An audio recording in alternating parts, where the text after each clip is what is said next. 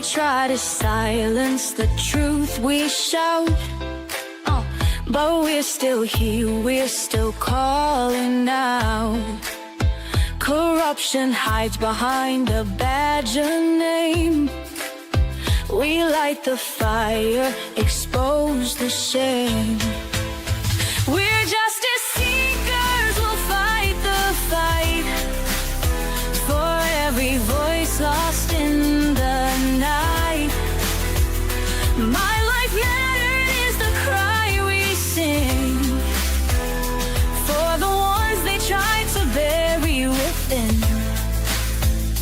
It's just us, we're a movement wide. Together we rise, won't run nor hide.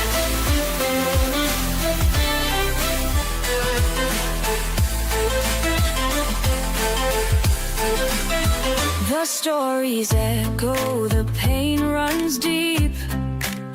For stolen lives we can't just weep. Elected power, but their hearts are cold. We'll bring the truth, let it be told. We're justice seekers, we'll fight the fight for every voice lost in the night. My life mattered is the cry we sing for the ones they try to bury within. It's just us, we're a movement wide. Together we rise, won't run nor hide.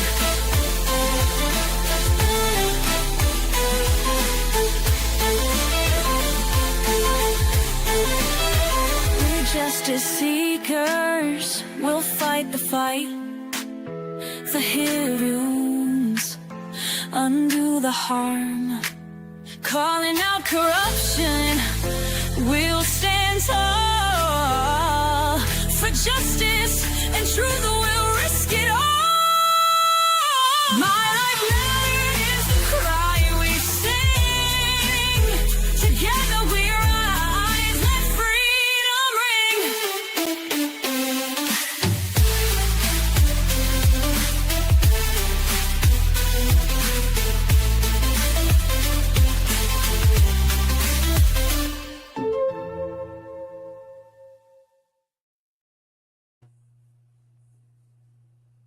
Hello, good evening, social change warriors.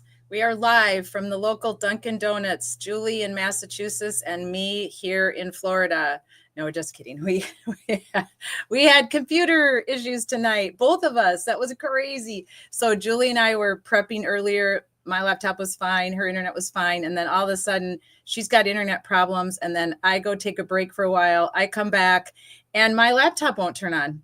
It will not turn on. I don't know what the heck's going on. So sorry for the 1 hour delay. We're back at our old time when we used to live on Friday nights at 9 o'clock Eastern, but we've moved it to 8 o'clock because we're so talkative and we go so late. So that's why we start at 8 o'clock now. So thanks for that hour adjustment, everyone. Appreciate it. You know, when you do something for either your job for money, which I don't do anymore, or your volunteer work, which I do, and you rely on technology, it can go wrong sometimes. It can send you for a loop. So the grateful thing is we have such great technology that our backup plan was to just both be on our phones, Julie at the Dunkin' Donuts, me here at home on my phone, and just pull up the testimony on my iPad so you could hear it and talk it out that way. Because sometimes you just have to do an end around, right? It is what it is, or you got to do a reverse. You know, football has all these great plays and so does life. So welcome, everybody.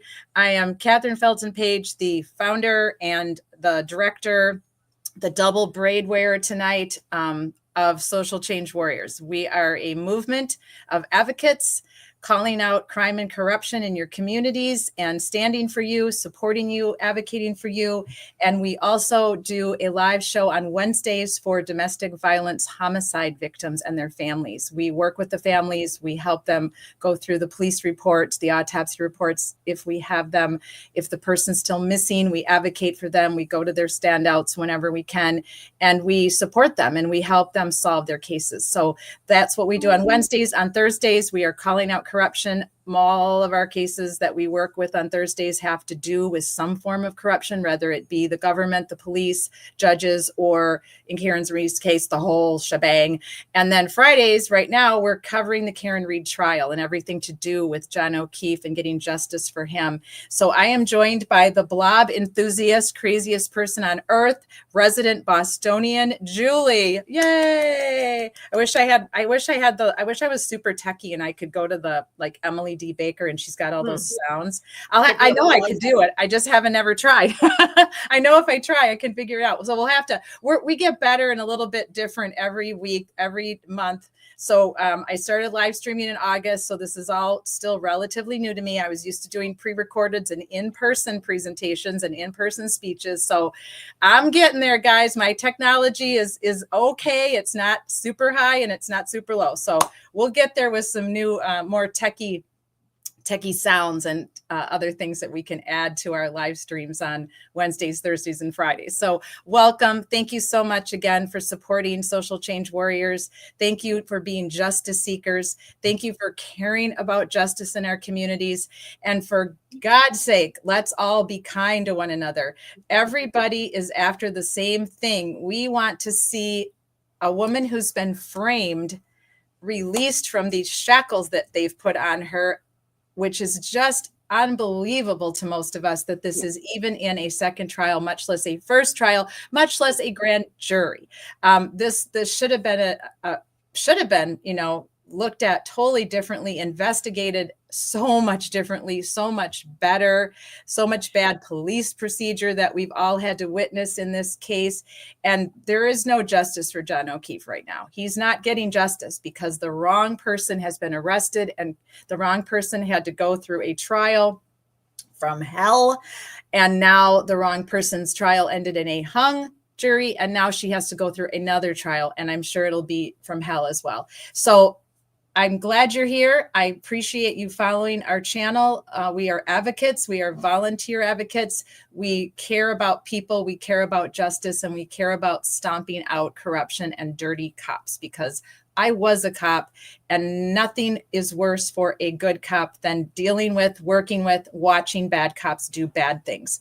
So I learned something today, Julie, in Volusia County, and I didn't bring up anything about it because we want to get right back to Matt McCabe on the get-go, and we want to say hi to everybody in our friend zone tonight.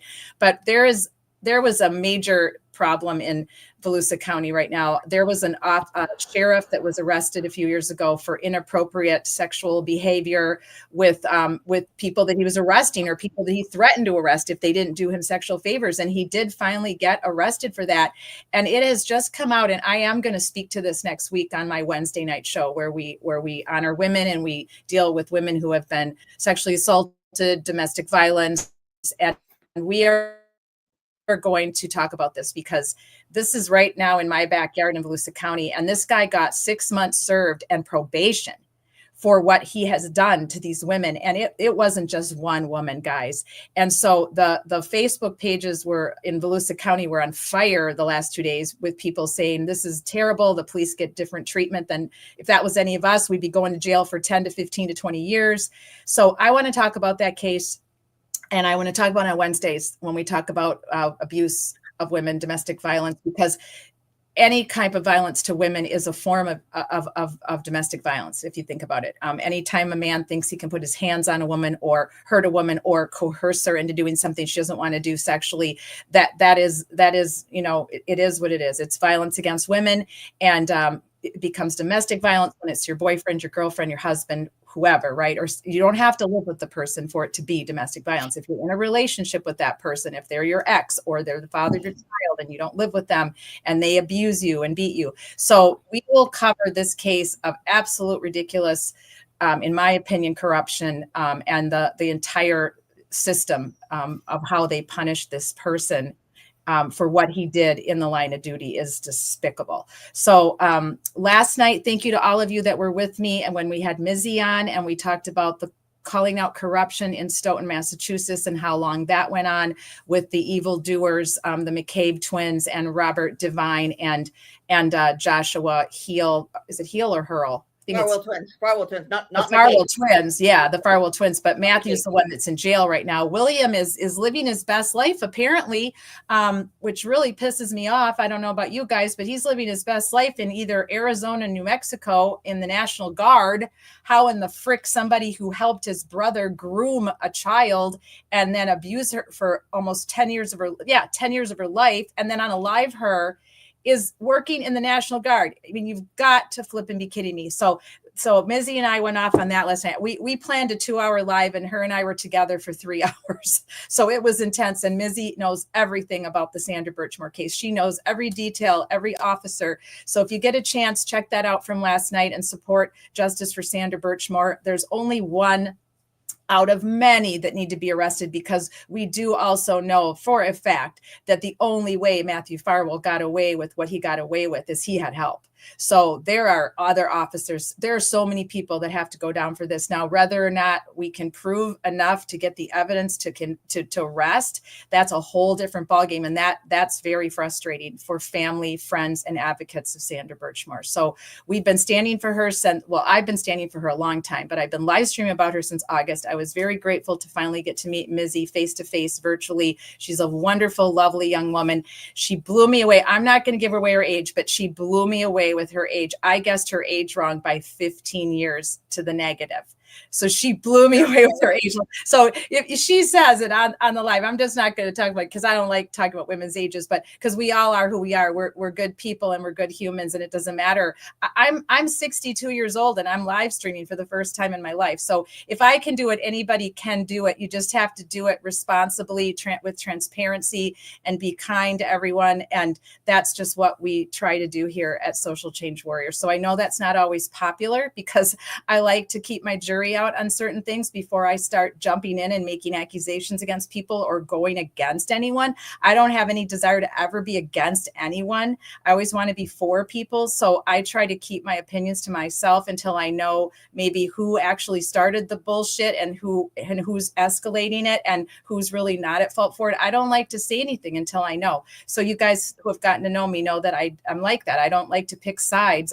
Especially in this situation with when things are happening, when bad, terrible things are happening, you have to try to keep an open mind and look at both sides until you can't anymore, right? Don't just jump in and start because you don't know for sure who's on the right and who's not. And there's always going to be that with this type of back and forth and infighting and people being nasty and mean on social media. So do your best to keep it in until you know what's going on and you can critically think it through and make a decision of what side of this, aisle that you need to be on for a certain dispute.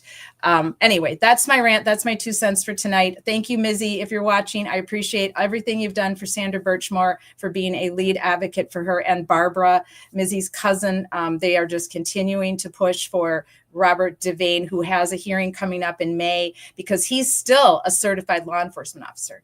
And according to Mizzy, there is no doubt that this man actually groomed the Farwell brothers. They were part of the Explorers program when they were teenagers. This is a long, ongoing mess in Stoughton, Massachusetts. And how in the frickin' frick they got away with that for that long, I will never understand as a retired police officer. I will not ever make peace with that. It's the worst, most horrible abuse of children. And Sandra Birchmer's not the only one. People are afraid to come out, and they have every right to be afraid. You should be afraid. These people that are doing this are nefarious, and they will do anything. As you saw, Matthew Farwell would do anything to protect himself and his way of life, as scummy and disgusting as it was. So that's that. All right, let's roll, Julie. What do you got to say? What do I have to say? Well, first off, it was a fantastic interview. I mean, I know it went long, but it was a phenomenal interview. And I know it got off not the agenda, but like you guys talked about a whole bunch of stuff, but it was phenomenal. We learned a whole shitload. The second half, especially, where where you guys talked about who was on scene, who was involved with the state police, who was involved with Canton police, most importantly, because that's like fuckery afoot right there, saying, "Oh, Lank showed up," and who's the other one? There was Lanker, then there was Kevin Albert, who was there, who the defense is calling. And I think they clarified some stuff in some motion, saying, "Yep, we're definitely going to call Kevin Albert." So get ready. Yeah. Yeah. The Mizzy interview that she did last night was phenomenal. If you guys get a chance, go check it out. It was last night, Thursday. Phenomenal. It's worth every single minute. So go take a look at that.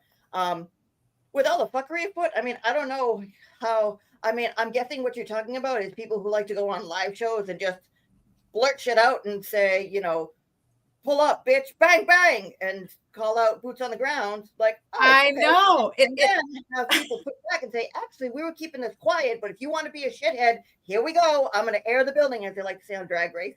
And they air the building. And I mean, what did you expect? If you want to be a scumbag creepo, and people say, hey, we'll handle this quietly because we're all pulling we're all pulling the same direction. We don't want to draw attention. You go, no, I want you to, here's my laundry. Here's my laundry. Take my laundry. Take my laundry. What do you think? Exactly. Like, the whole, you called out the best the people. whole You point. Peter Murphy. You called out the Sweeneys. You called out Rita. You called out Jen O'Donnell. You called out, who the fuck else is there? You called out Resistance to Silence. You called out Dylan from overseas. Like, so many times they called out Sean. Like, what the fuck are you people doing? No, like, I don't mean to use foul language so soon in the show, but Jesus Christ. It's okay. Our hashtag for Wednesdays is we swear on Wednesdays, and we can do that on Fridays too. We can. It's Friday, right? As my old sergeant used to say. Well, actually, he wasn't a sergeant. That's right. I always thought of him as a sergeant because he was older than me. He was like my dad's age, and he mentored me, and he was a community officer before I became one. So I always looked up to him, and he would come into briefing on, in law enforcement, your Friday is never on a Friday except once in a blue moon. So once in a while, your Friday rotates to an actual Friday. But most of the time when you would come into briefing, you'd say, hey, you say good morning, you get ready for your morning briefing. And then usually it'd be like a conversation, whose Friday is it, right? Because typically whoever Friday it was, you weren't going to try to pile them with cases that would have a lot of reports or a lot of follow-up, because you didn't do that, at least not at my department. So we tried to respect people who were on their Friday and give them the cases that that could easily be done in one day, typically, but that didn't always work. It doesn't always work. But Fred would walk in on Friday when it was his Friday, and everybody would look and say, is it your Friday, Fred? And then if it wasn't, he'd say, nah, not yet, But when it was, he'd say, yeah, it's my Friday. And then he'd go, and shit. And I have no idea what that meant. I don't know to this day, but I love that man. He taught me so much. He was a true cop. I mean, he was a letter by the book, no shenanigans. He didn't want to be promoted. He loved being in his squad car. He loved working on the streets with the students and with the community of UW-Madison. And he was there during the riots. The 1968-69 riots was his rookie year, I believe, or it was one of his first years. I'm going to have to bring Fred on. I would love to hear Fred's opinion on this. I'm going to have to see if I can get him to come on. He's very outgoing, and I think he would come on with us and tell us his opinion, because he was in the trenches, guys. I mean, that was back during, as you well know, right, during the whole Vietnam War, and the students were not having it. And Madison is very vocal.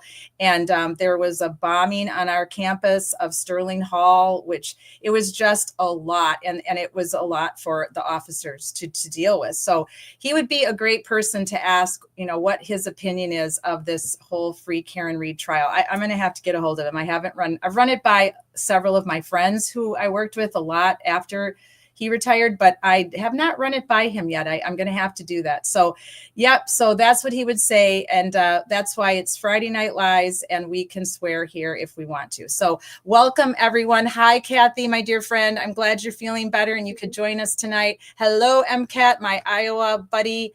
My frenemy when we play each other. Hello to Vermont Smith, the bot.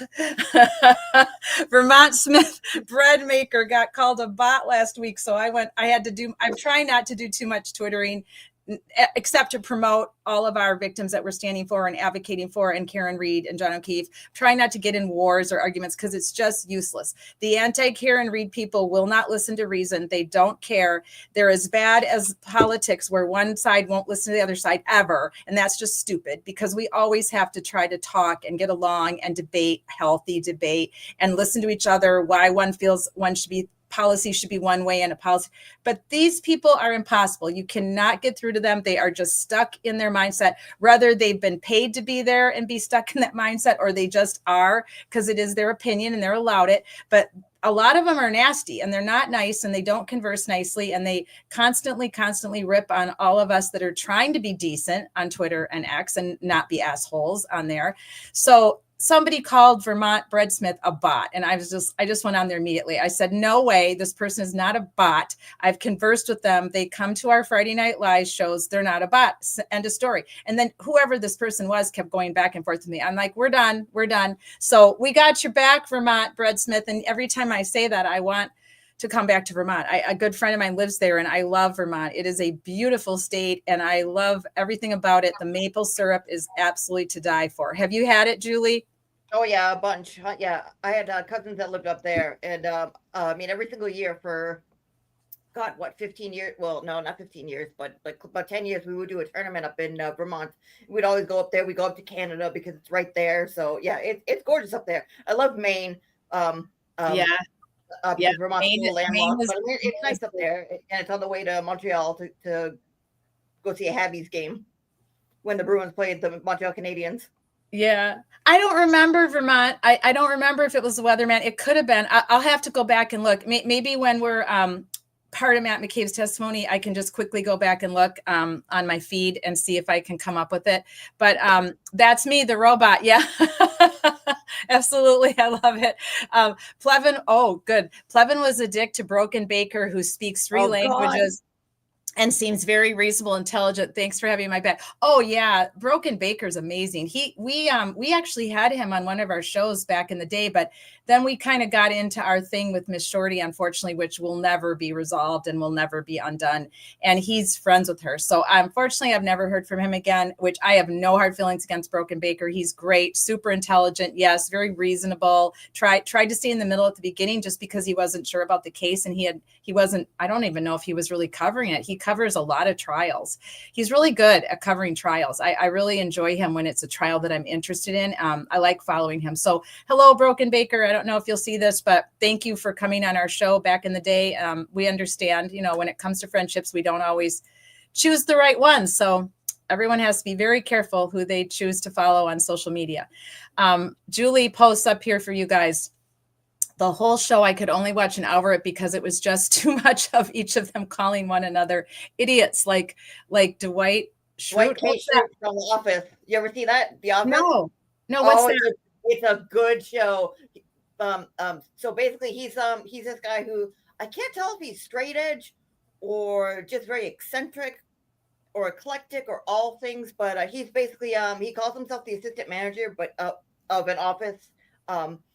But he is the assistant to the manager, but he keeps calling himself assistant manager, and he gives himself all these titles, and he goes around calling everybody idiots, and he's like, "What are you doing, idiot? No, that's not how you do it, idiot." And that was basically like what happened when the guy in the attic went to the Boston Baker guy. They're like, "Oh yeah, what about the GPS, idiot?" And like, "No, actually, idiot, this is the way it works. No, idiot, it's like this." Like Clevin was saying that to Broken Baker. They both were. They were going back and forth. Plevin, okay. I haven't seen that. I didn't see it. I try not to watch Plevin. The guy in the attic was basically saying like, "No, it's this."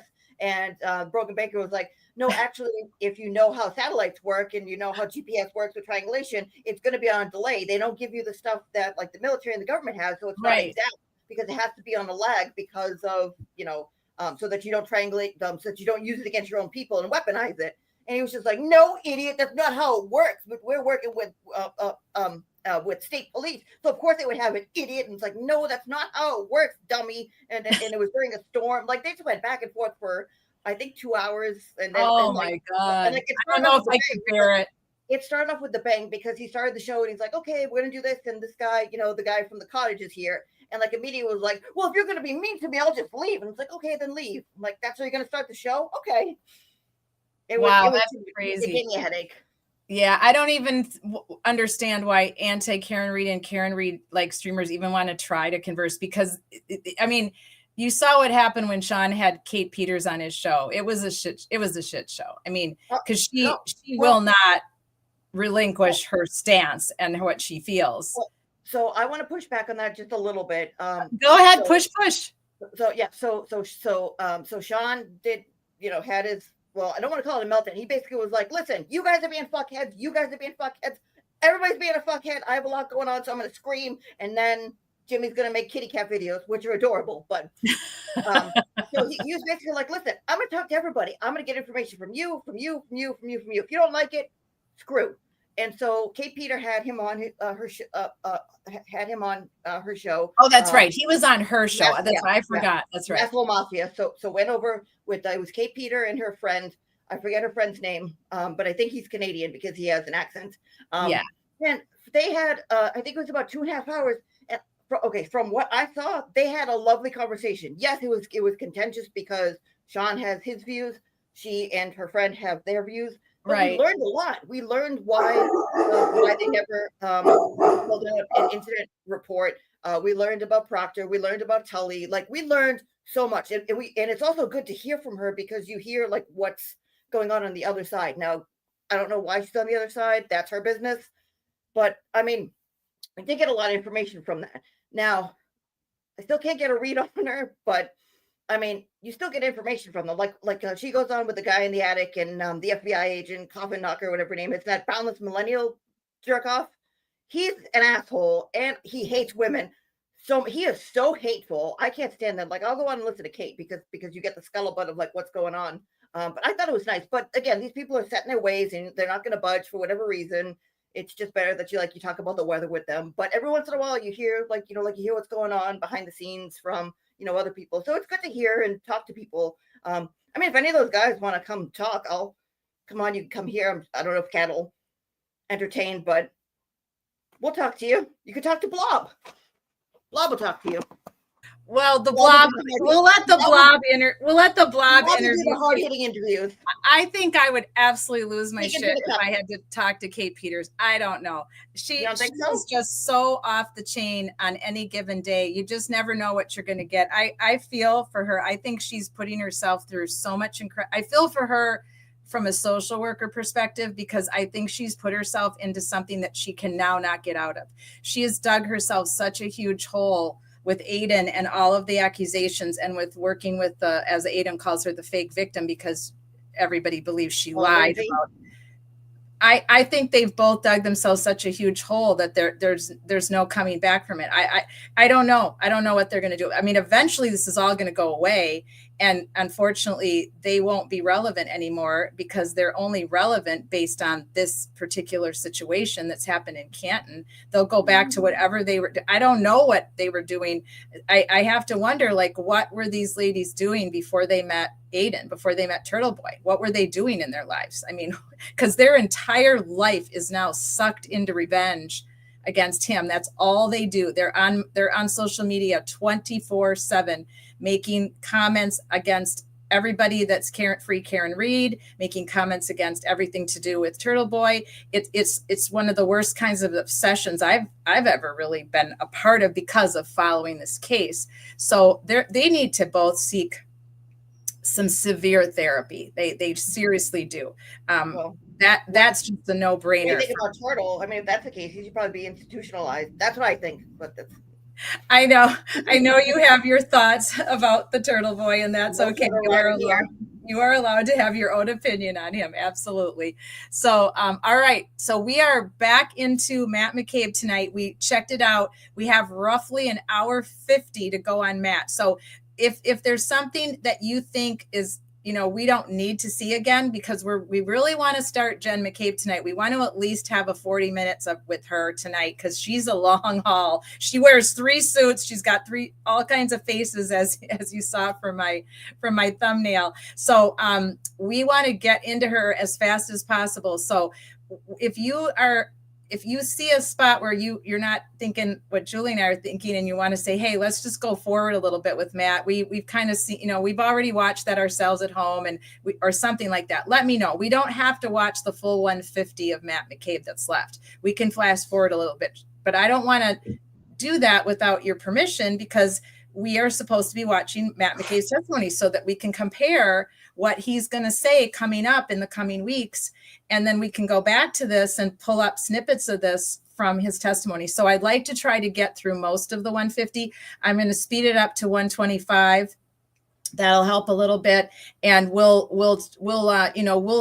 come back maybe every 5 to 7 minutes with commentary, and I'll put up your commentary on the side so we can get through Matt. Cause there's definitely some notes I want to take on Matt, and we can be prepared to then.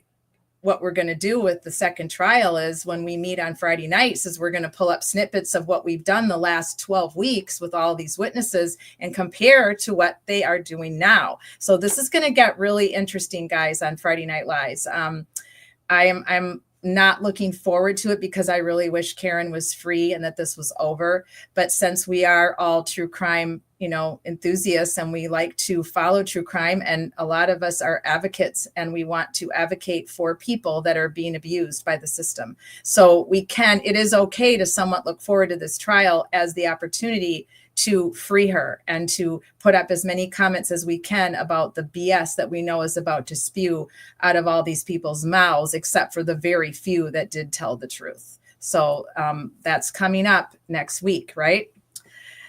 All right. So halfway through Matt McCabe, we'll take a short break because my knees are going to need it. And we're going to have Julie give us a little bit of info about what is happening in Boston right on Monday, Julie.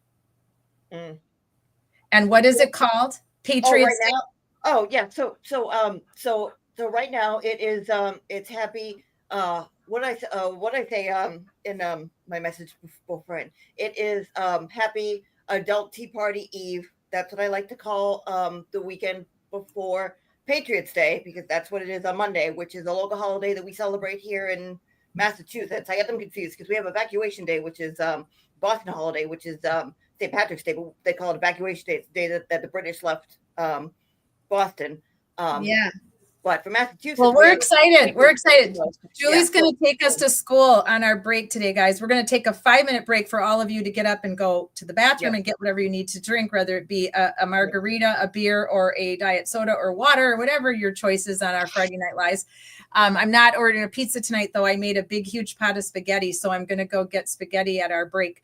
But I love this, Vermont Breadsmith. You are definitely into it with us.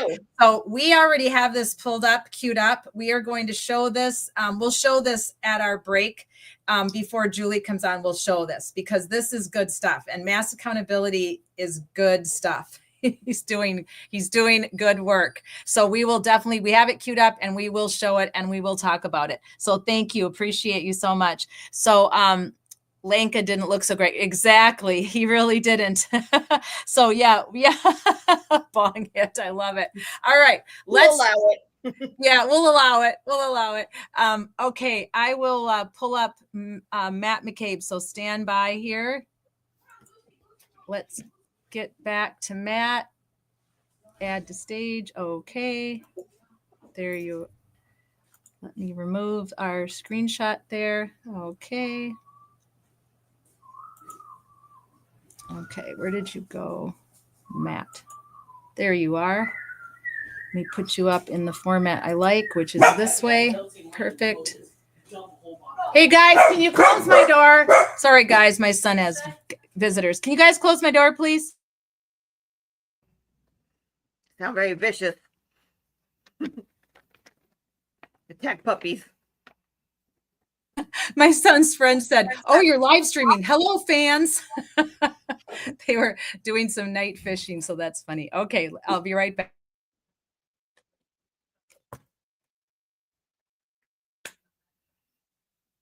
Oh no, you got to play it. Uh-oh. Yep, I just got to go back into the tech room. I was just trying to keep the puppy from barking. Stand by.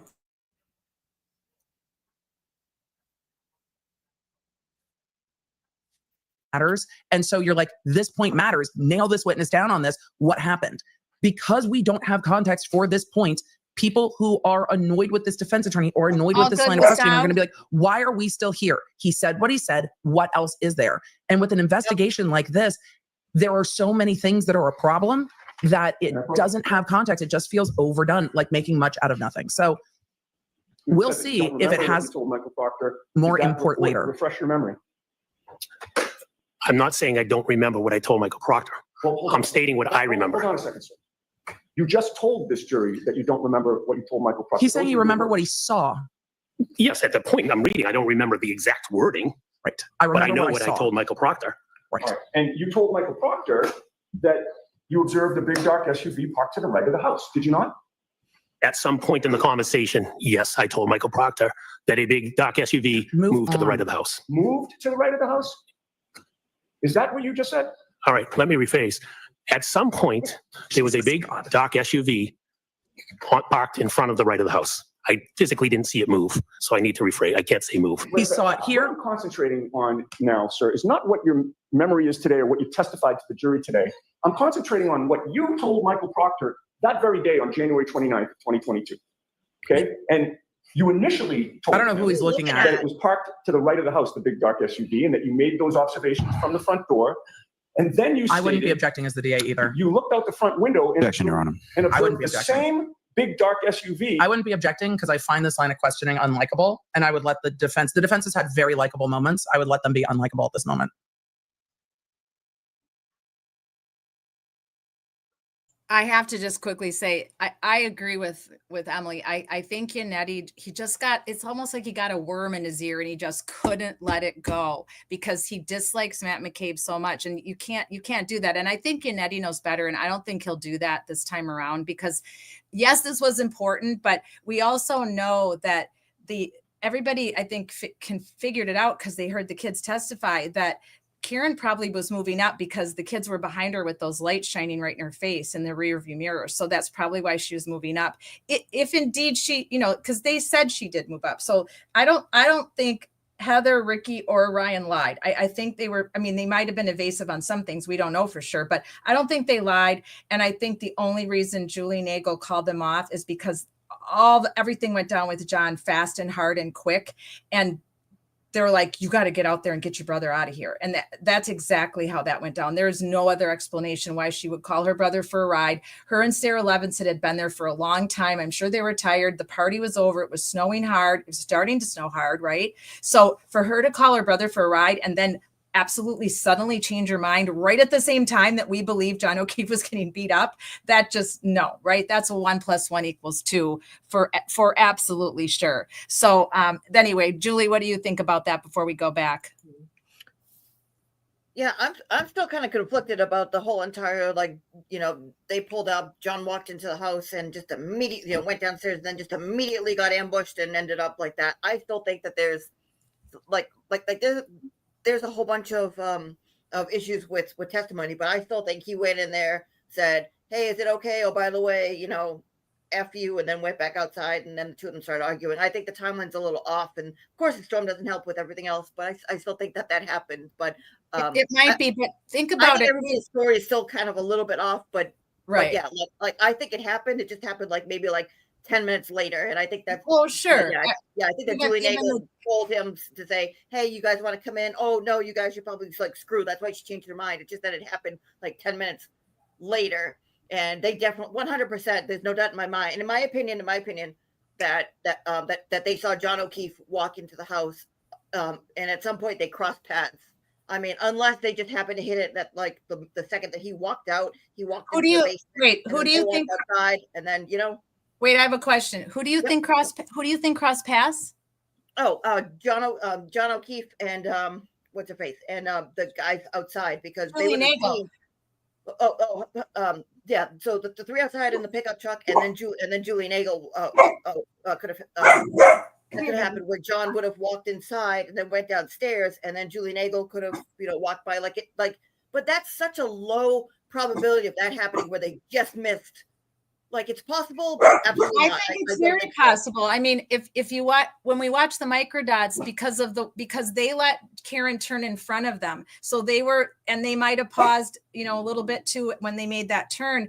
I think it's very possible that John jumped right out when Karen pulled up and went running into the house, and they missed him because the other cars in the driveway could have been blocking their view, seeing John run up the driveway, or however if he ran up the front part of the house or the driveway, whatever Karen said, skipped. I don't think Ricky I don't think they saw him. I think Julie Nagel saw him. I think she's lying for sure. But anyway, there's no doubt in my mind she is. She's lying about a lot of things, including this right here. She's lying about Nagelblob right here. Oh And yeah, the definitely forever does. famous Easy Nagelblob. shit, in my opinion, based on what I've done. Yeah, exactly. So anyway, I think Yannetti went a little bit overboard on this because I think he just, like I said, I think he got a worm in his ear on this, and he just didn't want to give up the ghost to Matt McCabe. But Matt's Matt. So we'll get through this here real quick, and then we'll move on to the rest of his testimony. All right, guys, we're back now. I'll let it roll for at least like 5 minutes, unless something crazy happens and we have to talk about it. Yeah, I mean, is it probable, likely, are two different things. Like, is it probable? Yeah. Is it likely? Right. No. That Right. they happen. But Gotcha. yeah, okay. Yeah, I agree. To the other side of the property. Yannetti's not going to stop for the objection. The objection sustained. You have to break that down. And I thought we moved on from this, Mr. Chairman. No, we haven't gotten to the second part of the. So thought we we- bring the document. I'll see you at side. I thought we had moved on too. So the defense is not moving on from that. They're going to sidebar. We're going to zoom for them returning at sidebar. One last question on this, Mr. Chairman. Yes, with regard to Trooper Gotta move on, Proctor's 'cause report Beth's that you have in front of you, right? It's I for identification. Yes, I'm reading the You will agree with me that you reported your conversation as saying that the vehicle was first to the right and then moved to the other side of the property, correct? Objection. Sustained. You testified The judge before is the grand jury regarding this annoyed. issue on April 26th of 2022, did you not? Yes, I did. And you talked about the vehicle moving from point A to point B, correct? Yes, at some point. And you estimated that it was 15 to 20 feet or so that the SUV moved along the property line, correct? Yes, again, I don't know the exact distance, but estimates. And you, at that point in time, you were asked to clarify what you had meant when you said that the vehicle was first on the right side of the property. Do you recall that testimony? I do not. Do you recall that Mr. Lally asked you, to the right would have been toward the driveway side of the property, and that you answered that's correct?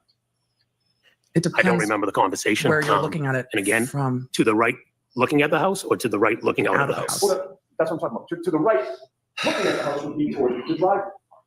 To the right, looking at the house would be toward the driveway. and Right, looking. and that's your testimony where the vehicle started out, correct? The judge is And moved sustaining these because they're toward asked the and flag pole answered. the second time? The vehicle started in front of the house and moved.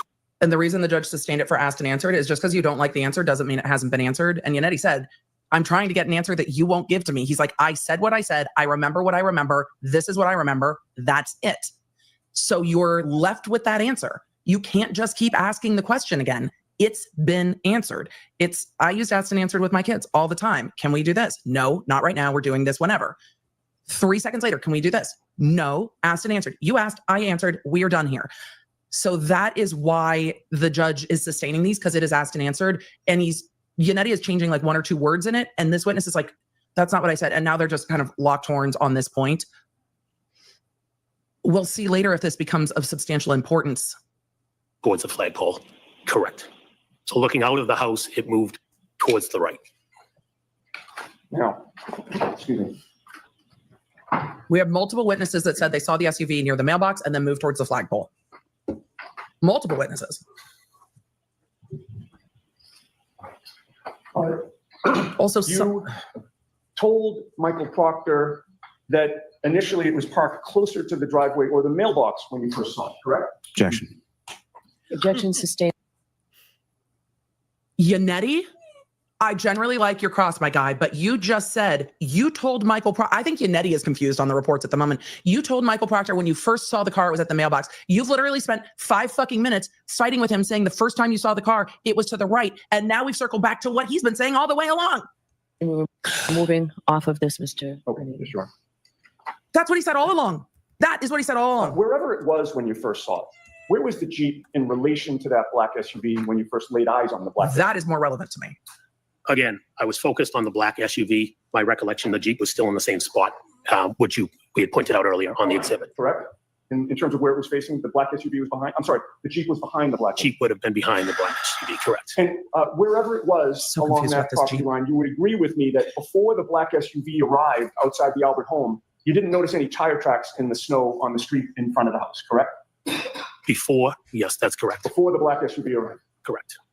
And at all times that you saw the black SUV, first or second, it was always facing toward Chapman Street, correct?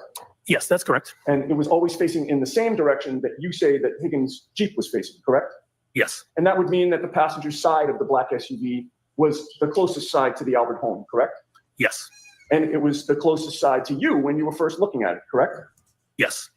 And now your testimony today is you don't recall if the first time you looked at that black SUV, it was through the front door or if it was through a front window, correct?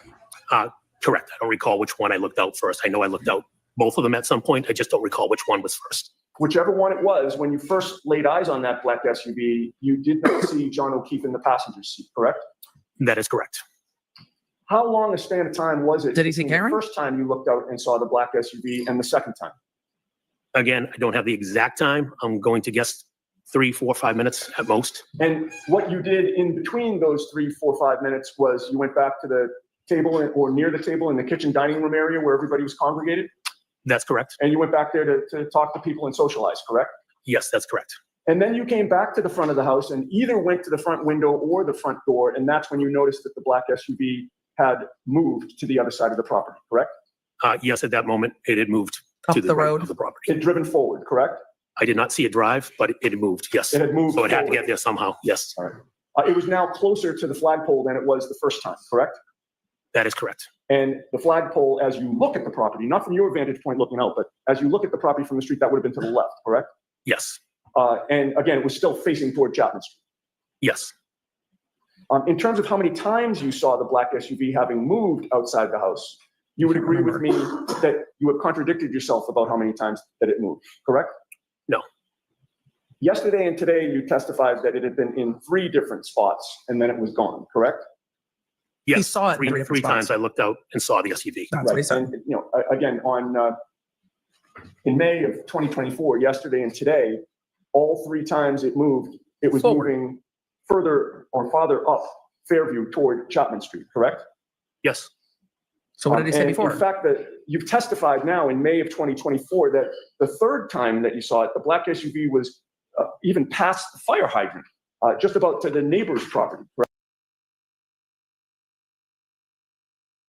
So I don't know what all you guys feel about this, but I don't buy it. Like, I just don't buy that she moved up that many times, because that doesn't make sense. Moving up once or maybe even twice, because the kids, maybe she moved up once when the kids first got there because the headlights were bothering her. And maybe when they started to pull out, she might have crept up a little to, maybe she thought she needed to give them more room because the magical Jeep was there.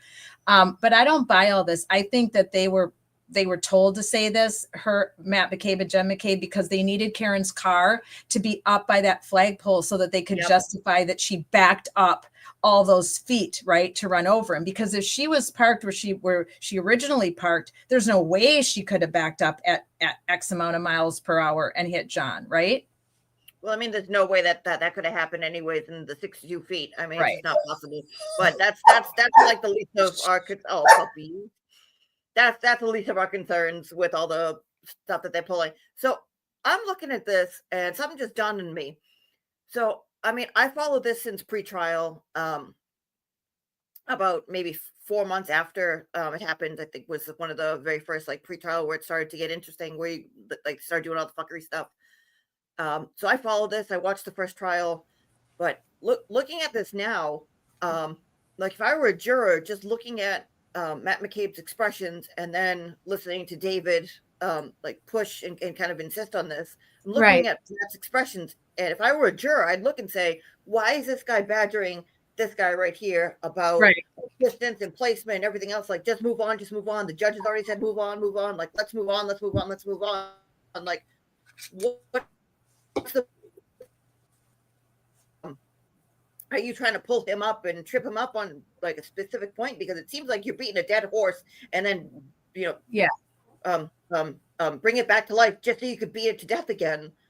And it's going to be really interesting to see, won't it? I mean, it'll be interesting to see how if Yannetti crosses, it's going to be interesting to see if they change positions, if the same attorney crosses the same witnesses. I mean, this is going to be interesting, and especially how he handles this whole her car moving up again and the Jeep and the whole 9 yards. This is just going to be, it's going to be fascinating, honestly. I would leave this, like, I would take half of this shit and just throw it away and say, okay, you said you saw a car, cool. Yeah. Like that never happened. Like that never happened. Right. Like the point I was gonna make, and I don't know how to present this, but like the guys from ARCA, when Lally crossed them, he was very insistent on did you see the car? And the guys at ARCA were like, no. He's like, well, why? How can you make an analysis without looking at the car? And he basically laughed at him and was like, we have pictures. And it's so, well, like, he didn't say it was so ridiculous, but like, just by looking at it, he's like, well, we did calculations and we just looked at it and we know how force works. Right. There's no friggin' way that this would have happened. Like, he basically laughed at Lally, saying, like, you people are idiots by bringing this case, saying that he held his arm like this and smashed himself in the face with a glass and did a pirouette. Like, you guys are idiots. Like, clearly that didn't happen. Like, he might have actually been hit by a car. He didn't get hit by a car and do a pirouette and then smash the taillight the way that it was smashed. Exactly. So a lot of this like, testimony, a lot of this stuff you don't need any of this stuff. Yeah. Say, hey, see this? Talk about this. Talk about this. Talk about the doctors. Talk about the other experts. I mean, like, even the dog stuff. Like, okay, fine, they're bites. Like, talk about the other shit. Talk about the head injuries. That's much more. Well, the thing is that 3 hours of Matt McCabe is not necessary. No, it's not necessary because he's lying. Yeah. And he didn't witness jack shit, really, right? Yeah. So why do we need 3 hours of Matt McCabe? So this warm body who's married to Jen McCabe. That's basically what this seems like. Like, he was just there, and Jen McCabe's there. So, well, this will be interesting to compare what we're watching, what we watched last week and tonight, and what comes down. Yeah. Okay, back we go. I just wanted to kind of chat about that a little bit. Correct. That's what I said yesterday. But again, your memory of where it was the last time that you saw it, or how many times you saw it, I should say, would have been better on January 29th than today, correct? Again, assumption, yes, I guess it should be. And in fact, when you were talking to Michael Proctor, you had just observed the black SUV just hours before speaking to him, correct? Yes. Not 2.5 years before. What? Right? Oh, yes. And when you spoke to Michael Proctor, you told him that you only saw the black SUV in 2 different spots, correct? That's what it says on this paper. My recollection is always been, I saw the black SUV in 3 different spots. And you just called it a paper. It's a police report, correct? Objection. That's sustained, Mr. Yannetti. Now, since you talked to Michael Proctor on January 29th, 2022, it's fair to say that you've had multiple conversations about this case with your family, correct? Of course, I've talked about this case. That includes in-person conversations, correct? With my family? Yes. Yes. As well as phone calls and texts? Yes. You've also, since you talked to Michael Proctor, have had multiple conversations about this case with your in-laws, correct? Yes. That also includes in-person conversations as well as phone calls and texts, correct? That is correct. And since you gave that statement to Michael Proctor, you've had multiple conversations specifically with Brian Albert, correct? Yes, I've talked to Brian Albert. That includes in-person phone calls and texts, correct? That is correct. Would you agree with me that in terms of the changes in your version of events from what you've testified during this trial to what is in Michael Proctor's report, you put the SUV farther down Fairview toward Chapman Street now, correct? Objection. Sustained. Your Yes, testimony break that into 2 parts. during this trial puts the SUV past the fire hydrant almost toward the neighbor's house, correct? That is correct. The thing that's hard for me with this is based on the defense's opening statement.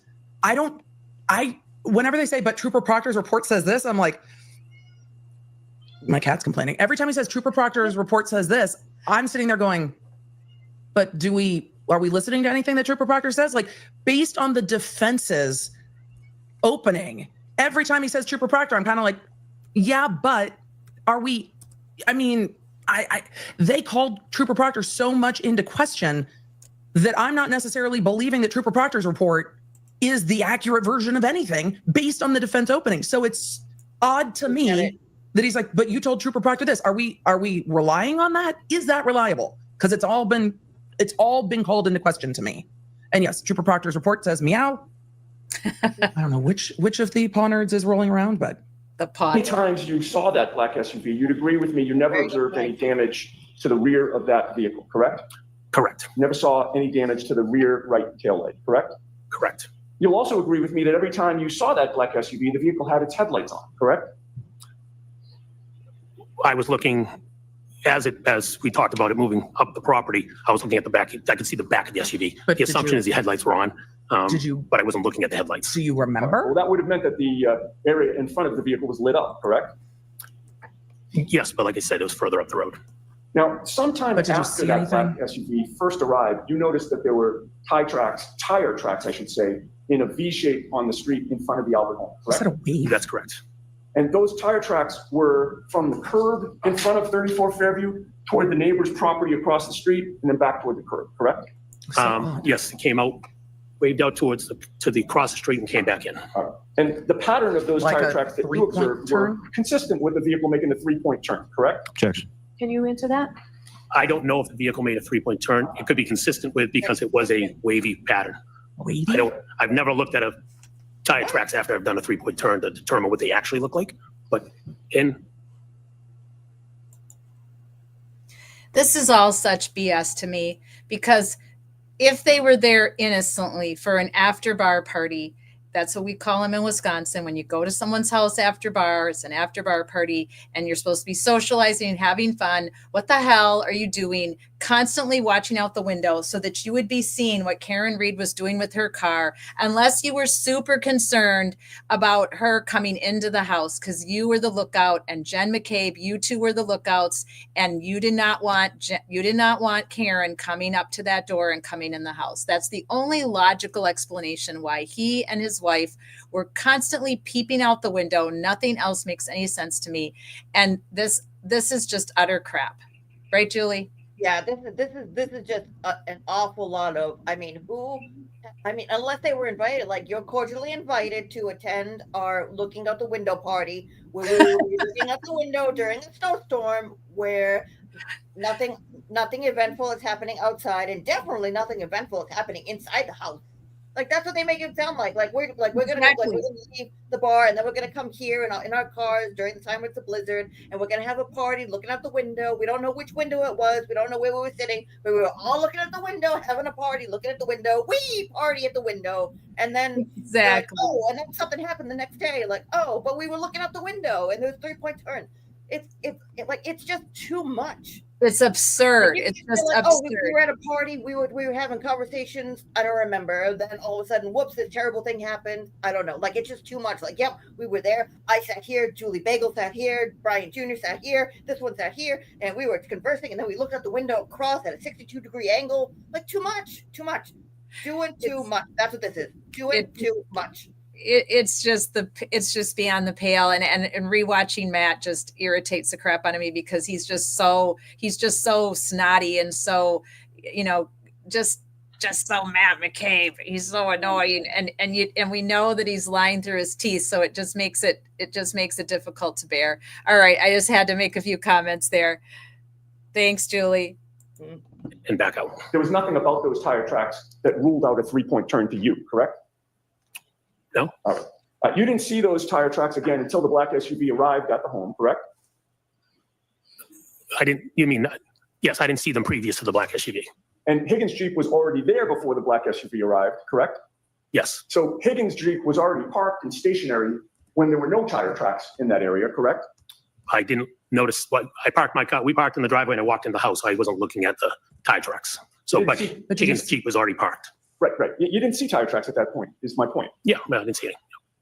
And at the point that you saw those tire tracks, there were no other vehicles in the area along the Albert family property line on Fairview other than Higgins' Jeep and the black SUV. There was correct? the truck back That's my behind. recollection. Yes. He had said the truck was So behind now, the driveway. we're going to go back to where I had left off with regards Ricky's to truck. meeting your wife, Jennifer McCabe, in the car after leaving the waterfront. You recall that we sort of left off with you getting in the car and starting the drive home. Yes. Once you got inside the car, your wife ultimately called John O'Keefe along the ride home, correct?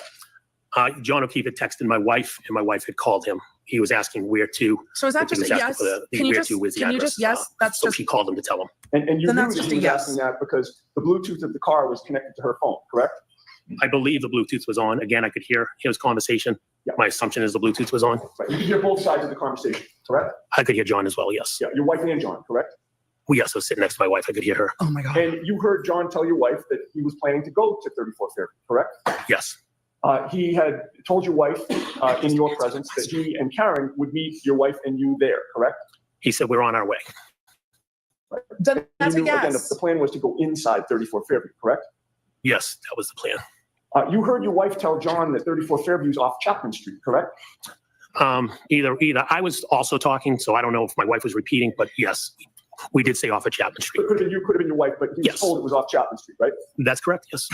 And then your wife hung up with John, at least temporarily, but then John called back, correct? Yes, that's correct. He indicated he needed more specific directions to 34 Fairview, correct? Yes. And then you heard your wife, The Bella or maybe child you participated comes into in the the chat. conversation. I won't rule that out, but between the two of you, you did give him more specific directions, correct? Yes, we did. And either you or your wife, and you can correct me if you know if it's one or the other, but one of you told him to go down Chapman and take Fairview as if they were going to Bella's house, correct? Yes, we had mentioned Yes. go down Chapman to Fairview. You know where Bella lives. Drive past Bella's street. Sir, The house will come up on your It's left. just a yes or And I no. believe You can just say previously yes or explained that no. Bella was a friend of John's niece, Kaylee, and also your daughter, Olivia, correct? Oh, Yes, that's correct. So that was a good way to orient him as to where to go, correct? Yes. And once you did that, John O'Keefe never called back for any clarification, correct? Yes, not to my recollection. All right. And with regard to your state of mind, based on that conversation and the instructions that either you or your wife or both of you gave John, you certainly assumed that John and Karen would be arriving It's a very long at question. Fairview coming from the Chapman Street direction, correct? That was my assumption. As I had So the stated car would be yesterday, there's facing the multiple other ways way. to go, but that was my assumption. And it was an educated assumption based on the conversation that you had, correct? Yes. May I approach the witness, Your Honor? Okay. Which is why it's so weird to me. And yesterday during direct, I was hollering about it. You expect him to show up. And I'm guessing if they show up from Chapman, the car will be facing Finding him. the other way. But Thank you. you show up, I have you expect handed them. you. They don't come in. You know that they're not quite sure where the house is. You see the car moving forward. Maybe you would assume they're looking for an address. And if it's snowing, maybe you can't see the address from the street, depending on the lights. And nobody goes out in a dusting of snow to be like, we're in here, guys. It's so weird. Something, if you I'm could so confused. take a look and tell the jury whether you recognize what I'm that going to need Botox in between my yes, eyebrows this is to a stop them map. from knitting. Showing Cedar Crest Road intersecting with Fairview Road. A On the map. opposite side shows Chapman Street intersecting with Fairview, as well as other streets in it's called the Cedar Crest neighborhood, in the Cedar Crest neighborhood. We haven't seen a map yet. Realizing that you don't have a compass or a ruler, does it appear to be generally to scale in terms of where the roads are? Does it look right to you? Yes. Well, the And it siren. appears to be a fair and accurate depiction of the layouts of particularly Cedar Crest, Fairview, and Chapman Street? Yes. Okay, I would offer that, Your Honor. Is there any objection? Can we put it up? Can we publish the map? We'd all like to see it at this point. Oh my God, the sirens. I love the sirens here. I Did love you the really sirens. just say, Mr. McCabe, why do you don't you want hand to over object? What was that? Oh my Was the fire God. truck saying Oh hello my God. to all the fire personnel? And Did you hear that? Do Did you want guys to hear object? that? Oh my God. I didn't catch that the first trial. Like I did not catch that. The dun dun dun dun dun. Oh, I don't know if they did that, but I mean, they did that here. But I mean, they're going on. Then the sirens go, and then Bev goes, "Do you want to object?" What? No, but did you hear what they did? What he did? Oh with yeah, I his heard that. Yeah, I gun. heard them. Yeah, I heard them The signaling. fire- Yeah. Right. Yeah. He went dun dun dun dun dun. I was like, wow. You know that he knew that they were live. And I did not catch that the first time. I caught the sirens. I mean, you can't help but catch the sirens, right? So I caught the sirens, but I did not catch that. That was Ridiculous. classic. Hey, how's the blob doing? How's she hanging in there right now? Well, Blob, she is hanging in there. Is she? Yeah. Just for I guess what point of order. I put the shirt on, Blob, just to show off shirt, and just so you can see what the shirt says. It says, "I got touched at Camp Shorty." So make sure everybody sees that. I got touched at Camp Shorty. So that's what that says.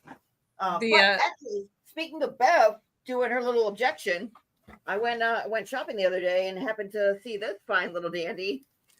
Oh, look at that. So That's we're a gonna- beautiful so now- crab. So now we're going to do this. We got our little blue crab saying, "Do you Oh. want to object, Mr. Lally? Can we do this tomorrow? I'm tired." And then scurries away. So I love it. Oh my we have gosh, this that's really good beautiful. That is absolutely beautiful. I am falling behind you. I'm going to have to get some props for this trial Blue for crab to Bev. Friday Night Lies. I have to get. I mean, I have my hat from my dear friend Tiger that I love to put on for these witnesses that we know are all lying. But it's hot in here tonight. I just couldn't bear to wear a hat. But I'll put it on eventually because we have to give him trouble.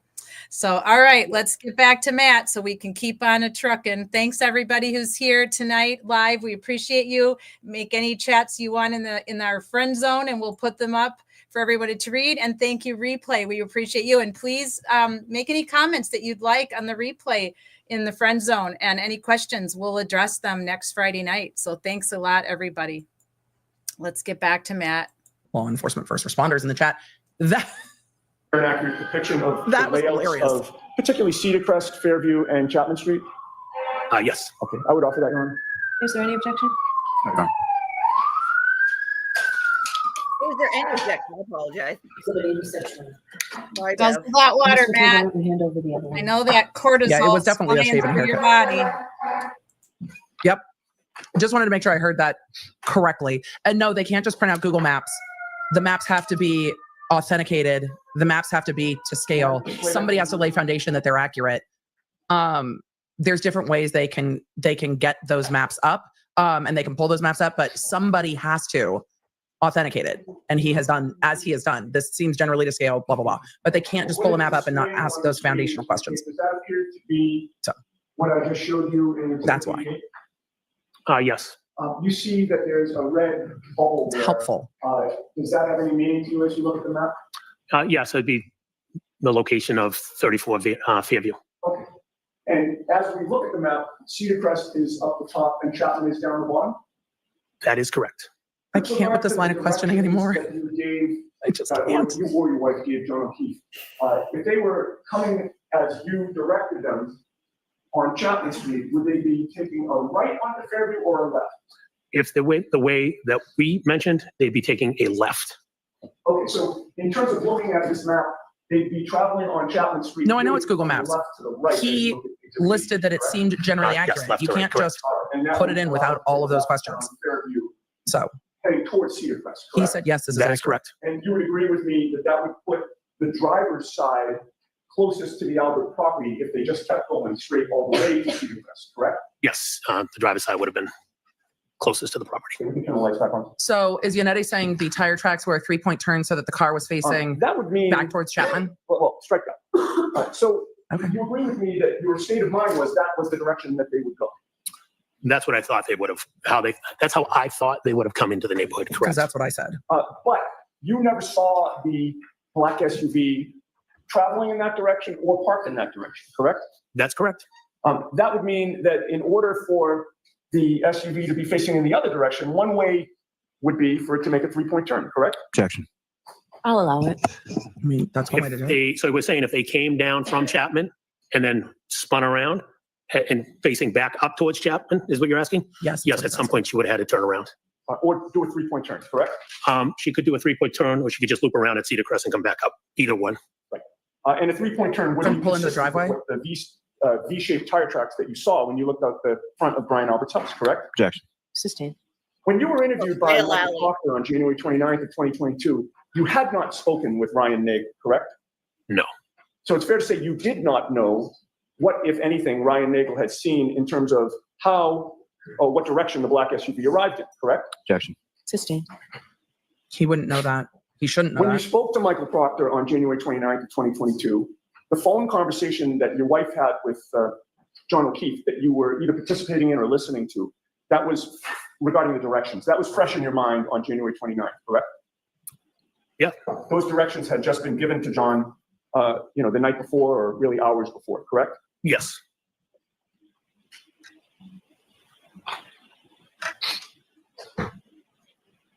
So on January 29th, when you're talking to Michael Proctor, believing that John had driven down Chapman Street, you were trying to square in your own mind how the vehicle wound up in the other direction when you looked out the house, correct? Objection. Were you? Can you just repeat that again? Yeah, I think I heard you. I just want to make It sure. wasn't a great question. I'll see if I can make it any better. You're talking with Michael Proctor on January 29th in the afternoon, correct? Yes. And he's asking you about the positioning of the black SUV, among other things, correct? Yes. Again, I'm just getting to your state of mind. Your state of mind was that you gave the direction, you or your wife gave the directions to John, and you're thinking he came down Chapman, but you never saw the vehicle in that direction. Right. It was only in the other direction, facing toward Chapman. Is that fair? Yes. And so you're He naturally just doesn't trying to know. square in your own mind, trying to make it make sense as to how that. Somebody make it make sense. He didn't see the vehicle arrive. I don't know if I necessarily believe that Proctor's report is the accurate record of any situation at this point. And that's based on the defense's opening statement. The defense brought Proctor into question. Now they're like, but you told Proctor this, and that's the gospel. No, sir, it is not at this point, because you called it so into question that I can't unhear it. And then we've got a whole car full of people, the Ricky vehicle, saying that they think this vehicle was coming from the other direction. None of this would be confusing if we had in evidence already cell phone data of where people are going. I'm so confused. Yeah. Correct? Objection. You can answer that. Were you trying to square that in your own mind? I wasn't trying to. I don't know if I was trying to square it. I just knew that for some reason her vehicle was facing up Chapman. Are you asking? But I don't know what she did. I just know her vehicle was facing up Chapman. And to you, that was the significance of the V-shaped tire tracks when you're talking to Proctor, right? Objection. Was it? If I recall, I said there was a V-shaped tire tracks, and I believe the question was, could it be consistent with a three-point turn? I said it could be. I didn't know if it was a three-point turn. It could be because there was weird tracks. Again, I did not see the vehicle. I don't know if she pulled in the driveway and turned. I don't know if she went to Cedar Crest and turned. I don't know if she did a three-point turn and turn. Don't know I have if no she came idea. that way at all, But actually. one last question on this three-point Because you turn. didn't see it. You offered the V-shaped tire tracks as an explanation for what could have happened, correct? Objection. That's speculation. I had stated there was a V-shaped tire tracks. I didn't say it was a three-point turn. All right. Well, you'd agree with me in any case that if John and Karen entered from Cedar Crest and you saw them where you saw them, there'd be no need for a three-point turn, correct? So you're saying if she didn't come from Chapman, she came from the other side, Cedar Crest, there would be no need for a three-point turn Because or any type of turn because she was already facing that way. that's right. If she came from Cedar Crest, she's already in the very direction that you saw the black SUV when you looked out, correct? Yes, that's correct. Now, your testimony during this trial is that you were looking straight out from the house to the street. And, again, I understand your qualification. It could have been 3 feet this way or 3 feet that way. But your memory is that the car was essentially right in front of you, give or take. So guys, you can even see the frustration in Matt McCabe's face too, because I just look, this has been going on for like 20 minutes, like 20 to 25 minutes of where the car was, where it was placed. When did you look out? Which window, which door? I'm really thinking they probably regretted this. Don't you, Julie? That Yannetti and the team. Yeah, I mean, it's just The jury's so weird. probably just going, what the F is going on? Why do we care about this? What does this fucking have to do with John O'Keefe getting hit by a car or not getting hit by a car, right? Yeah, like it's entirely too much. But towards the end, Matt McCabe Matt didn't see anything. Matt did not see John get out of the car. He says John didn't come in the house. All he has to offer is that he saw her moving up, which we have no clue how many times she moved up. We don't know what's truth and what's fiction in that situation. I believe she might have moved up once, like the kid said, because she was trying to get out of the way of Ricky's truck and the headlights. That's all I actually really believe. Mm-hmm.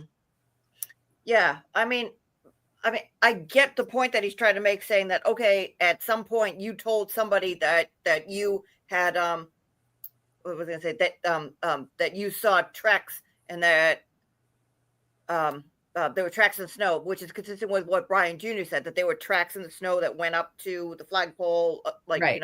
basically saying like, oh, she positioned herself in the neighbor's yard from across the way and backed into him and then took off. But that's not what Paul said, but whatever. All they're trying to do is yeah. justify their theory. All of this testimony. But I don't get why he's saying that she was oriented 180 degrees. Like, that makes it worse for him. And he started getting mad because David actually went after him and was like, wait a minute, if you said that, he would be facing the opposite direction than what you said he would be facing because you came up from this direction, right? So where does this orientation come back? And I think that's what he was trying to get at. Right. He went on way too long, and I think like they're pushing at the wrong places. Like, if somebody wants to be spiteful and go after these people, like, you're accusing me, therefore I'm going to make your life hell and put you on the stand and grill you, like, you do this. But from a case point of view, you don't do all this. So like I'm starting to question, like, where is this actually coming from? Yeah. It But doesn't again, make a lot of the sense whole narrative. Case. Yeah. Yeah. But the Doesn't whole make a lot of sense. narrative of the car making a 3-point turn and the tire tracks, that's all to support their theory of what happened. It doesn't. A person who's at an after bar party is not going to be watching for that. They're not going to remember that 2 years later. They're not going to care about that. That doesn't add up, right? That none of that makes any sense. They're supposed to be at an after bar party having fun, not doing a recon mission out the window trying to see if somebody is leaving tire tracks or doing a 3-point turn or how many times they're pulling up. It all sounds ludicrous. Yeah, I mean, this is just too much. I mean, I remember that went back and forth, and I remember like that's when he brings in the Asians and saying like, Yeah, "Oh, I didn't remember it being this bad though. I honestly don't. I mean, we listened to so much. It was this gets very contentious, and then he asks for the light, and he's like, "Well, I can't see this now." Like he gets dramatic. He's like, well, "I can't see," We'll see. Okay, back we go. We'll keep going. I just had to, for fair use, just so you guys all know, it's not just that Julie and I like to hear ourselves talk or that we're trying to encourage you guys to chat in our friend zone. For fair use purposes, I have to do this. We have to be educating you. We have to be sharing Emily's content because that's only fair. So, and I don't want to upset Emily because I adore her. So we have to go back and forth like this for fair use content. Otherwise, we could just use the news because they don't really care what we do. But I like Emily. I love her input. I think she's super intelligent attorney, and I really enjoy listening to her take on it again. So that's why we're using her with this fair use component that we need to come back and forth and talk it out and do educational talkage for you guys. So, all right, Julie, now we just got the blob. We lost Julie. We got the blob. All right, back we go. First time you saw it? My memory is the car was right in front of the front door. Yes. Okay. And you were looking straight at it, correct? As I had stated earlier, the first time I looked out, I don't recall if I was looking straight out from the front door or if I was peeking out From through the the side window. door. But my sight would have it lined up in front of the front door. So if I looked out from the front door, then it would have been, yes, straight in front of me. And you would agree with me that when you were looking at the vehicle from wherever you were looking at it, you were looking straight over the front lawn, correct? I would have been looking over the lawn, correct? Again, And I was focused on the tire vehicle. tracks were Hold on, Mr. Sorry. Netti. I said I was focused on the vehicle. I was focused. I didn't know that Miguelina, he I was dropped not you a on. note in our It's my chat. fault. We only can have one person speaking at a time. The court reporter can't be expected to have 2 different people at the same time. So please be cautious. A lawyer needs to be Yeah, cautious of that. I will try, Your Honor. And this is why they are getting Did you get heated. your full answer out, sir? I did. You would agree with me that the V-shaped tire tracks were farther away from you than the front lawn? Yes, they were on the road. And if you were able to Okay. clearly see those V-shaped tire tracks, you certainly were able to clearly see the Albert's front lawn, correct? As I mentioned, I was looking over the lawn, but I'm assuming the lawn was somehow in my visibility. I wasn't focusing on the lawn. Why were you focusing on I'm the gonna try SUV? that Well, question no, that's again not and see fair. if We I can know get a why yes he or was no focusing on the SUV. It's because he was waiting for If John you to were come able in. to clearly see the V-shaped tire tracks, you were certainly able to clearly see the Albert's front lawn, correct? If I looked at it, Sir, it's a confusing question. As I said, I was focused on the road. I wasn't looking at the lawn. But let me be clear. sir, the lawn is before the road. If you are looking at the road, you are looking over the lawn. Why are we fighting over this? I'm not asking you if you looked at it. I asked if you were able to clearly see it. I would be able to, yes. And when you looked out at that black SUV, you and saw the V-shaped tire tracks, you did not see a 6'2" man lying on the front lawn, correct? No, I did not. And at no point in time, whenever you looked at that black SUV, did you see John O'Keefe inside the vehicle, correct? No, I did not see John in the vehicle. At no point in time did you hear any yelling outside 34 Fairview, correct? No, I did not. At no point in time did you hear any scream of pain outside 34 Fairview, correct? No, I didn't. At no point in time did you ever hear any crash noises outside 34 Fairview. Objection. I'll allow it. No. I don't know why there's an objection to Last that. question on this point. At no point did you hear any noises at all outside 34 Fairview that attracted your attention. No, there's music playing in the house, so I didn't hear anything. Huh. That's a lot of exposition. Now, after There was music playing in the house, so I didn't hear anything. Was there something to hear, or was there not something to hear? Sir? point, at no point did you hear any noises at all outside 34 Fairview that attracted your attention. No, there's music playing in the house, so I didn't hear anything. Okay. Now, after being at the Albert home for a period of time early that morning, you left the home approximately 1:40 a.m. or so, Yeah, give or take 1:40, 1:45. I don't know the exact time. and you walked out with your wife, Jennifer McCabe, and two of Brian Jr.'s friends, correct? Yes, Brian's two friends were joining Jennifer and I. We were driving them home. And whether you knew their names or not that night, you subsequently learned their names to be Sarah Levinson and Julie Nagel. That's correct. And you all came out of the house together, correct? Yeah, I don't recall who was where when we walked to the car, but we all left the house at the same time. And directly in front of all of you was the front lawn, correct? If I was to walk straight out the front door, yes, the front lawn's in front of me. And when you were walking out, the black SUV was gone, correct? Yes, that's correct. And when you first came out of the house facing that front lawn, you didn't see a black baseball cap, correct? That's correct. Or a black sneaker, correct? That's Or correct. pieces of tail 45 light. pieces of red plastic tail light, Right. correct? That's correct. Or even one, correct? That's correct. And once again, you didn't see a 6'2" man lying on the front lawn, He said correct? that multiple No, times. I wish I did, but I didn't. You're not the only one who As you said were that that walking way. out with your wife and these two other women, none of them yelled that they saw anything like that, correct? Correct. And then you all piled into the vehicle, which was in the driveway, correct? Yes. You and your wife got into the front, the driver's seat and the passenger seat, correct? Yes, I sat in the driver's seat. My wife was in the passenger seat. I had to brush off the car, but that's where we sat. And the other two women who were friends with Brian Jr. got into the second row passenger seat, correct? Yes. And I believe your testimony is you don't know who was where within that, but they did get in there. Yes, they were behind us. I don't know who sat in what seat. Once you got inside the vehicle, is that when you realized that you had left something back into the house? I don't recall leaving something in the house. I'm sorry? I don't recall leaving something in the house. If I did, I did. I don't recall leaving something in the house. You don't recall going back into the house? That's what he No, said. I don't recall going back into the house. Someone said If you went back that. into the house, Uh-oh. the front lawn would have been directly in front of you from the driveway, correct? Yep. The lawn would have been to my left, and I would have went up the walkway to Right. the house. Okay, You have well, to get out of that's the my next car. question. When you went up the walkway, the front lawn would have been to your left, right?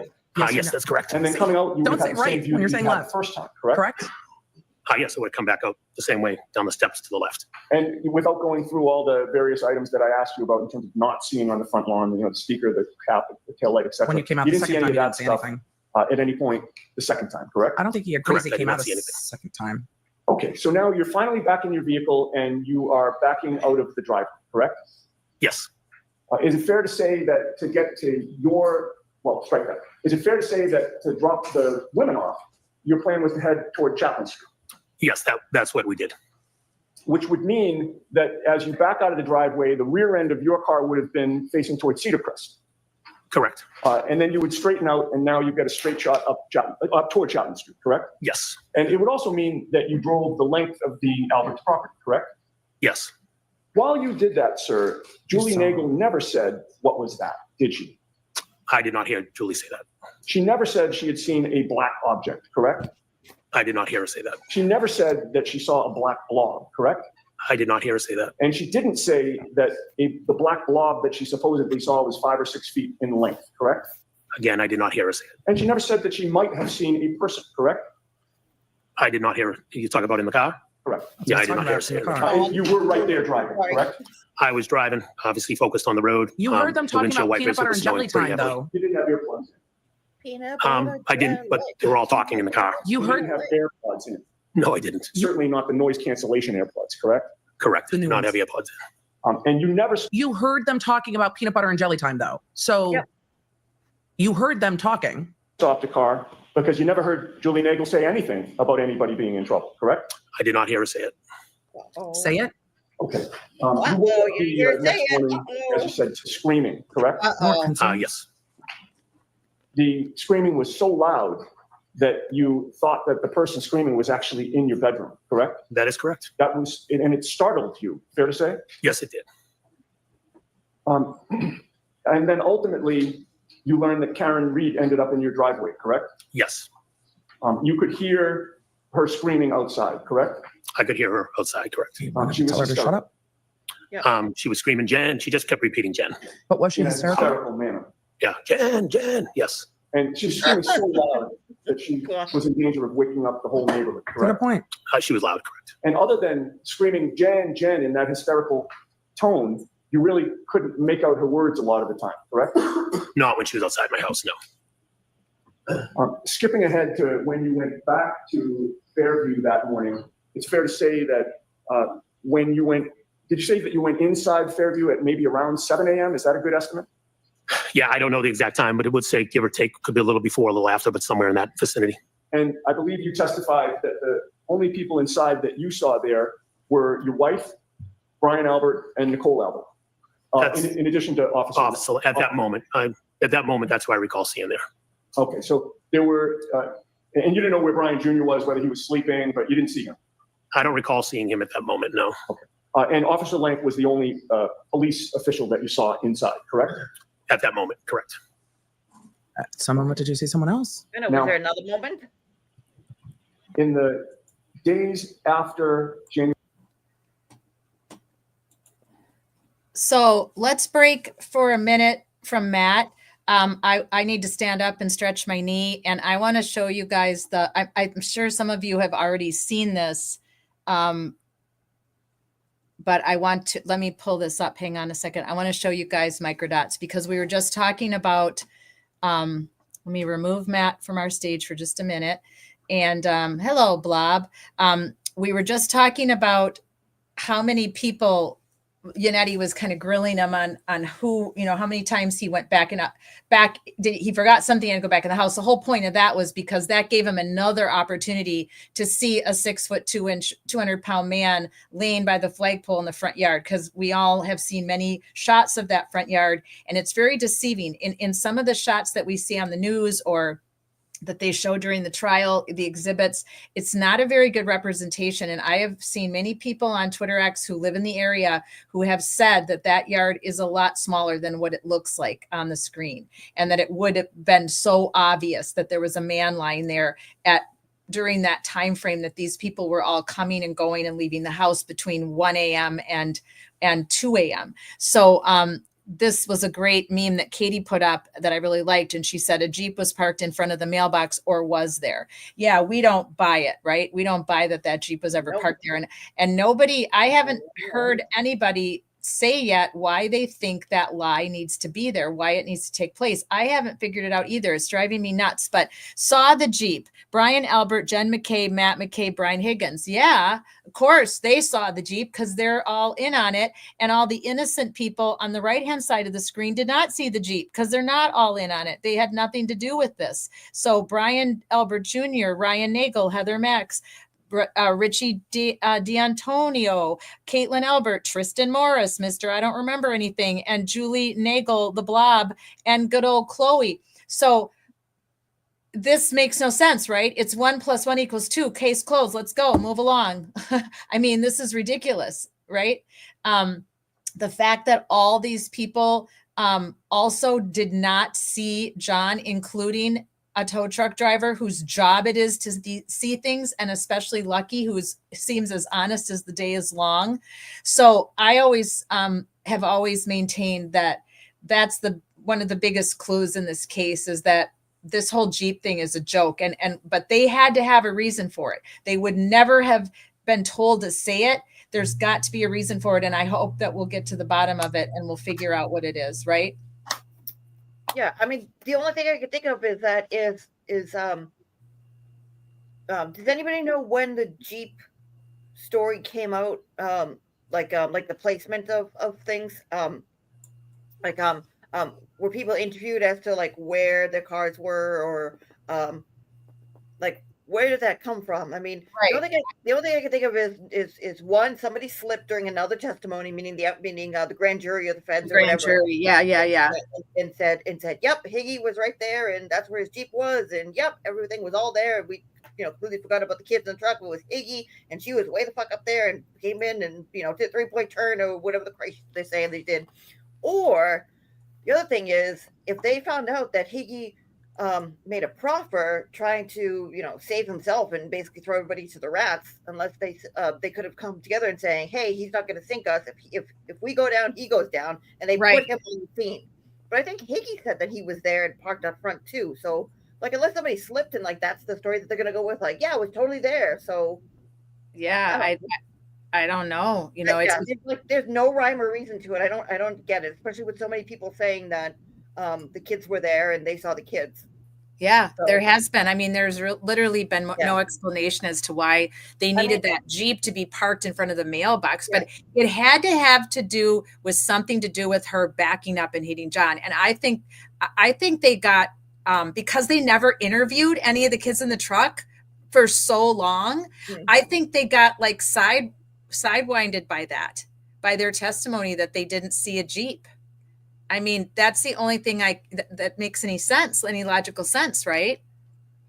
Wait, what do you mean they got sidewinded by? Well, I think the prosecution might have gotten kind of hoodwinked by the kids' testimonies because they didn't interview them. Remember, they just did not consider them to be important, and they never interviewed those kids in the truck till way far into the case. And so, I don't think they expected them to say what they said. Yes, I think that's why. I think that they were given a story. The prosecution was given a story, or or either the prosecution was given the story, the witnesses gave a story, or they all three together. But somehow the story was created, and then all of a sudden they came up and said, "Oh no, we didn't see any of that." And I don't think they accounted for a lot of the things. But why would you not tell? Why would Brian Jr.? Why would Sarah Levinson? Why would who was the other one who didn't see it? Like, why would Caitlin and Tristan not see the Jeep also? Everybody on the right is all the young adults. Yeah. Exactly. Right.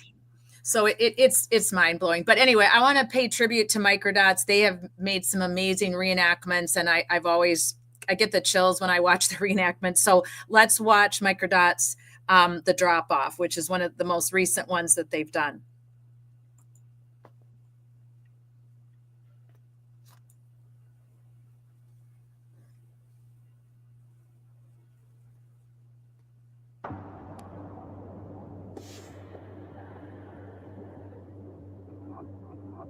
It's the evening of January 28th, 2022. There's a dangerous storm coming. It's still early, as friends and family begin gathering at the Albert home.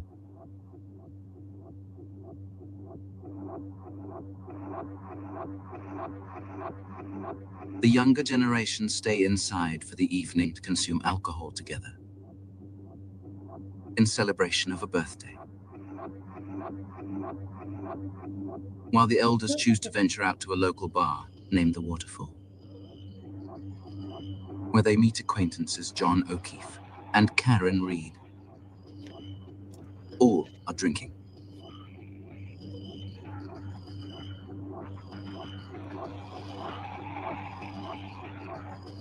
He's an agitated Higgy.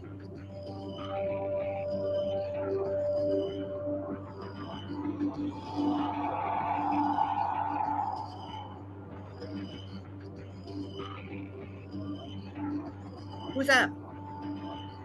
I think that's supposed to be Jen McCabe. At about 12:15, they return from the bar.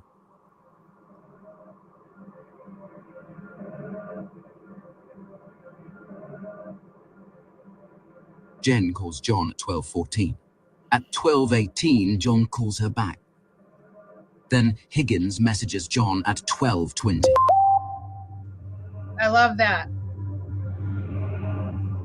Are you coming here? Why is Amazon paying me $63,000 a month? Ads. Well, I didn't make this kind of Stand money by, selling I yoga got mats and ads. toasters, and I damn.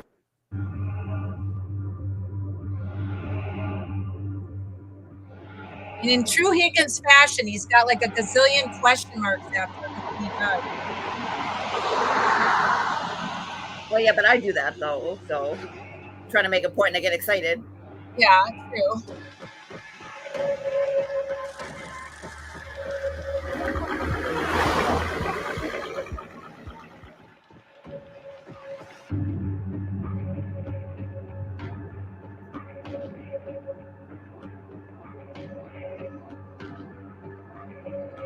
So that's exactly what they testified to, is that they let Karen turn in front of them. So that places Karen at the house prior to the kids in the truck. Between 12:23 and 24, Karen and John arrive.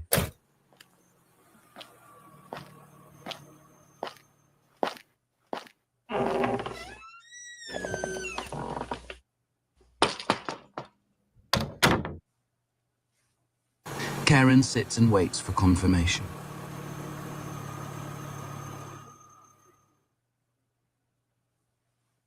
She watches as John approaches, looks inside, and walks through the door. It's the last time she'll see him in good health. Maybe. I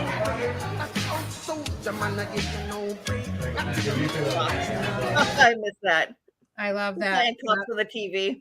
Yeah, exactly. At the same time, Ryan Nagel, Ricky D'Antano, and Heather Maxson arrive in Ricky's 2018 Ford F-150 to pick up Julie Nagel at her request, causing the Lexus to move forward the first time.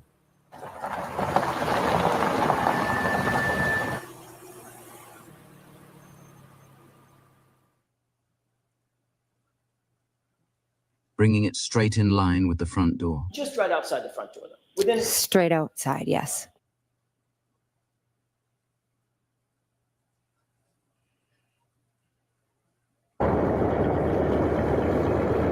That is exactly what it would have looked like. The vehicles remain in these positions for a number of minutes while they both wait. We don't know what John encountered upon entering the home, or where he encountered it. Yeah, we were all sitting in like the kitchen table. It's like a square table, so we're all just hanging out around there. Some at like the island in the kitchen. But we do know who was present. As soon as John walked in, he would have been standing in the living room, directly under the open doorway that leads into the dining room and kitchen, where he could have been easily seen by anyone in the three main rooms on the first floor. Stepping into the dining room, he'd encounter some combination of the Alberts' close friends and family. Matt McCabe, Jennifer McCabe, Caitlin Albert, homeowner Brian Albert, and nephew Colin Albert. Brian Albert Jr., his friend Sarah Levinson, homeowner Nicole Albert, friend Julie Nagel, and one Brian Higgins, who minutes ago sent a message to the victim asking, "Are you coming here?" Exactly. And the aggressive German Shepherd. It appears that whatever happened to John inside the home unfolded rapidly, ending within just a few brief minutes. This is evident because it must have occurred before Julie Nagel stepped outside to send her brother away by declaring that she was now staying, suddenly changing her mind. The door leading to the basement is located in close proximity to the kitchen area.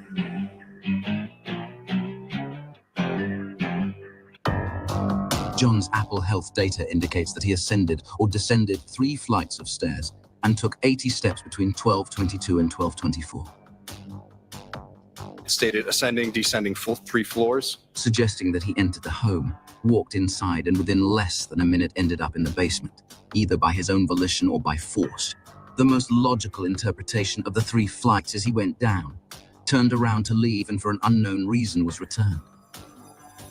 That's the most logical. Theories on how John sustained his injuries vary, but they largely focus on a violent assault carried out by up to 3 men inside the home, as well as an attack by their ill-tempered German shepherd. An animal with a documented history of aggression, one that Brian Albert was caught attempting to conceal from the court by lying, saying that Chloe has never attacked a human being, when she has attacked 2, sending both to the hospital for treatment. Just one of the many lies they've been caught in. On the right side is an opening containing rows of dumbbells. And a systems room behind a set of double doors.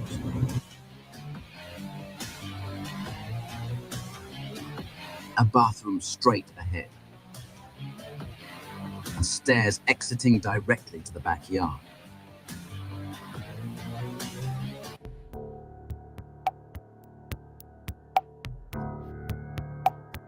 Ryan Nagel texted his sister at 12:23 here. He did text me saying that he was outside. And then he texted again that he was going to leave.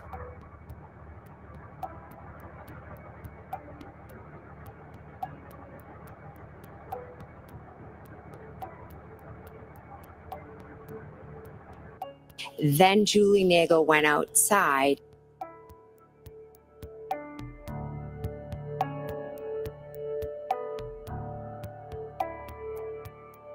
If Ryan texted his sister again that he was going to leave, that means she kept him outside waiting. So what caused the delay?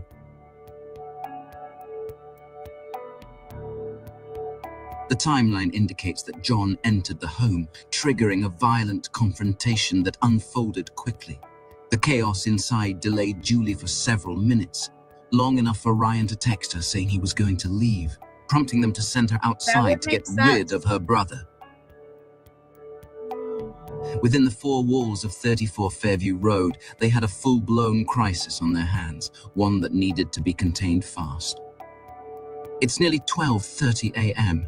They have a fatally injured cop laying on the floor, a house full of people, and 2 separate parties waiting outside, each expecting someone to step out or at least inform them that they can leave. They immediately took command, and no one was coming or going until this was worked out.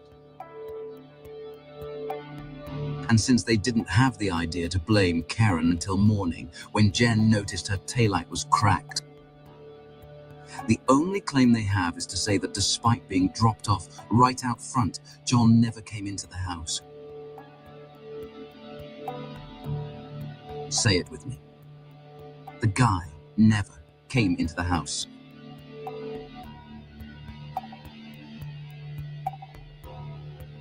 At 12:27, after sending Julie outside, Jen starts using her phone to build that alibi. But Karen is still out there, and they don't know why. As soon as you saw Miss Reed's SUV, you texted John. Is that right? Correct.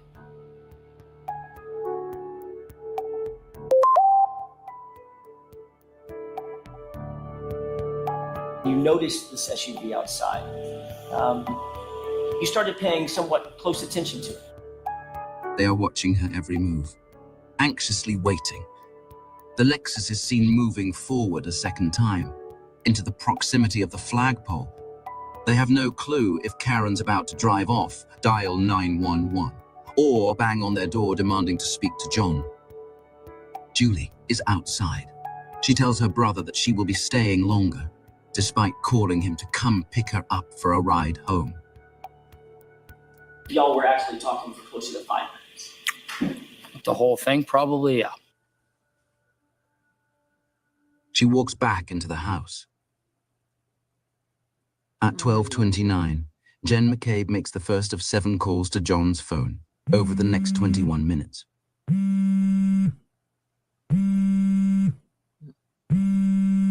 Although she insists that each of these calls were made unknowingly and completely accidentally, not a single voicemail was recorded, implying that she not only inadvertently made the calls, but she also inadvertently hung up before voicemail was triggered. an absurd proposition that any rational person must reject on its face. You claimed that every one of these calls was a butt dial. Is that right? Yes. Definitive evidence that they are hiding something. The chances of this set of anomalies occurring at the exact time required to support her alibi are impossibly low. 14 interfaces with that phone over the course of 19 minutes. Those calls were later deleted, and she doesn't have an answer for that either. We are being asked to take Jen at her word when she has every motive to shift the blame away from herself and her family. Ryan Nagel watches Julie entering the side door as they pull away.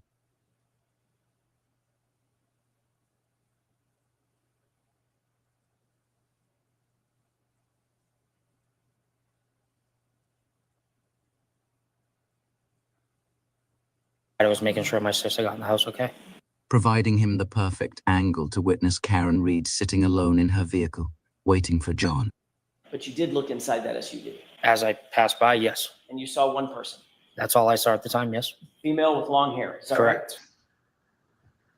Right? Ryan and friends drive away. Karen is now alone for the first time since she arrived. The three of them confirm that they didn't see John outside the entire time they were there, nor was he in Karen's SUV. Entirely consistent with Karen's story of what happened. Karen leaves between 12:29 and 12:30. We know this because her phone connects to the Wi-Fi network at John's home at 12:36. Miss Reed's phone auto-connected to John O'Keefe's Wi-Fi at his house at 12:36 a.m. Google Maps confirms the drive time for that route. On that date and time is 6 to 7 minutes, without factoring in the snowy road conditions that night, which would have only slowed travel further. That means the latest Karen Reed could have left 34 Fairview Road, according to the data we have, is 12:30 a.m. Around 12:45 in the morning, when the vehicle was in front of the residence on Fairview, that for some perceptible period of time, that vehicle travels over 60 feet in reverse at over approximately 24.2 miles per hour. What kind of charade is this? The lead prosecutor is standing in front of an unknowing jury and claiming the defendant committed murder 15 minutes after she left the premises. Shameful. Using such flimsy and misleading information to pin a crime on an innocent woman isn't just gross negligence. It is a crime in itself. At 12:31, you texted, "Pull behind me," to John. With no one outside, they finally have their first chance to address their next immediate problem. At 12:31 and 56 seconds, someone carries John's phone 83.5 feet out to the last spot they saw the SUV parked. Conveniently near trees and bushes, providing enough cover to stay out of sight. It is placed there at 12:32 and 16 seconds, which means it took about 20 seconds for someone to move to that location and drop the phone. Although another theory suggests they turned the phone off and placed it outside at a later time. Without a proper investigation, we can only speculate. Regardless, for Karen to have hit John, she would have had to complete a 6 to 7 minute drive in just 3 minutes and 44 seconds on slippery, snow-covered roads with a route that includes a long traffic light. This means that according to the Commonwealth's own forensic data, Karen Reed could not have murdered John O'Keefe. Then who did? And then at 12:40, you texted, "Hello."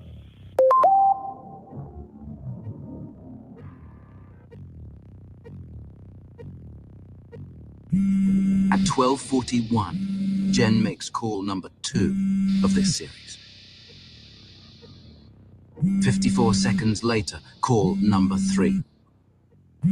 And at 12:42, you texted, "Where are you?"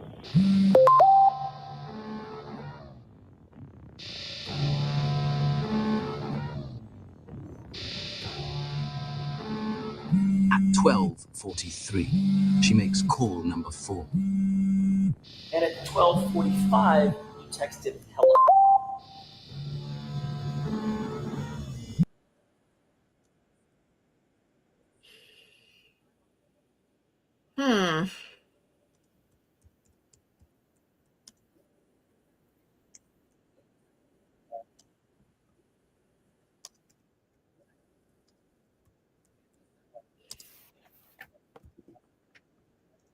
All right, so I have a question.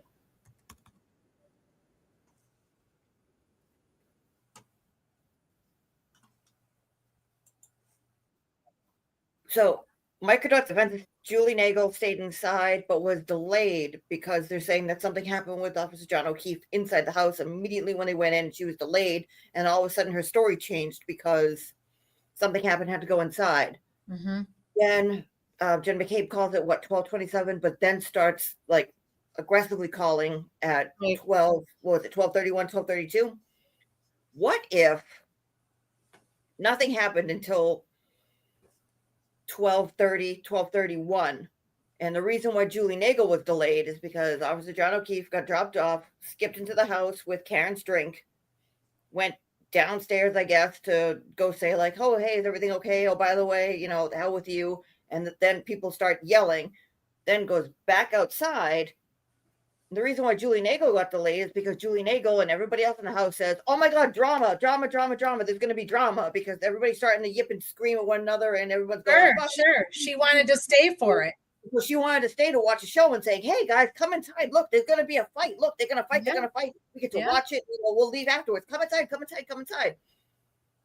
Then stuff happens outside with Officer John O'Keefe and Karen. She takes off and whatever happens. Again, we don't know without a proper investigation and showing what's happening. But I like that. I don't know why the defense is so tied to like what Microdot's saying, like, oh, he walked into the house and immediately slammed with you know, Colin and whoever and these guys. Like, well, it couldn't have been like immediate, but it was pretty damn immediate because they were already jawing at the bar. They were already doing their thing at the bar. So they were all instigated and in it, right? So there was definitely no chit chat when John walked in that house. It went right to you MNFer, or what what the F are you doing messing in my investigation, or whatever what they were pissed at him about. And there's obviously many theories. Some think it's because of stupid Colin dealing, minor drugs or whatever he was doing. Allegedly. That's all. That's all allegedly. We don't know that any of that is true. We don't need heat with what's his face saying, I absorb so much because I'm just absorb everything that comes to me. This one comes to me and I absorb it, and this one comes to me and I absorb it. It's allegedly, but it's allegedly to a point because John had already filed a complaint about the drug dealing going on in the neighborhood and Kevin Albert was the one that was supposed to be looking into that, right? That happened months and months prior. So then but it's still alleged because he didn't go to trial and they got busted over stupid shit. So just allegedly for now. Right. It's all allegedly, but then there's also you guys to get heat, Thank you, Julie. But there's also the component of John and what he did for a living. And I still think there's a possibility he found out about nefarious behavior with Stoughton and Canton police regarding Sandra Birchmore. I think that this could be way more entwined than anybody really. I think a lot of people believe that. I don't think I'm the only one that thinks. I saw a couple people posting today that it's possible that John found something out about the nefarious activities of Stoughton and Canton in the Sandra Birchmore cover-up, and it involved Kevin Albert or it involved Brian Albert. Who the heck knows? But something got all those guys pissed off at John, and it wasn't Karen. It wasn't the flirtation crap. That is so minimal. This was something much worse. There's just no doubt in my mind about that. I really believe that. Yeah, I think it's more of like a perfect storm. I think it was just like an opportunity to, like, number one, people like drama. So I think the Brian Albert and Jen McCabe, because Higgy and Brian Albert were on the way home, and I think they were probably talking in the car. I think Brian Albert most likely talked to Jen McCabe and was like, oh, hey, this asshole's coming. Oh, by the way, he started problems with this one. Let's, confront them, but let's get Higgy to do it. So let's gas Higgy up and get him going. Like, hey, look, you see that bitch over there? Oh, she won't fuck you. Oh my God. Come on. You're going to let him do that. You're a punk. Come on, let's go, Higgy. Let's go. Just to lather him up and get him going. Just to see.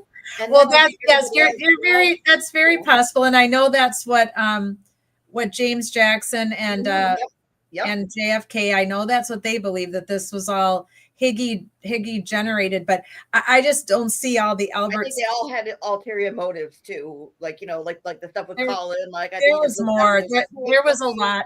Yeah.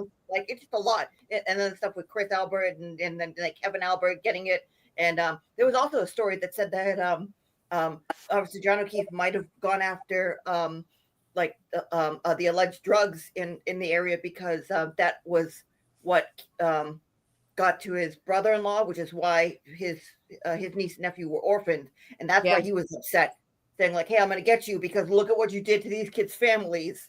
And they said, fuck you. They're adults. Let them do whatever. And I think that might have been what happened. But I very much believe that it was delayed, and because, but like the point I was trying to get to was like, why is the defense so hell bent on he walked in the house and immediately it happened when you have data that says 8 minutes later his phone or his Apple Health or whatever, I think it's his phone, walks out to the flagpole and then doesn't move or gets shut off or gets put into a Faraday bag or something happens. If the defense knows that at 12:32, whatever it happens, according to whatever it is, I still think it was on a delay, which is why he walked into the house, walked out of the house, and then something else happened. Yeah, but you still have to go. You can't be too delayed because Karen had to leave that house at a certain time in order. No. I'm sorry. No, the Apple Health data and the GPS data was delayed because I mean, like what just happened with us. Like we both got attacked by nodes with the wireless not working. How do you know that the GPS wasn't working? There was a storm that was very bad blizzard that was coming through that could have affected the signal and could have delayed stuff. Also, if you use Grubhub, like I wanted to show this on my phone, but then I would dox myself and I'd end up with people coming here and making scenes and trying to do members only crap. But to show like there are times where Grubhub says, "Oh, we're turning on the street that's going to turn on your street like 2 streets away," and I go, "Oh, that's nice. Well, they just dropped food off and I'm stuffing my face right now because I just got it, so it's on like a 3-minute delay." I mean, then that's on a good day and on a nice clear day. How do you know that that's like there's so much stuff, like this whole case is reasonable doubt. Like all this is bringing more and more and more reasonable doubt. Well, everything we talk about every week for the last 12 weeks, it just shows the mounds and mounds and mounds of reasonable doubt. I wanted to point out to all of you that when we were watching that short clip with Lally, that while Lally was doing what he was doing, being Lally, Mr. O'Keefe had his head down and he was rubbing his head and his eyes. And I think he was just, you could just feel that sensation of anger and sadness, and I think frustration, probably even with that whole line of questioning there, because he was unhappy with a lot of it much of the time. So I just wanted to draw your attention to that that just made me feel so sad. And then MCAT put up that let's see here, it's a great video. And then she couldn't have known these calls. Oh, I put this up that she couldn't have known that all those calls she was making between 12:36 and 12:45 would bite her in the ass, because that's exactly what they're doing because of the evidence. Obviously, and that's why they picked that time. Yep. Right. Exactly. Because the Karen connecting back to the Wi-Fi at One Meadows does not jive with Jen's panicking phone calls, which then makes it look like she's lying. And that just totally inserts, that reasonable doubt. And so, MCAT said my heart bleeds for that sweet. Yeah. I think everyone just all of them too. I mean, like Peggy O'Keefe. I mean, I know she gets a bad rap because Karen has her issues with them, and that means that Turtle Boy has his issue with them and does like the nasty little things. But I mean, that's still like this is still their son. You're at a trial for the loss of your son, and I mean, say what you want. Peggy O'Keefe is. I mean, you could go to Peggy O'Keefe and say, Peggy O'Keefe, these people are the ones, like, we're going to show you a video of them beating the shit out of your son. She's still going to hold it against Karen because just like I think it was Carrie Roberts that said when she called her and said, oh my God, we just found John in the snow. We're taking him to the hospital. Karen dropped, they went to a party and the first thing out of her mouth was, and you just left them there? Like Karen was dead to her at that point. So there's no rehab in that relationship. But I hope that they get to a point where they see like, hey, we're trying to help. Like Karen aside, like let's see, like don't get sucked in and try to protect these people because they. you know, Yeah. they did 10 times worse, in my opinion, allegedly. Yeah. MCAT has a good point here too on JOK had to know Alberts for tough cookies in Canton. Why smack off to them? I think that it's possibly that he was just sick of their shit. Yeah, I don't think You know, I think he might have just you got to stand up to bullies. Yeah, I think he was That's just what he was tired of it, and I think it was all coming to a head. That's the only thing, you know. And alcohol and Well, men that too. Yeah, just creates problems. It always does. So MCATs I think Alberts were pumping Higgy up, being aggravated with JOK. Yeah, definitely. big time. Yeah, big time. Exactly. I think they all had scores to settle, used Higgy as an excuse and a scapegoat. Yeah, possibly. That's all very possible. So, all right, well, let's finish this up. This is so well done by Microdots, and it is good to kind of draw attention. I think the whole thing with Jen McCabe, though, with all those phone calls and then the butt dials, she really screwed herself on that, because at the time she was panicking and trying to deal with the situation. Like he says, Microdoc says, they're trying to manage a volatile situation and figure out how to handle it. But they couldn't have known that was all going to bite them with the other evidence, with the GPS and the and her syncing to the Wi-Fi. So this is all technology due to phones. It has to weigh heavy on reasonable doubt, because it makes it look like Jen's a complete and total liar. So that just has to weigh. So let's finish this up, and then we'll go back and wrap up Matt and see how we do. Oh, sorry, hang on. Time out. I gotta bring it back up. Gotta get rid of us first.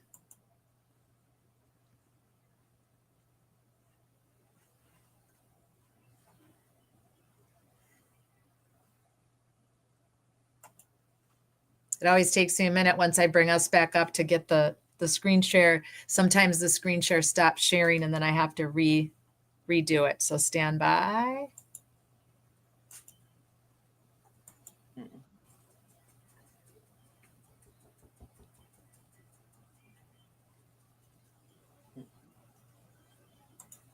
There we go.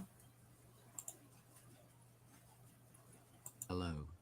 Which means Jennifer has been caught in another lie, and that she was attempting to Caught place another the lie. SUV outside when it was already back at John's house for nearly 10 minutes.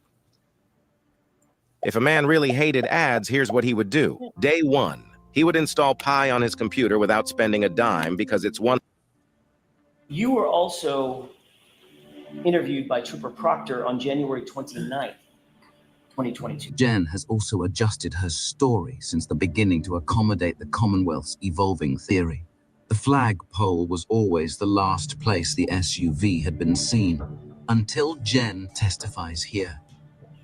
When I first saw the vehicle, it was straight ahead, out the front door, stationary.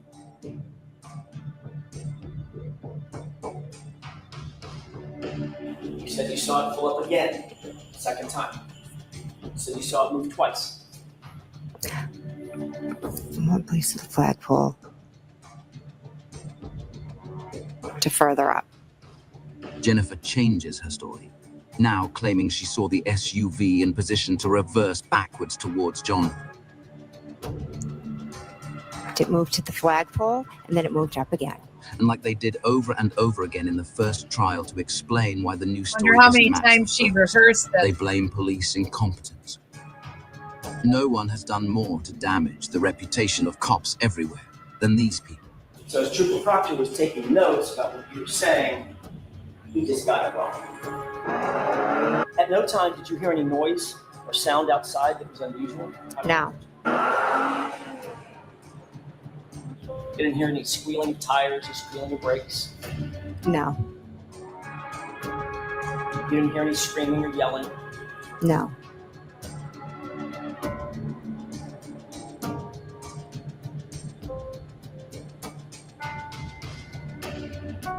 You didn't hear any loud voices or foul language or doors slam? No.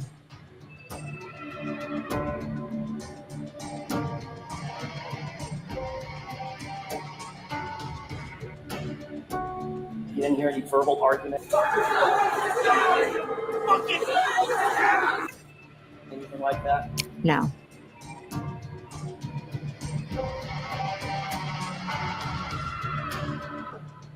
but I was just picking up the area, cleaning. She likes to clean. Matter of fact, you didn't hear any collision or crash, did you? No. My sister was cleaning. My mom went right to cleaning. She likes That to makes clean. zero sense. You're having an after bar party, but You ever you're asked cleaning? by anybody to make sure you mention a Jeep being parked behind Miss Reed's SUV in this trial?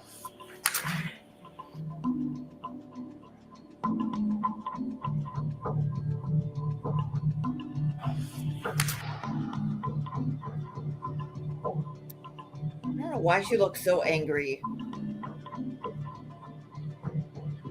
She's desperate. She's desperate to pull off the shenanigans, the charade. What, angry though? Like, I would think that she would look scared, startled. Angry. She's on a brain job and a cover-up. She's not going to look startled. She's had 2 years to prepare for this.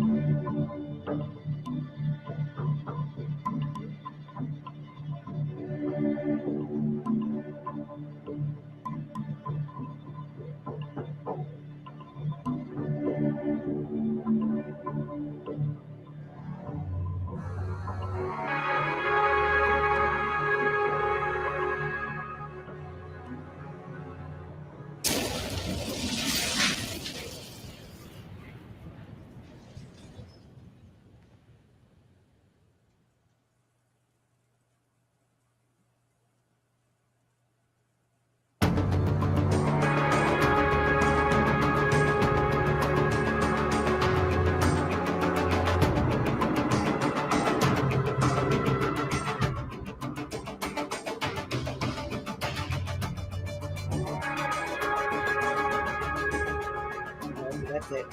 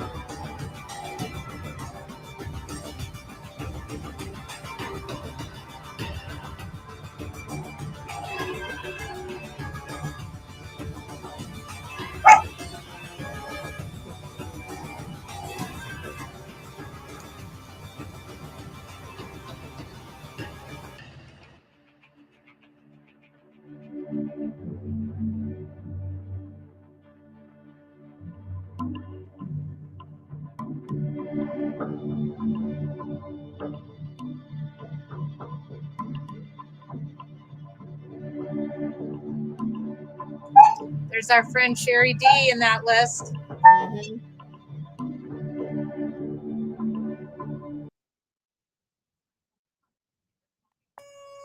There was our friend Sherry D in that list. Come here, buddy. I wanted to run that because all those people contributed to Microdots and helped them make these amazing videos that they're making. And okay, buddy. So we need to take a 5-minute break. I need to stretch my knee. Puppy needs to go out. And we'll be right back with you.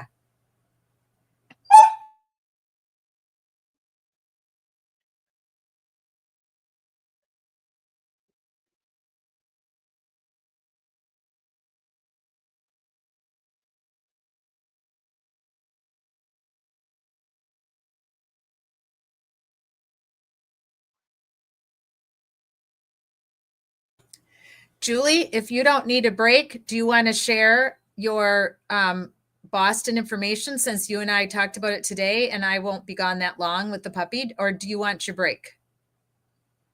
Let me see what I can, why don't we do that in a couple minutes or, Take your time. Take your time.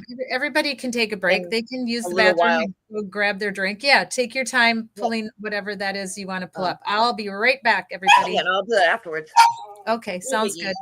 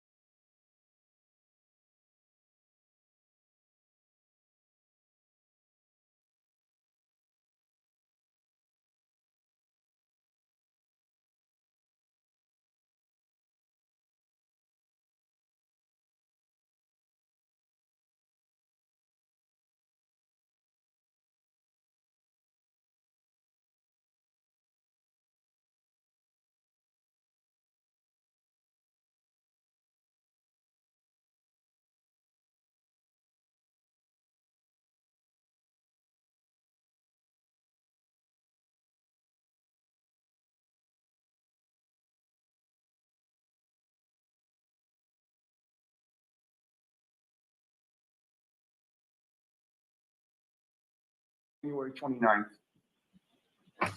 you participated in a group text exchange with 3 other people. Do you recall that? Oh, I'm very interested to hear about this. Tell me everything. Could you name the 3 people? Sure. Tell me you had a more. group text chat going with your wife, Jennifer McCabe, your brother-in-law, Brian Albert, and your sister-in-law, Nicole Albert, correct? Oh, yes. I'd like to ask you some questions about that group text chat, if I might. I would love to hear it. You would agree with me that on February 1st of 2022, that was 3 days after John O'Keefe passed away, correct? Yes. And at some point on February 1st of 2022, you were physically either at or near the Albert home at 34 Fairview in Canton, correct? I could have been. I don't recall if I was there. You recall watching what investigators were doing in the neighborhood on February 1st? What? I do not. If you could show it to me, I could maybe reflect my memory. I do not recall. Reflect your that memory? specific I have questions. You don't recall monitoring what troopers were doing? I was not monitoring Whoa, anything let him- that the troopers were doing. Let him finish his If answer. I had driven down the street, dropping someone off, picking somebody up, and saw the troopers, then I saw the troopers. I was not monitoring anything. Oh, boy. Directing your attention to 1:34 p.m. and If I saw the troopers, I saw the troopers. You texted. Carly in the chat said, you'll agree with me, sounds like leading. We're on cross-examination. He's allowed to lead all he wants. This witness is not really going along with it because he keeps adding stuff. But well, this took a turn. So chat, I appreciate you. I'm just going to remind real quick. I had a speaking engagement this morning for a bar association to talk to fellow members of my profession. So I appreciate that some of you have already seen what is coming. I have not, and lots of this chat have not. I know sometimes it is really hard when you know what's happening and that the kid sees dead people or whatever to not spoil it. But because this just happened a little bit ago, I appreciate the no spoilers in the chat. I need you to please make, like River Song, no spoilers. We are just going to watch together. So some of us have not seen this yet. If you have, it is okay to just pause for a moment as we catch up in real time. Thank you. Your wife, Brian Albert, and Nicole Albert, quote, troopers back out front, but in front of Asian house. Did you not? If I texted that, you could show it to me. May I put you on? Yes.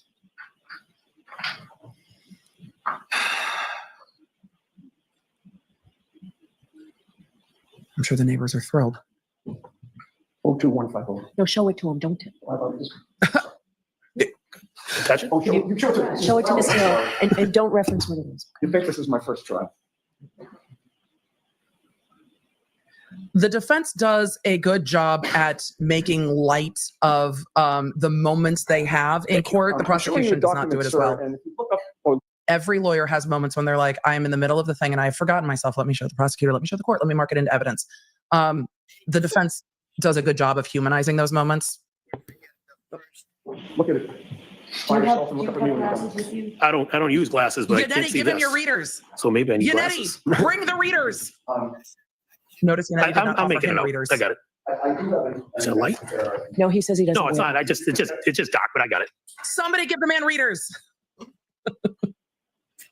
I don't know if he can't read it or doesn't want to. So we'll see. I want to see what the answers are before I decide how I feel about whether or not he can't see it. Because sometimes you just can't see. What the hell? What the hell is an interesting moment? I'm reading mine, right? The middle one? Yeah. Yeah. You take all your time, the time. Yeah, He's I like, got it. my arms are too short and the light is I see not it. good. If I may just. Yes. Thank you. Like, just, sir, did he say you were Having 49? reviewed that document is your. Sir, let me just life tip here. Embrace the readers. It's just time. It's just time. Look, man, my eye doctor called me old in 7 different ways the last time I went. It's time to embrace the readers and maybe get out the little flashlight on your phone. So perhaps. Memory refresh. I see that I texted what you said I texted. The troopers were outside of the house. Yes. Right, that's my question.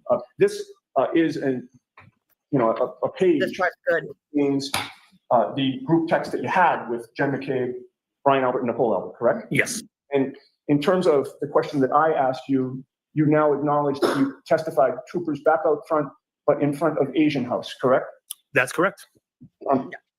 McCabe, what is an Asian house? The next door neighbors to the Alberts were Asian.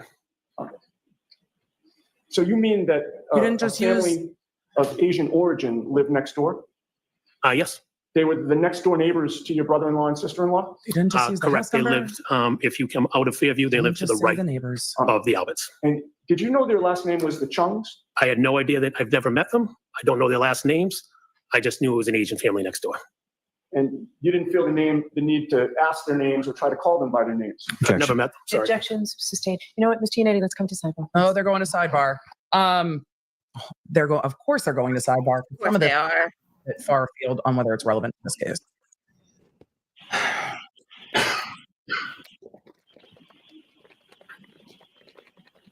So am I to assume where you said Brian Albert said right now? Yeah, would you like to see that? So would that be the last one and then this is the next one? I'm just making sure. I understand. I appreciate that. You tell me. Okay. With a quick permission. Sure. Thank you. Chad, I don't know how he knows the race of the neighbors if he never met them. I do not know. And I'm not zooming because I want to see his face as he is watching, as he is reading That's the what I was text just messages. looking If I may collect the document. I didn't read the rest of it. No, take your time, please.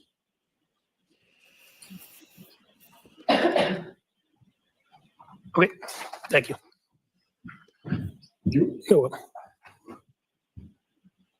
You would agree with me that after you told the group in this group text that the troopers were back out front, in front of that house, Brian Albert's response was right now? Yes. And then you said yes, correct? Yes. And then Brian Albert replied, okay, correct? Objection, Your Honor. As of the reading. Okay. Is that how he replied? That's what it just said, yes. All right. Now, at that point, you texted the group that you were trying to get a picture of what you were seeing, correct? I didn't see that on the text. And you don't deny that you said that in the text, Can you correct? show me the text, please? Oh, sure. Oh, did you say you didn't see it in the I didn't see that, I'm no. sorry. That's probably because I didn't give it to you. Well, you can't ask him a question about something you haven't shown him. So, May I approach? Yes. it's a long wait while they go over what looks like a fleet of text messages. Those are all cell phone extracted. I'm showing you 2 pages. Based on my observation of the information at the bottom that we can see.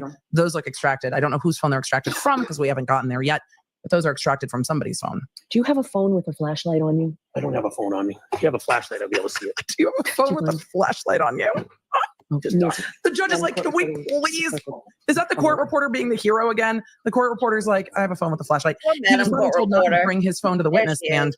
I think the court reporter and I Very might have much. the same cell phone case. All right, much better. Good Lord.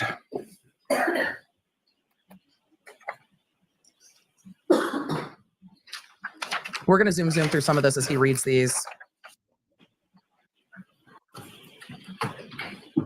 Is that the judge's phone? No. She's handing it back to one of the assistants. Why does the judge seem annoyed? Having reviewed that, do you As acknowledge? to this part, because it is slogging and he's like, I can't see it. And the judge has no way to fix that problem. There's no light on the stand and it's slowing it down. And this trial is moving at a very slow pace. Acknowledge that you texted the group that you were trying to get a picture of what you were seeing? Yes, I said I was going to try to take a photo. All right. You would agree with me that you were watching what was going on, correct, on February 1st? No, I just happened to be driving through the neighborhood at that moment. But then did you stop to watch? If you're getting a photo, you're not still driving, obviously. You happen to be driving through, and then you texted the group to tell them what you saw, correct? Yes. And then you didn't just keep driving up the road and leave the area, did you? I think I did. Well, how are you going to get a picture then? Unless you tell me I went back, I think I did. I said I was going to try to take a picture. Right. Well, that's my point. Yeah. You weren't just having seen the troopers back out there at that house. In your mind, you still weren't done, correct? I was going to take a picture to show them, oh, the troopers are outside your house. Right. So in answer to my question, you weren't done with that scene, correct? I think I was, because I don't know if I took a picture. Somebody Well, say it's a I think I went goddamn through. arm race. I mentioned I was going to try to take a picture. I don't know if I took a picture or not. You didn't intend to be done at that point, correct? I didn't intend to be done. Right, because you wanted to take a picture of what was going on. I was going to take a picture to show them that troopers were outside in front of the house. You wanted Correct. to continue to monitor what was going on. Did you not? I was not monitoring what was going on. I just happened to drive by at that moment. And then you watched. Oh my Maybe God. Okay. Oh my God. Okay.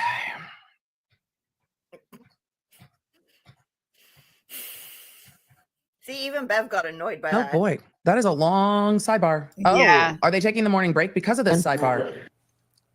Seems like it. Matt McCabe Well, we've is made it to the annoying. morning break, so there's No that. I'm more. curious to see No if they're more going to put sidebar. this on the record, God, what time? because it makes it a little easier to glean what the defense is arguing here.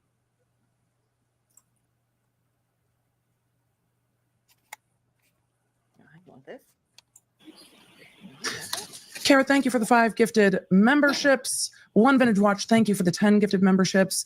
Bella Cat, not Bella Child, thank you for the gifted membership. I'm going to go through Yes, super chats the as I one you showed me can. earlier. Thank you, sir. Yeah, pleasure. Yes. Lisa, glad to have you here. Review those, Good sir. morning, Matt Bond. Does this appear to be an accurate transcription of the sequence and the content of the group text chat within that time frame? Yes. I would offer that, Your Honor. All right. The only concern I have is I don't want to give the jury something they need a flashlight to read. Well, my next, So can I see it? of course. Your Honor, seriously, Your Honor, could you have done this before the jury came back into the room? Like, you What could is have had this it, though? conversation with Oh my God. me. It's Friday. Like, how did the audio change? Something must have happened to the feed. This went mono for a minute. I don't know if it will recover. It normally does. So 4 and 27 seconds. this is going left ear only. Apologies. Yes. Do you want This to- is between Matt McCabe, Jennifer McCabe, Coco, Troopers and back Uncle out front, back in Benin. front of Agent House. BNAN. Oh, no, that's Looks right. like more has been dug up there or at least looks like it. Mr. Bates, if you go down the What's the date on this? page, this is the responses. The think sound it was just got first. wonky. Okay. And who was it that responded to your notification that the troopers were back on front? That would be Brian Albert. Uncle Brian A. Yeah, yep, see, And his response was? right now. And that was at 1:34 p.m. and 45 seconds? Yes, it was. We agree, MCAT. Question, correct? Yeah, asking right now, yes. All right, y'all. I'm gonna see if I can find a feed that has. You guys are saying sound comes back. Okay, we'll just write it out. If sound comes back to this, it's gonna be all the feeds. So we'll just do our best. If it's a feed issue, it's all the feeds. I don't know whose phone these are originally from, so it's hard to tell which phone these were extracted from, and nobody said. So. Yes. Okay. And you responded to Brian by He saying responded, yes, we know this. what to his question about right now? I responded, yes, And that was at 1:34 p.m. and 56 seconds? yes. You would have still been on scene at that time? I'm not sure if I was still on scene, but I was obviously, if it was in the area, it must have been in the area, correct? And the next exchange is this?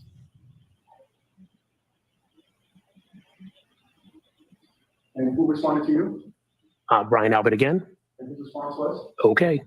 You have a memory as to whether or not Brian Albert was on scene at that time or if he was somewhere else? You mean at his house?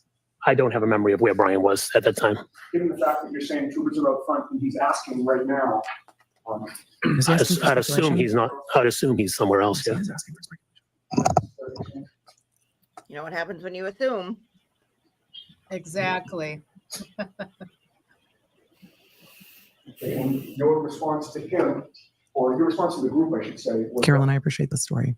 I had to pick up a car, so I drove through. Dentists. Right. So this is a little further than we talked about. I know the word. I had to pick up a car, so drove through. Well, that's consistent with what he was just saying, is that he kept going. So take this one down, please. Yeah, they might be too much.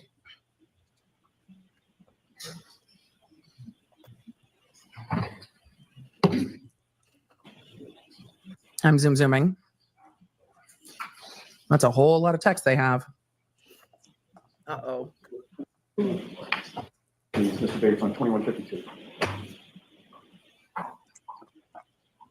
It's a big old stack of texts. Stacks and stacks of texts. Now we're at 1:35 p.m. and 16 seconds. 1:35 p.m. Picture. Yes, that's correct. And your text Trying to get a picture. Okay. you, your wife, Brian and Nicole Albert, is what? Trying to get pictures. No, that's not what it says. At this point, I've asked the next bubble be displayed, and then I'm going to skip to the bubble after that once you see it. Oh my God, I'm going to become the get off my lawn person. Hold on. This squirrel. Brian Albert?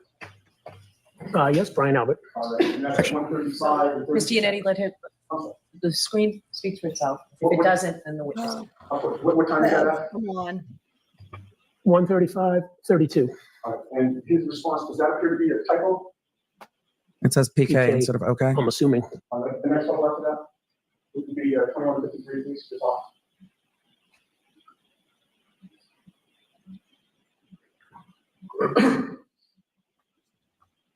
Y'all are saying justice for squirrel, justice for the birds.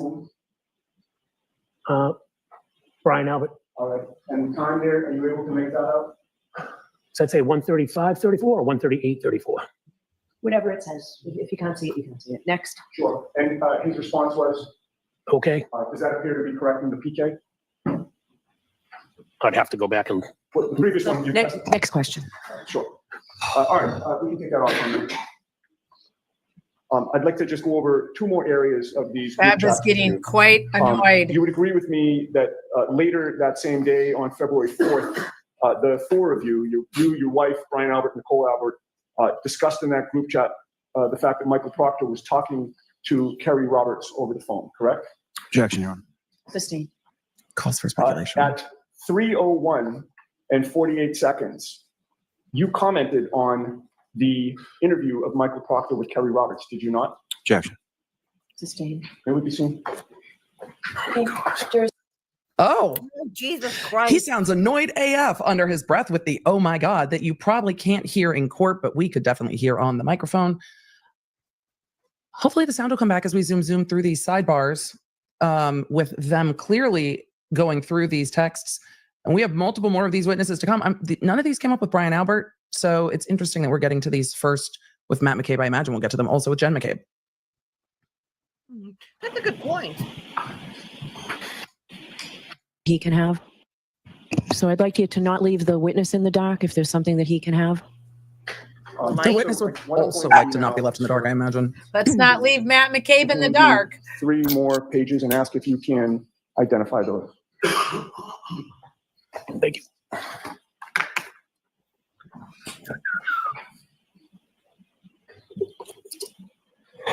Excuse me. This is going to be a long road. And what's hard for the juries is it's not smooth. Like they don't get to zoom. Oh, we banged. Thanks, guys. The jury doesn't get to zoom. So they are sitting there through the length of every sidebar, which makes everything very disjointed. So it's a lot. Who, oh my God, did this witness under his breath? He was just like, oh my God.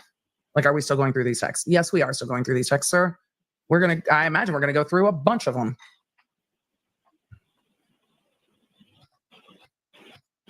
And while he's reading those texts with his flashlight. He looks perplexed. And there go the sirens. Okay, go ahead, Mr. Yannetti. I'm also going to say, oh my God. Handed to you. Yeah, and the that you now have in your sirens and possession. the flashlight. Those are from the same group chat that you identified earlier, correct? Yes, that's correct. And it appears to have the same sequence and content of the group chat as well. Thank you for no spoilers, Yes. Pat. Hold off that one. Over the Commonwealth's objection, again, I'm not sending anything to the jury that they can't read. So let's mark this for. Do they not have lights Over either? the Commonwealth's objection, they are marking a number of exhibits. And the substance of those, each individual one will be question by question. Understood. So, Mr. Bates, with regard to page 2160, I'm looking for the second bubble. Do you have an extra copy for me to follow along? No?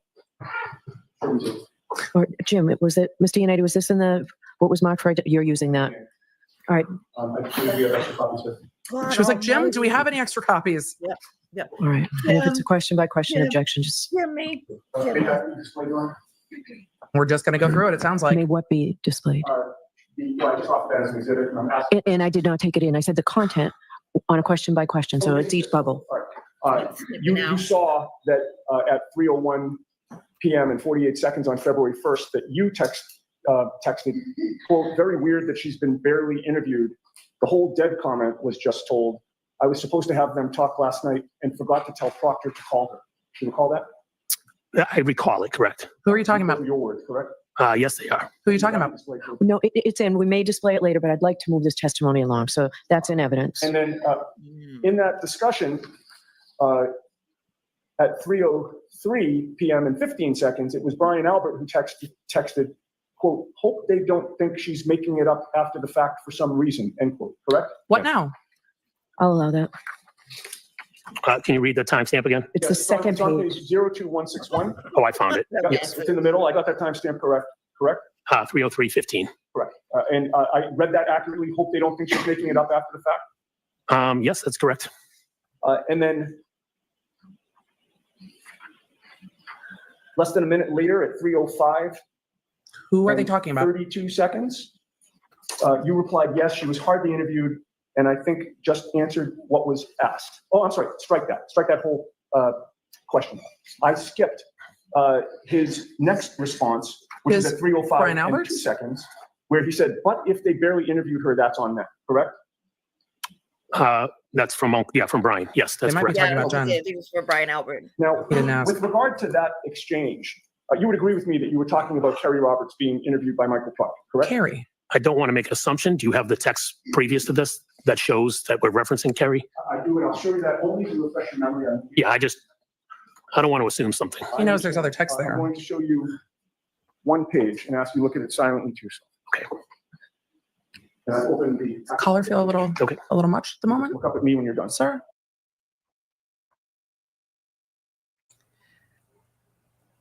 So the thing about all of this, right, is that this is like February 1st, right? February 2nd. Is that what we determined that the date? February 1st.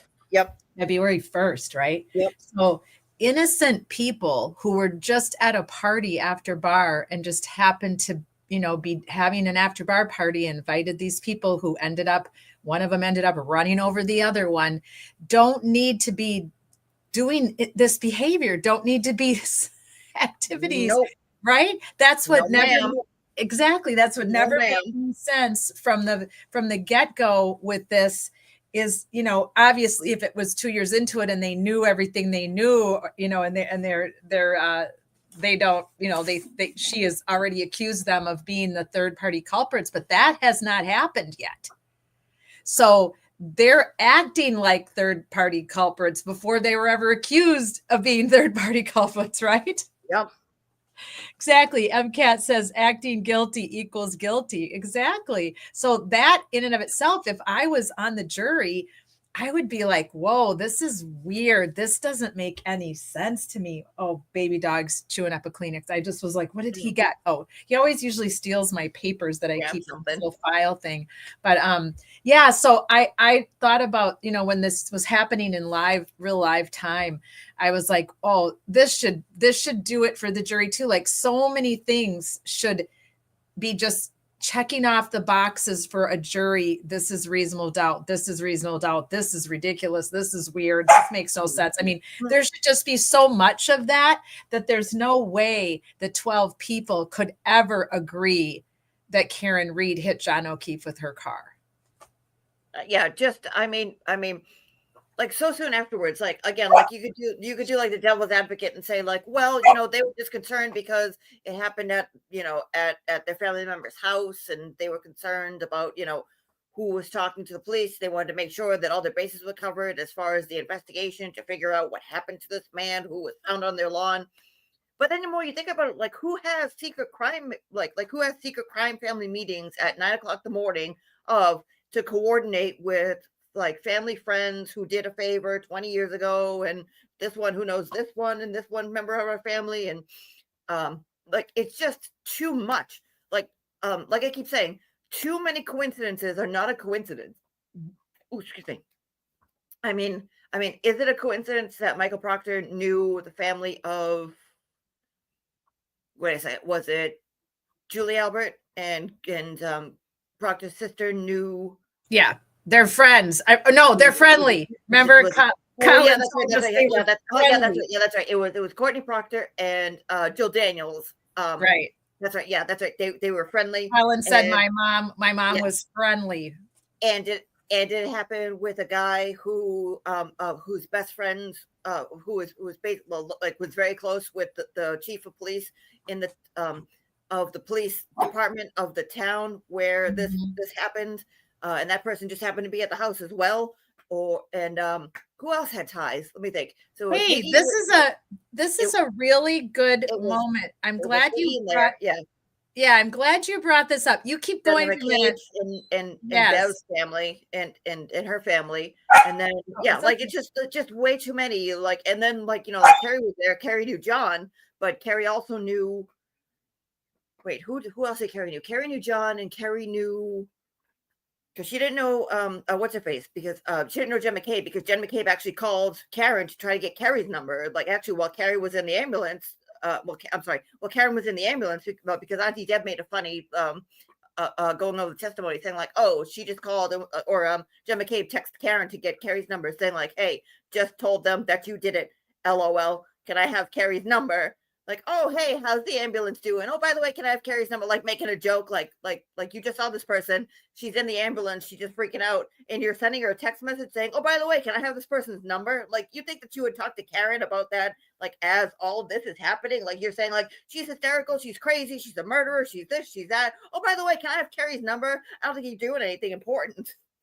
Like, it's just ridiculous. But yeah, like, all these ties, like, doesn't make a lot of sense. But like that even goes. Speaking of ties, speaking of why ties, would you go? Julie. But like, why would you go to and like do all this? Like, oh, you inch further up and you inch further up and you inch further up. Like, spend less time on that. Spend more time on like, hey, all these people know one another, and if you have like the perfect scenario of like, how to do a cover up, here you go. Right. Well, speaking of ties, let me read this to you guys. I'm sure those of you that are on social media would have seen this today. And sorry, the puppy is wide awake right now and he's been running around my room playing, but now he's intermittently barking at me. So I'll try to keep him at bay. But I have to go find, hang on, I have to find this text that one of our Free Karen readers on Twitter sent to me yesterday because he didn't know if I'd seen it because he knew I was having busy live streaming going on Wednesday and Thursday. So he was gracious enough to send this to me and I read it this morning. So let me, it says this post has been deleted. Oh, darn it. That's weird. Well, it was probably explosive hot tea and then it got pulled down. Oh, yes. On this, that happens all the time, it seems. Oh, yes. Okay. This is very interesting now, folks. This is all happening live. Now let me go to Twitter X and see if I can find it on there. Because it came from Dr. Turtleboy. It was Aiden's newest discovery having to do with a connection. And that's why when you said tie, it triggered my memory that there's another tie that he put up on Twitter X with Jen McCabe related to a fired Canton police officer. So I'm going to play Matt while I look for this. So let's get Matt going back here. And I'll circle back around to this. I'm going to look for it. This is very interesting now because now that post has suddenly been deleted. Wait, Matt, Canton or Dedham? Oh yeah, I think it was Dedham, right? Yeah. Thank you. Sorry about that. Yeah. Thanks, Julie. You are all knowing. Okay, let's let Matt roll for a while I look for this, if I can even find it. Does it feel a little? Oh boy. Thank you all for the compliments on the hair. I do appreciate it. Got a haircut. Again, my assumption it's Kerry based. Oh boy. Can I go back another page? Feel free. Yeah. They're your texts, sir. Go ahead and read them. We're here now. Y'all are talking about this case an awful lot. Okay, that's I will say what I appreciate about this witness is he did say, yeah, we talked about it a lot. I'm surprised this didn't come up with Brian Albert. Aren't you? We'll see where that goes. Looking for. Yes. A lot of conversation. Did those previous pages refresh your memory about with the phones that weren't rehomed? The context of your group chat conversation? Yes, it did. And certainly it was talking about Kerry Roberts being interviewed, correct? Yes, it was. And you were passing along information about that interview to Brian Albert, were you not? Yes, I was letting him know that Kerry was being interviewed. How did you know? How did you know how long she was interviewed for? And you were telling him things that she was saying, correct?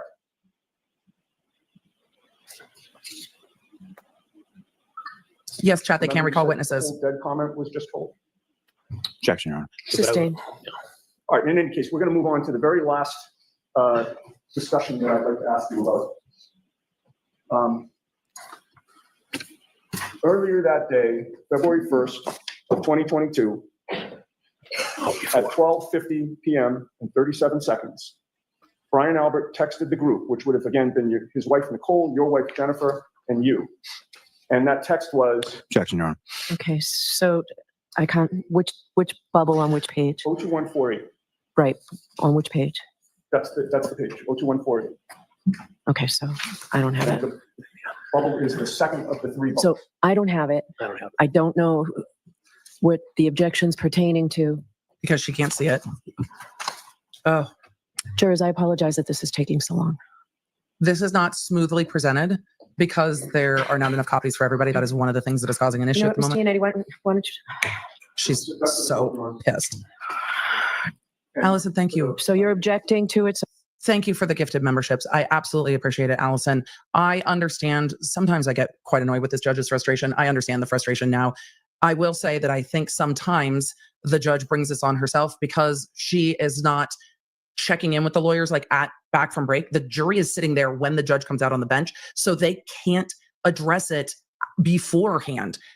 The defense knew these were coming up. There should be copies for everyone because they know that there's going to be objections to every single part of this and they need to go through it. She should have come out onto the bench, or someone should have let her know. I would imagine the prosecution. Hey, the defense is bringing in these text messages. We have objections to all of it. We need to handle it outside the presence of the jury. And that could have limited this. Some of the aggravation the judge brings on herself. Some of it is because the defense should have copies for everybody while they're going over these things. It's tough. They just want to put these up on the screen, but there was a process to go through.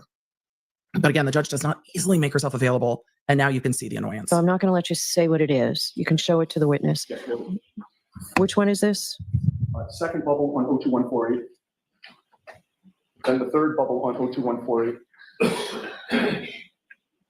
And then the first bubble on 02149. That's all I'll be asking about. Thank you. All right. So I won't allow, based on the objection from the Commonwealth, the second bubble on 02148. This could have been done without the jury allow there. The author of the third bubble on page 02148 No. The second bubble on 02148 is not allowed into evidence. I need to be heard on that then. No, all right, I'll hear you at sidebar. She practically threw that paper.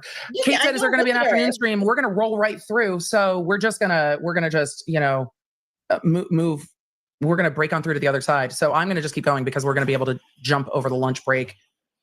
This should have, yeah, they're now bringing the jury back in. This should have all been handled. Oh, there we go. I missed an argument. This should have all been handled outside the presence of the jury. The judge does not make that easy for these attorneys, which I've been really critical of because of the way she comes out onto the bench. I don't know why that's her practice. I have no idea, but I don't know who's whistling, but yes, please. Have the jury back, please. At some point, the jury got excused while they were doing this. So that is the judge's process to let the jury, to have the jury in before she comes in, but it's slowing things down at this point because the attorneys don't have a chance to just have this conversation. And now they are having to go text by text by text. Again, I'm surprised the defense didn't have text for everybody. And they are all going through these texts. I can't even see what Lolly's looking at, if anything. So this is a long. Thank you, Your Honor. Mr. McCabe, when we broke, I was just about to ask you about the last exchange here. You will agree with me that on February 1st of 2022 at 12:51 and 49 seconds, I just want to hear the text at this point. texted the group chat. Like everyone knew these were coming. This is not a saying, surprise to ask anybody. Chris to ask some questions, correct? Yep, I'm reading it right now. Yes, that's correct. And who was the Chris you were referring to? That would be Chris Albert. Brian's brother, correct? That is correct. And then you texted your wife, Brian Albert, and Nicole Albert, quote, tell them the guy never went in the house. What? Correct? Yeah, that's part of the same text. What? Yes. Mr. McCabe, who was the guy that you were referring to? Does he have a name? I'm so.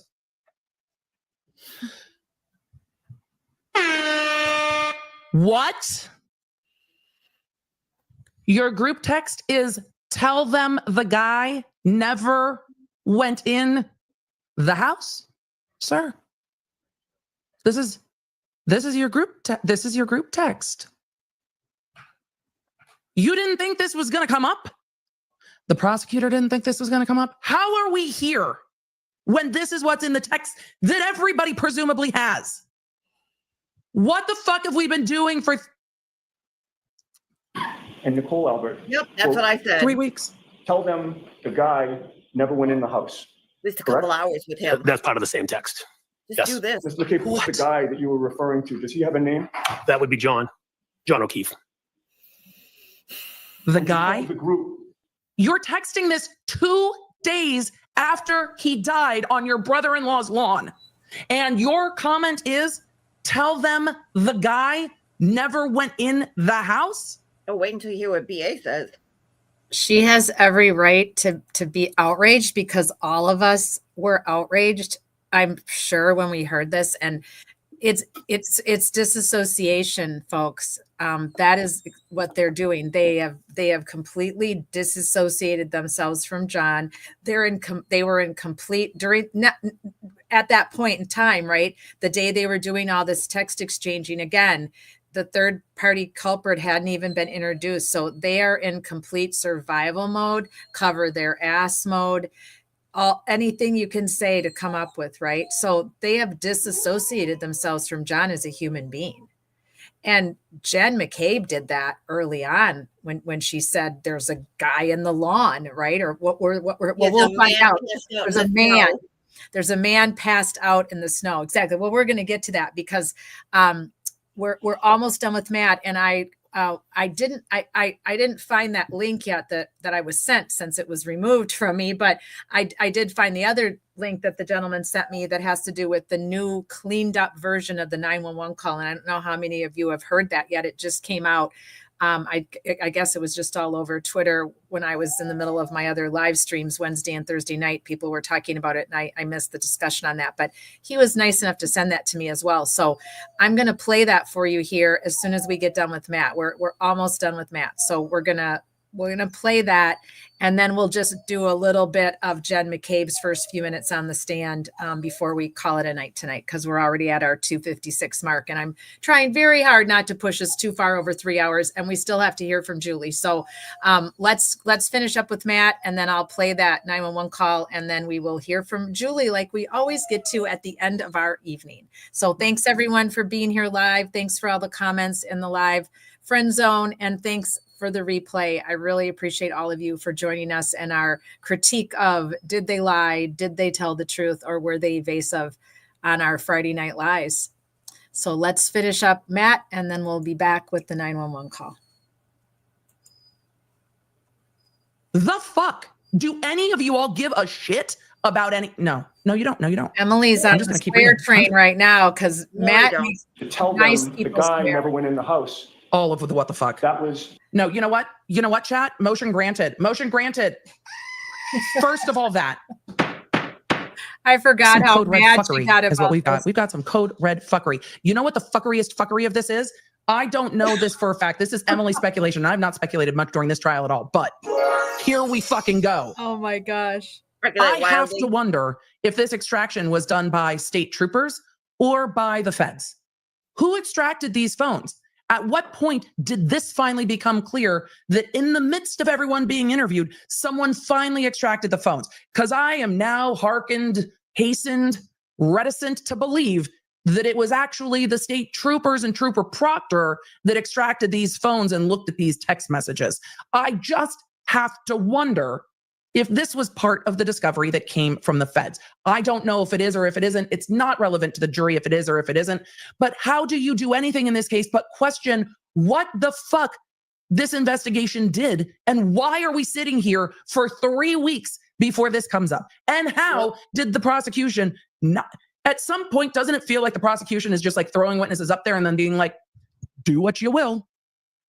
Good luck. And when they ask about the prosecution's prep, they're like, have you talked to the prosecutor? No, not for like 2 months. The prosecution's just like, what did you see? You're going to get cross-examined. Good luck with that, buddy. You're on your own.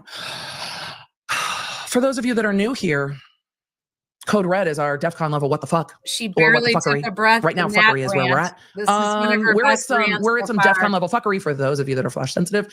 For those that, just a note for those that get in the comments and are like, why do you have to say that every time? We have a neurospicy and diverse community. And so I am always going to give flash warnings because it is flashy and no one likes a migraine or other effects of flashiness. The flash will end when the music does. So if you are flash sensitive, just know it is flashy. It's time to go to DEF CON Red in 3, 2, 1.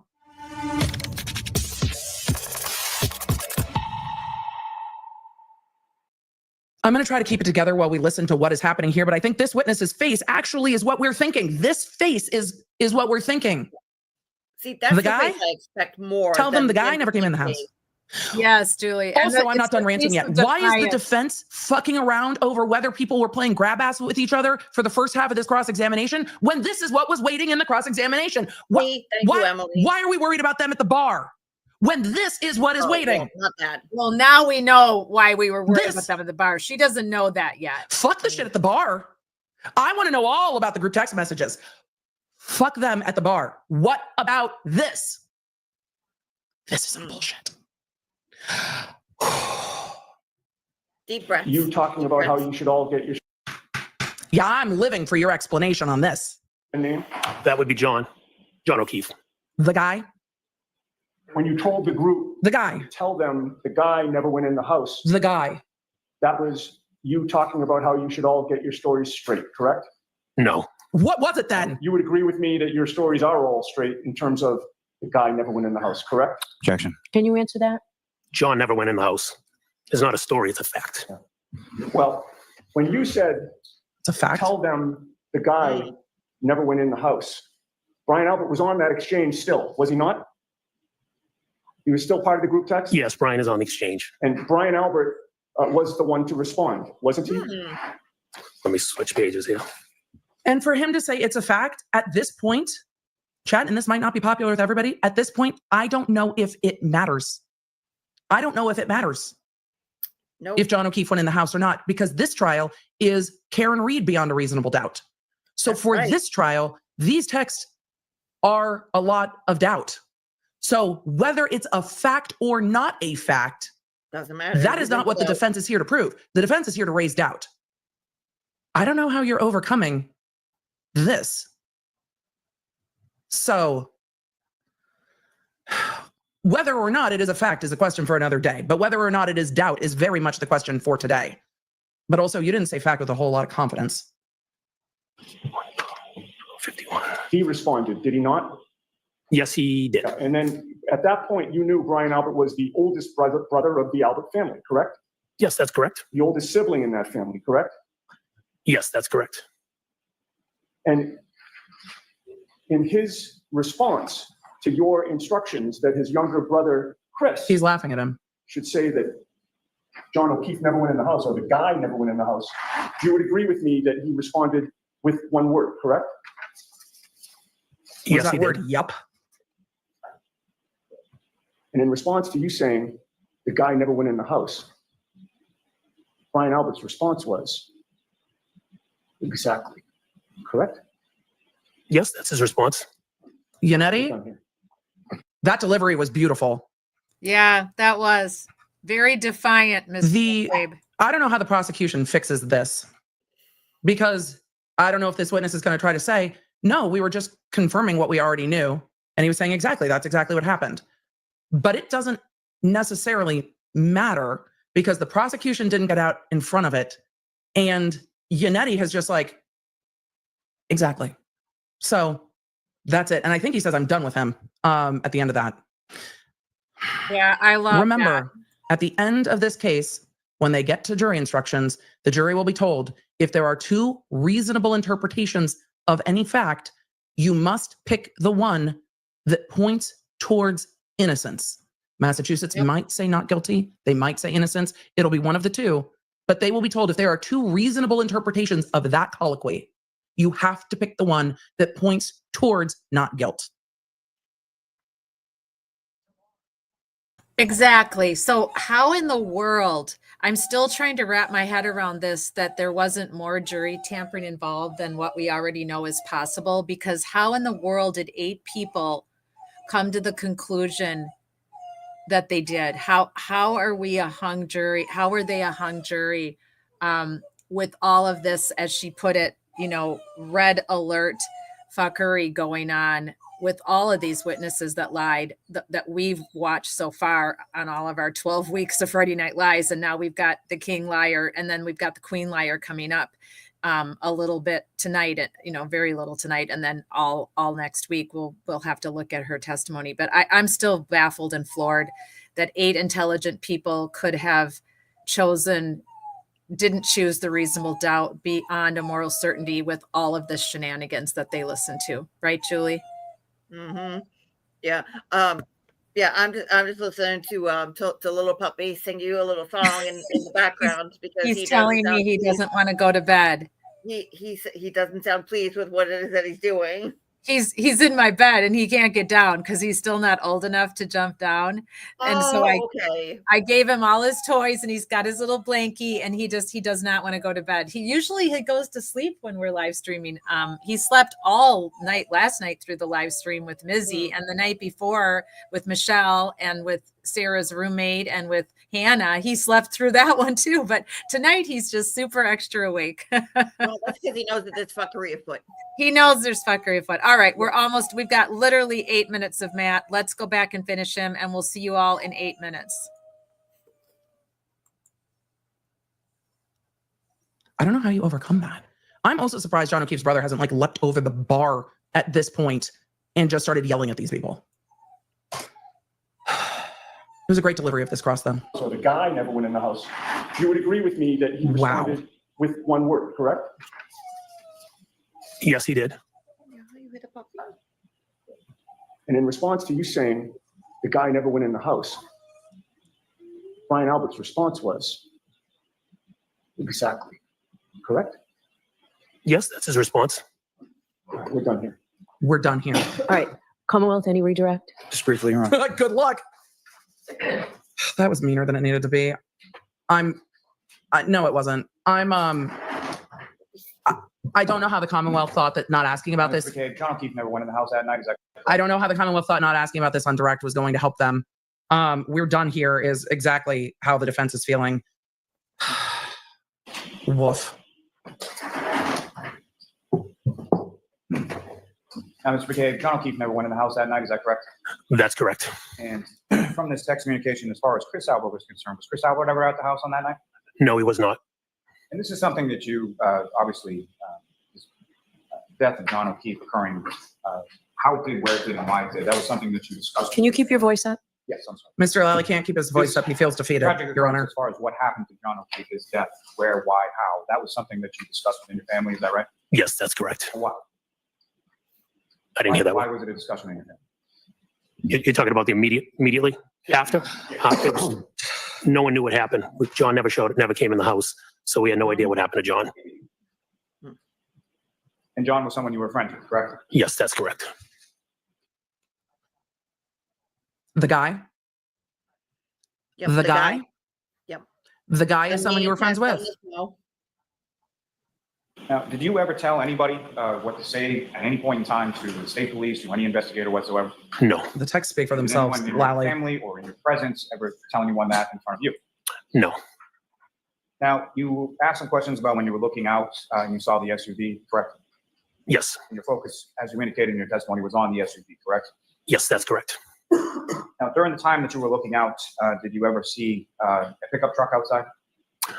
I knew the pickup truck was out there, but again, I didn't look at the pickup. I kind of saw it, but was focusing on the SUV. Yeah, Lolly, good luck. And I saw a vehicle out there. Why? I mean, Lolly's at least redirecting with a straight face. This is more So, bullshit. Kudos. Right, guys? This is just more bullshit, Matt. You're supposed to be at a party. You're supposed to be having fun. why are you focusing on the SUV so intently and hardly that you don't see the car that's parked right behind it, right? That the fact that these people expect us to be idiots and expect us not to pick up on any of this nonsense, it has blown my mind from day one, and it will continue to blow my mind through this trial too. Yep. It is just absurd that he can sit up there and lie like that. It just pisses me off. They think we're all idiots. Yeah, they do. They think we're all just stupid idiots. I think they think everybody that cares about others and that follows, criminal trials or follows true crime are a bunch of nutcases. So we don't pay attention to these small little details, apparently. And they think they can lie their way through all this testimony. It's just to listen to it again and really look at it like this, knowing what we now know and all the things we've learned in the last 6 months too, just makes it extra egregious that Matt would sit there like that and try to convince a jury that he's looking out and he's so intently focused on Karen Reed's car, but you're not worried enough to go outside and go and say, hey, what's going on, guys? Are you coming in? Are you going to join the after party? We're having fun in here, right? None of this makes any logical sense of what would have been happening had it really truly been an after bar party that nobody was about to get killed at. Mm.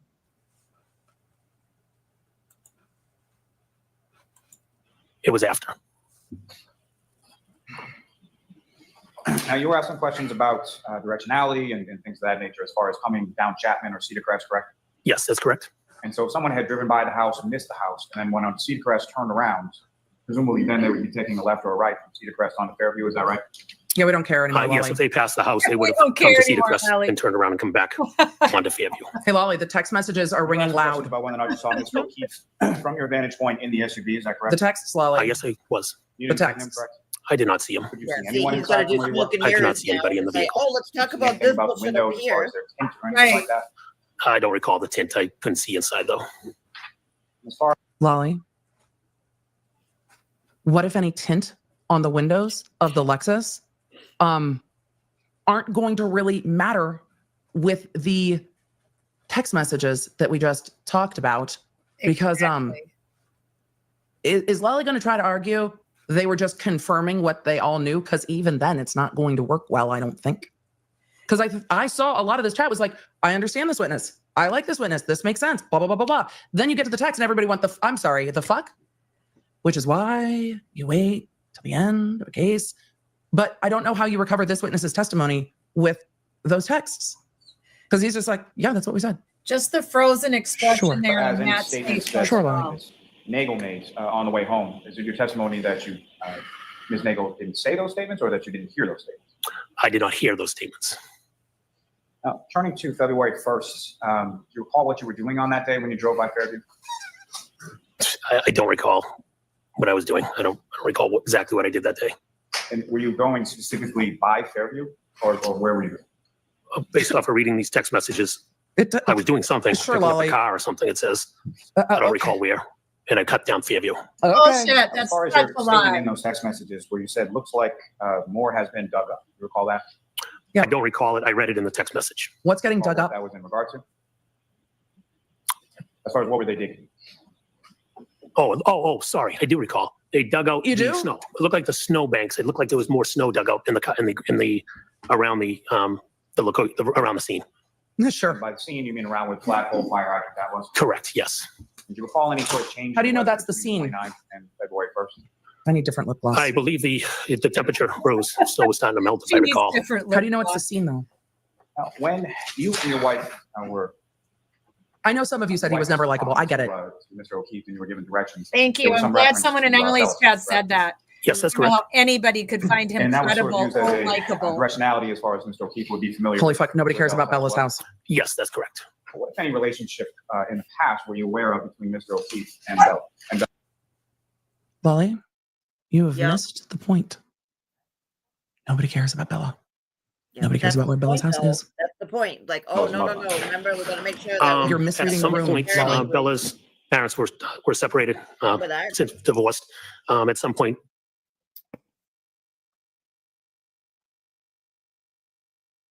What'd you say, Julie? I wanted you to make your point. No. So that's his whole entire point. Like his point isn't to, like try the case and make a point and to try to make like credible accusations towards Karen Reed. His point is to say, oh, but remember, oh yeah, you just admitted that, like, oh, tell the guy never went in the house, and this is what you're talking about, your secret crime family members, at your secret crime family meetings. Remember that you guys told her to go by Bella's house, and remember how Officer John O'Keefe used to bang her, and remember how Karen is so unhinged and hysterical. Remember that. Don't worry about the stuff you just heard. Remember that. Like that's what he's basically doing. Like, no, cloud, muddy up the water. Let's like you can't see too much. Like that's basically his job and what Bev's doing too, which is don't let them see too much. Throw all this stuff in here. So no, remember that you didn't see that. We got to talk about this. This is more important. Ridiculous.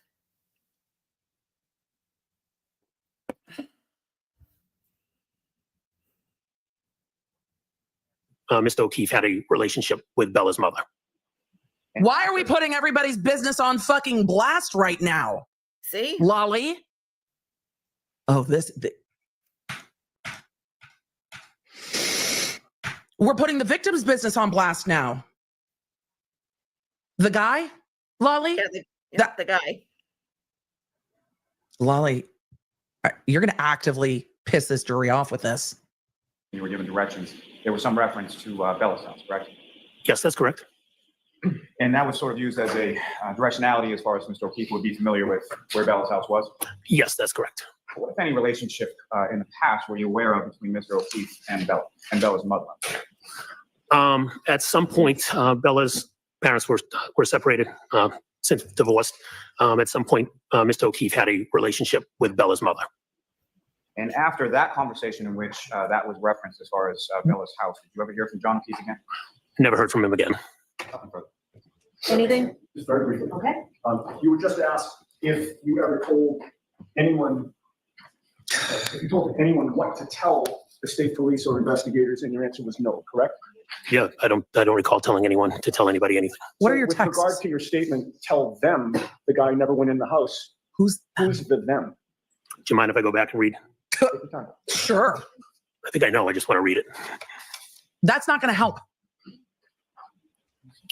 The them was Channel 4 went into D&E. Tell the news? Yeah, you just asked me who them was. And the answer is you were instructing people on the group chat to tell Channel 4 that the guy never went in the house, correct? Yes, this was on February 1st. Yeah, it's a news. As I said, none of us in the house had any idea what happened to John O'Keefe. So we instructed, I was saying, we don't know what happened. He never came in the house. Right, so that's what was my statement was. Sir, I didn't ask you for any of that just now, did I? You just asked me why I said that. I asked you who the them was. Objection, Your Honor. You didn't. You look like you asked me to elaborate. Okay. So your answer to my question is the them was you were saying that Channel 4 should be told that the guy never went in the house. Yes or no? Channel 4 was who I was referencing. Yes. No further question. All right, you are all set, Mr. McCabe. He I is will not take all those set by documents. far, Your Honor. Thank you very much. He is not all set by far, Your Honor. Emily was not having it. Thank you. Your next witness, please, Mr. Oh, Riley. it better be Yes, Jen Your Honor. McCabe. Call Jennifer McCabe. please, Yep. Sam. Jim. All right. Well, at least let's Listen, if you've been in a car let accident, me don't call an pause this a attorney. minute. Use this AI app instead. That's what I did, and that's how I got this $140,000. The jury is like, oh, I'm dying to hear. It's crazy that we had that kind of time bomb session there with Matt at the end with all of that came out. The guy never went in the house, and then boom, Jen gets called. I mean, it was pretty intense that day. You have to admit, right? All right, let me stop the screen share on that, and then I can add time. Stand by a second. I'll add the 911. Stand by.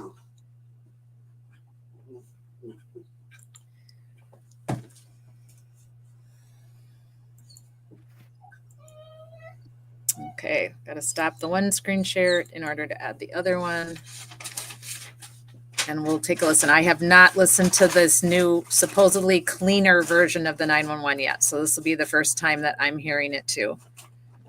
This was posted on Sleuthy Goosey. She is an amazing person. If you want to check her out on Twitter X, if you're on Twitter X, she has the organizational skills that anybody would want to hire. She is amazing, and she has a pin on her Twitter X where she literally has the evidence. She has like a spreadsheet of every single thing from trial one. It's pretty impressive. I can't even imagine how long it took her.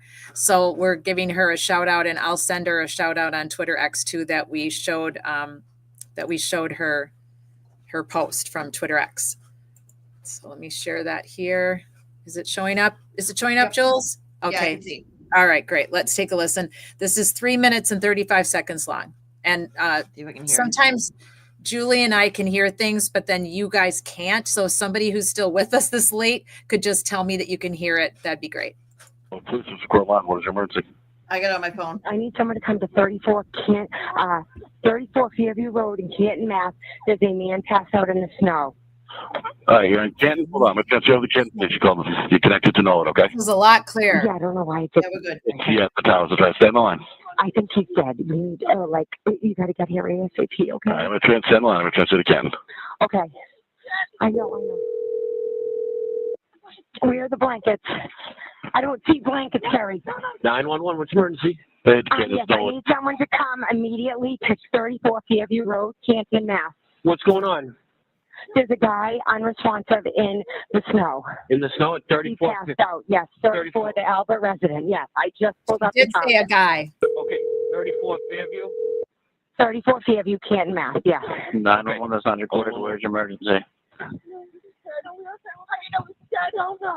Hello? Yes, I'm sorry. Can you come to 34 Fairview Road in Canton? 34 Fairview? Yes, there's a man unresponsive in the snow. Okay. Is he blue at all? So she says man the second time, guy the first time. What's going on? Is he face down? We just flipped him over. Okay. And who's that in the background? Is that someone related? Okay, that's his girlfriend. His name is Jen McCabe. Okay, how old is he? John is 46 years old. 46. How long has he been outside? I don't know. I don't know. He got out of the car and is he breathing? A couple of hours. Is he Carrie? Is he?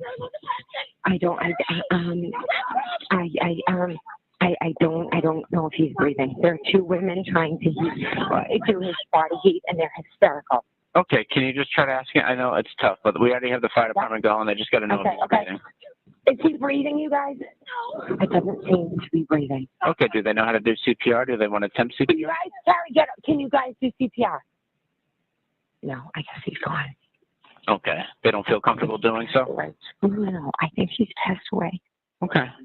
All right, we got the fire department and the police department on the way. If everyone's declining CPR, then I'll hang up with you, and if anything changes, you can give us a call back. Where are you guys outside? Oh, right out front of his car. I know, I'm on the phone with the ambulance. I know, honey. I know. He's not So, Carrie, you got to get off him, honey. Carrie, you got to get off of him. This is a scene. Do you know if there was any alcohol or drugs involved? They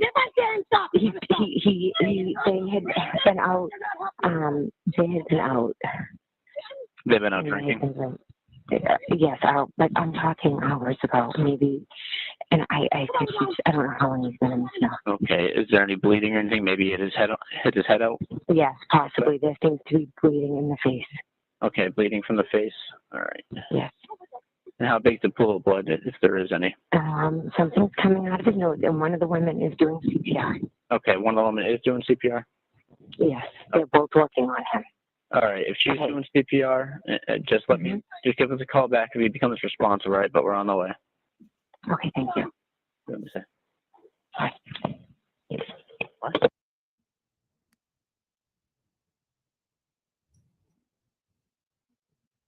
Is that it? Yep.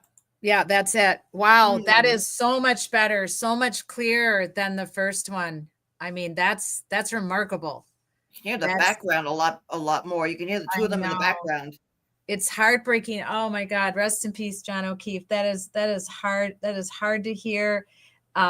So if the jury hears this 911 call, which is so much clearer and easier to hear, just the sheer terror that you can hear in the back of Carrie and Karen, neither one of them knew what really happened or what was going on.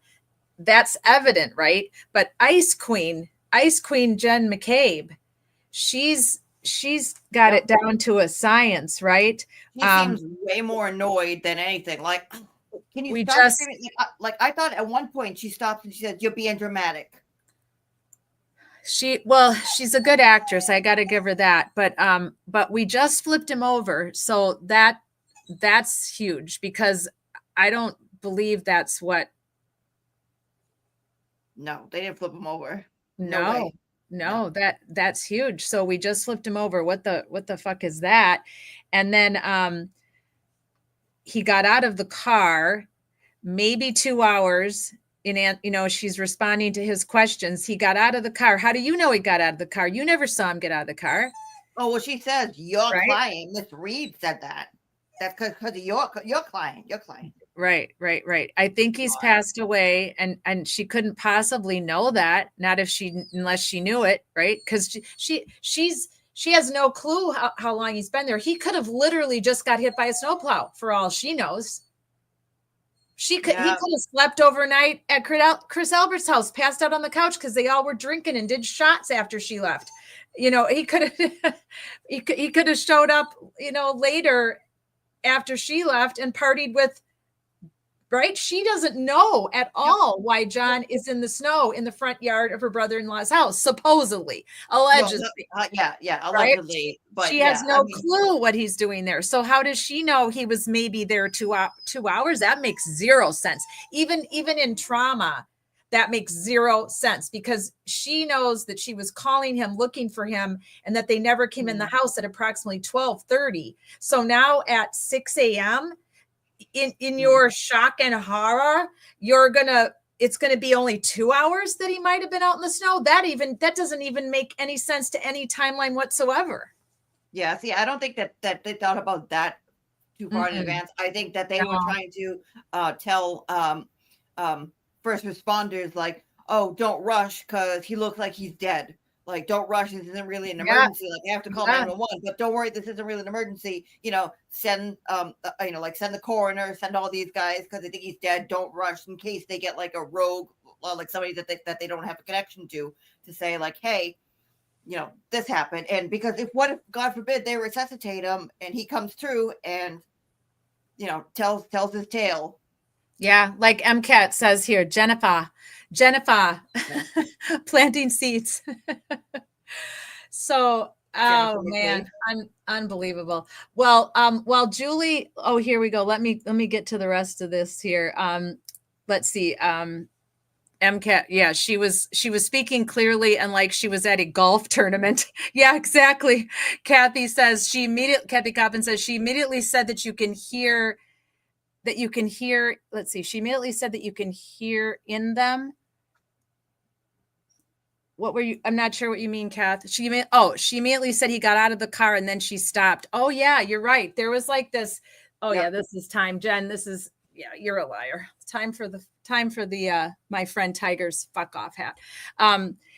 Yeah, she knew. Right. You can just, if you listen to it. We should listen one more time. It's so much clearer than that first one that we were all given. How long to die in the cold? Yeah, exactly, Kathy. That's exactly right. MCAT says she knew when he was put out on the lawn. Jennifer will burn in hell for this, allegedly. Yeah, exactly. MCAT. Yep. Agree 100%. Yeah, we all are hearing the same thing. It's worth it. It's only 3 minutes. Let's listen to it one more time. And you can just, you can hear it. You can hear that she is an actress. There is just that she's acting this part right now. It's just stunning in a lot of ways. And it's eerie and it's sad and it's terrible because he's there on the lawn and he's near very, very, very close to death. I mean, if he was alive, it was just barely at that point. And it's horrific for the family. And I know people are upset with the O'Keefes because they have never, they're not technically siding with the Free Karen Reed side of it. They've been against her from day one. Maybe not Mr. O'Keefe, but obviously Paul and Aaron. We don't really know for sure. There's no way to know for sure. Parts of me thinks Aaron knows exactly what's going on and that she's just doing what she has to do because she's got kids with Paul and she's just going with the family train. But there's still a family who lost a person, regardless of who they think did it or didn't do it. And Julie, you and I were kind of talking about this at some point too. They were literally lied to by the police. When you and Sean and I were on the phone together the other day, these people were the O'Keefes were lied to by the police, just blatantly lied to. And when you're in trauma like that, and they've already suffered so much loss, and they've been in trauma, and you don't just pop out of trauma that fast. Their daughter just recently passed away, and their son-in-law just recently passed away, and they're trying to all raise these two kids. So this family has been in trauma, and trust me, I lived through trauma. I lost my dad, my grandpa, and my grandma all within a year and a half, and it was all tragic. So that never goes away, to be frank, but it does, as the years go by, you cope in different ways and it becomes easier to cope. But in the beginning of that, it's a heavy, heavy trauma. So I have so much respect and sadness for this family, even though they have, they're going to have to, it'll be interesting to see what happens when this all comes out, what they will do and say to Karen and to all the people that have tried to stand for their son in the face of all these other people telling us all that we're crazy and that we're in a cult and that we're the pink people and we're this or that and the other. And that's not true at all. There's all kinds of fractions of people that are free Karen Reed because of the evidence, because it's reasonable doubt. And in America, you cannot convict someone if there is reasonable doubt, and in Massachusetts beyond a moral certainty. So we're not all in this giant cult. There's a bunch of us that are, we're just all trying to get justice for a man who died a cruel death by a bunch of thugs, basically, who decided to beat him up. We're not sure why, but we have our suspicions. We have our theories, allegedly, that he was beat up in the house, and that's just what's been going on, this entire time. And sadly, the O'Keefes just don't see it that way. But I'm not going to disparage them or put them down, and I'm still going to feel empathy for this family because they've been through trauma after trauma after trauma. Let's just listen one more time. What the heck? It's Friday night. And by the way, I meant to say this at the beginning. I wasn't sure we should live stream tonight because it's Good Friday. And I was brought up in the Lutheran church, and it is a holiday weekend. It's Easter weekend. But I really wanted us to stay on track. And I figured since we were starting at 8:00 and then we ended up starting at 9 because my laptop has an issue. Thank you to my son, by the way, he let me use his laptop. My oldest son did. So I wasn't sure I should. So I hope I didn't offend anybody by live streaming on Good Friday, because I certainly didn't. No. Oh my God. If anybody gives you a hard time about live streaming on, by saying like, how dare you, talk about a case out of Boston that's with all these Catholics who are so holier than thou, and they're going to do this. I'm Catholic. I'm from Boston. I think I didn't eat meat today, and that was about it. Like, okay, like I remember at 3:00, Jesus passed away for our sins.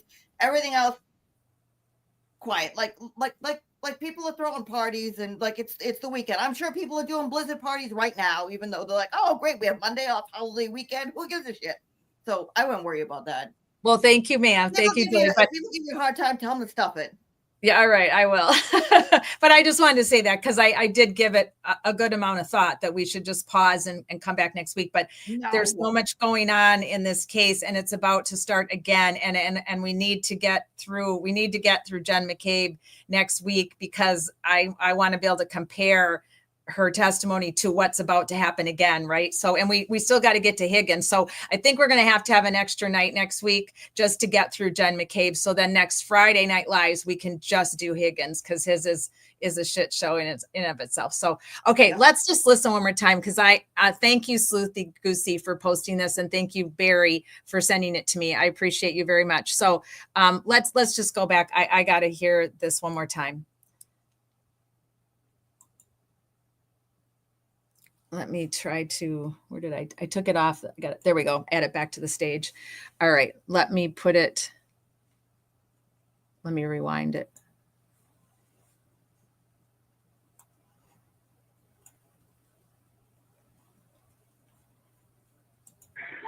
No, police is square line. What is your emergency?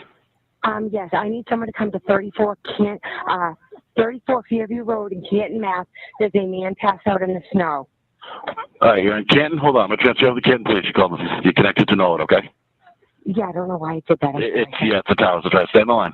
I think he's dead. We need, you got to get here ASAP, okay? All right, I'm going to transfer on the line. I'm going to transfer to Canton. Okay. I know. Where are the blankets? I don't see blankets, Carrie. 911, what's your emergency? Hey, Yes, I need someone to come immediately to 34 Fairview Road, Canton, Mass. What's going on? There's a guy unresponsive in the snow. In the snow at 34? He passed out, yes. 34, the Albert resident, yes. I just pulled up and found him. Okay, 34 Fairview? 34 Fairview, Canton, Mass, yes. 911, that's on your quarters. Where's your emergency? I don't know. Hello? Yes, I'm sorry. Can you come to 34 Fairview Road in Canton? 34 Fairview? Yes, there's a man unresponsive in the snow. Okay. Is he blue at all? Yeah, you've got to get here, okay? Okay. What's going on? Is he face down? Not convincing, Jennifer. Okay. And who's that in the background? Is that someone related? Okay, that's his girlfriend. His name is John O'Keefe. Okay, how old is he? John is 46 years old. 46. How long has he been outside? I don't know. I don't know. He got out of the car and is he breathing? A couple of hours. Is he Carrie? Is he? I don't know if he's breathing. There are two women trying to do his body heat, and they're hysterical. Okay, can you just try to ask him? I know it's tough, but we already have the fire department going. They just got to know if he's breathing. Is he breathing, you guys? No. It doesn't seem to be breathing. Okay, do they know how to do CPR? Do they want to attempt CPR? You guys, Carrie, get up. Can you guys do CPR? No, I guess he's gone. Okay, they don't feel comfortable doing so? No, I think he's passed away. Okay. All right, we got the fire department and the police department on the way. If everyone's declining CPR, then I'll hang up with you, and if anything changes, you can give us a call back. Where are you guys outside? Oh, right out front of his car. Oh. I know, I'm on the phone with the ambulance. I know, honey, I know. So, Carrie, you got to get off him, honey. Carrie, you got to get off of him. This is a scene. Do you know if there was any alcohol or drugs involved? They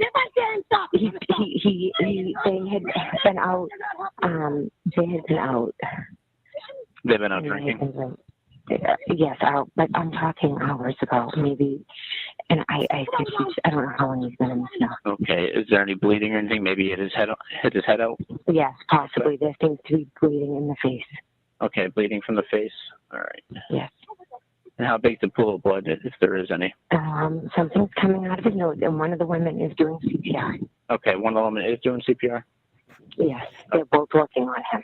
All right, if she's doing CPR, just let me, just give us a call back if he becomes responsive, right? But we're on the way. Okay, thank you. Let me say. Bye. Yeah.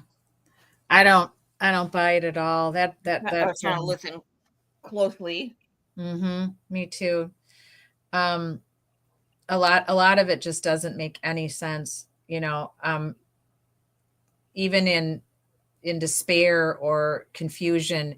Why would you ever say 2 hours? That would put him, that means that he would have been in, where would he have been, Jen, from 12:30 to 4 a.m.? So that just doesn't make any sense. I think she effed up there. I think she was supposed to say like 6 hours or 5 hours or whatever she was supposed to say and didn't say it. Yeah. I mean, at that point, at that point, though, she wouldn't have been coached. She wouldn't have known what to say. This was all on the fly. Yeah, I mean, that sounds more like on the fly. Yeah, I mean, they're on the fly at this point for the most part. I mean, they did not expect Karen to do this at 5 a.m. 5:30. I mean, So they're definitely on the fly right now. So that could be why too. That's funny. This is my personal station to the cross. Oh, sorry. That was just reading what MCAT said.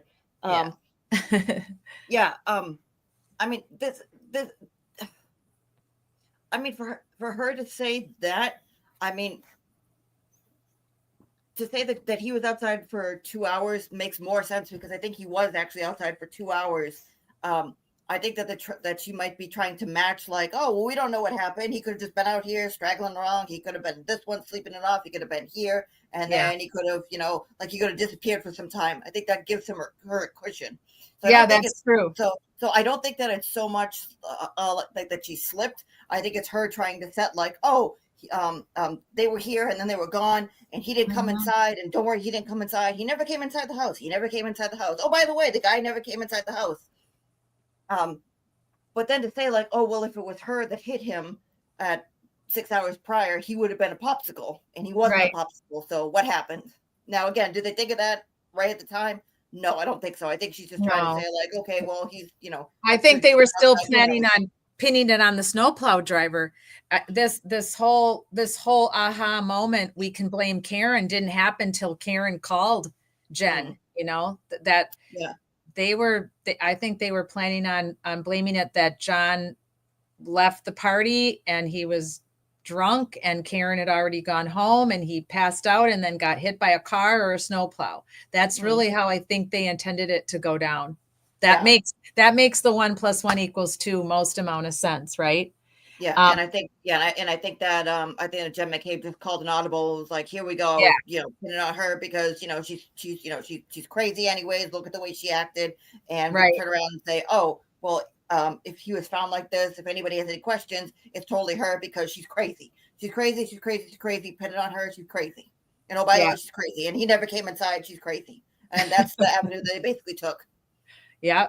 And MCAT says no frostbite makes no sense. Yeah. They're going to have to, they need to lean in on that one because that's medical science.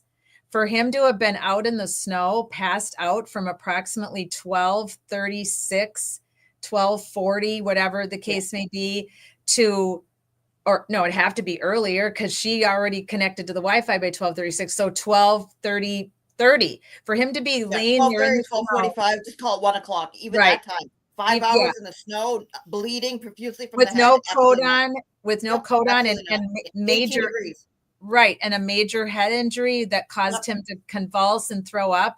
And it doesn't add up at all. And I read the other day because I was looking into that again about the body. That is, they said his body temperature was 80. Yep. And so, and someone else wrote that is no way does that jive with being out in the snow for 5.5 hours. No way. So they have to do the medical science on his body temperature. I mean, that's huge. I mean, because that points right to somebody that he was inside and warm until approximately 3:30, 4 a.m. for his body temperature to only be 80 at 6 a.m.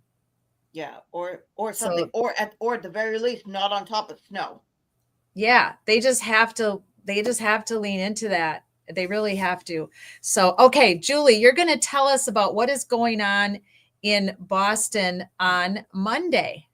Yeah, so we're gonna multitask because good because the video I have not very exciting, but at double speed while I talk about Patriots Day for a minute. It's a little bit more exciting. So let me just bring this up. Here we go. Let me stop this. I'm just going to take the 911 call off. Hang on a second. Whoops. I didn't mean to do that. Sorry, guys. Got to stop the screen so we can bring up Julie's. Did you want me to grab a link out of the private chat? Oh, no. We're going to just do share screen. Not mute. Okay, we're good. Okay. Oh, don't let me forget. We got to show mass accountability too before we close out tonight. Oh, do you want to do? Do you want to do that one because this really isn't that interesting? I mean, we could do that another night. You Yeah, want why don't you do to? the best accountability, like the 10 minutes Okay. that's there of him walking in and doing that, because Yeah. that's much more exciting. I mean, Patriots Well, Day, I have my but tell us I have about my Patriots Day Jones while I t-shirt. pull up. Yeah, tell us about Patriots Day Yep. while I pull that up.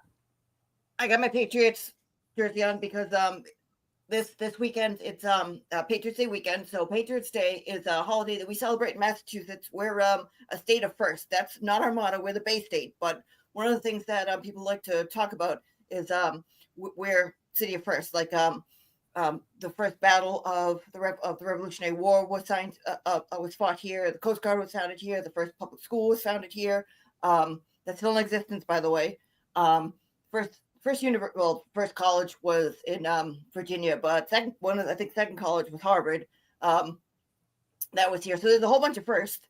And Patriots Day goes back to 1775, and it's the 250th anniversary of Patriots Day. What's Patriots Day? It is the day that there was a lot of shit going on during the Revolutionary War all along the colonies, but none more than in Boston. We had the Tea Act, the Stamp Act, and the Intolerable Acts because of what happened with the Tea Act.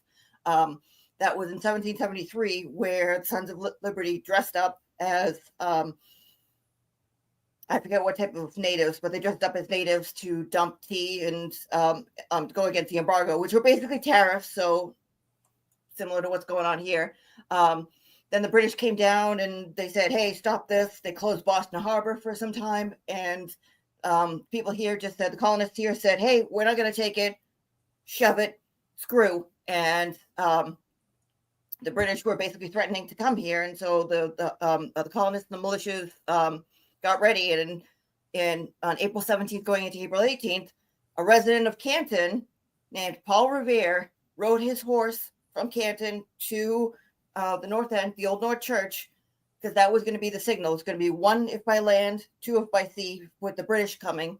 Yeah. To figure out if they were going to attack by the harbor or they were going to attack by the land coming up from, I think, Connecticut. I don't know, somewhere around there. They're going to come by that way. And so Paul Revere rode, saw that there were 2 lanterns hanging, so 2 if by sea, and then took his ride, basically alerting everybody, the British are coming, the British are coming, the British are coming, the British are coming. They went, and sure enough, the British came, all their ships came ashore and met them in Lexington and Concord, and that was basically the first battle of the American Revolution. Now, 2 years prior, there was the Boston Massacre, which is when British people came, when the British Redcoats came in and shot someone that was caught doing his Cotton Mathers was shot just willy-nilly. They were just there and they said, hey, and they shot him, which wasn't supposed to happen, but there you go. That led to that. And basically over a year, 14 months, that led to the rest of the colonies getting together and coming together in Philadelphia and signing the Declaration of Independence they had the Continental Congress on July 2nd, oh my God, July 2nd, 1776. Then it was officially signed on July 4th, where we declared our independence. So everything seems to start in Boston, and it somehow relates to Canton. So there you go. I love that. I love that. Thank you so much, Julie. That's great. That's why I have my Patriots jersey on, because yes, even though we suck now, we'll forever be number one. You'll come out of your suckiness eventually. There'll be a turnaround. Eventually. There'll be a turnaround. Well, thank you, Jules. I appreciate that, and I hope you all enjoy your Easter and your Boston. All of you that are living in Boston, Massachusetts, enjoy your Independence Day. You call it Patriots Day, right? Yeah. Oh, yep. Patriots Day. Yep. That's why we're called. That's why we're called. It was originally the Boston Patriots. The New England. But now it's Yeah. the New England Patriots. New England Patriots. Yeah. This is great stuff. Thank you so much for sharing that with us. All right. I'm going to play this. This is from Mass Accountability, who is a Free Karen Reed supporter and also lives in Massachusetts, lives in that area, that Canton area, and has been doing some of his own interesting investigative work. And we'll show a little bit more of what he's been up to next Friday too. But I thought this was quite interesting. So let me go pull it up here.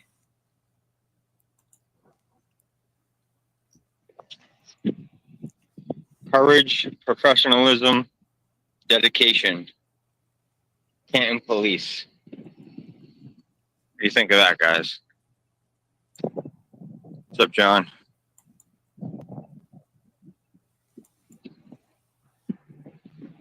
What's up, Martin, Indian?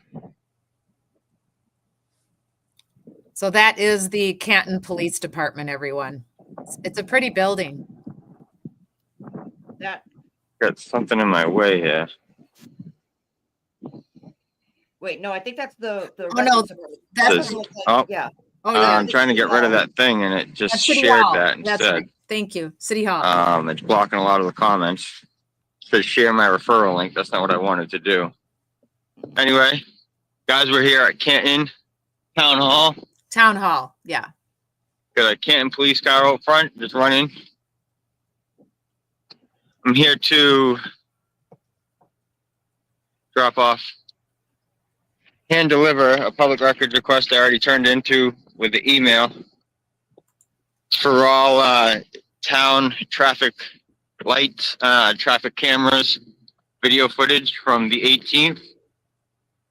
This is when I was accused by a selectman's son of following him around while he was literally following me around. To the camera here. I think that's a camera up on top of that light over there. Plenty of cameras throughout the town. We got cameras on the library too, as a lot of you guys know. And so I'm here to hand deliver this, so they can't say, "Oh, we didn't get we didn't get the email, we didn't get the records request till after the 30 days," which automatically loops over the video. So I want them to preserve the video. Make sure they preserve the video. But we know how that rolls in Canton, don't we, guys?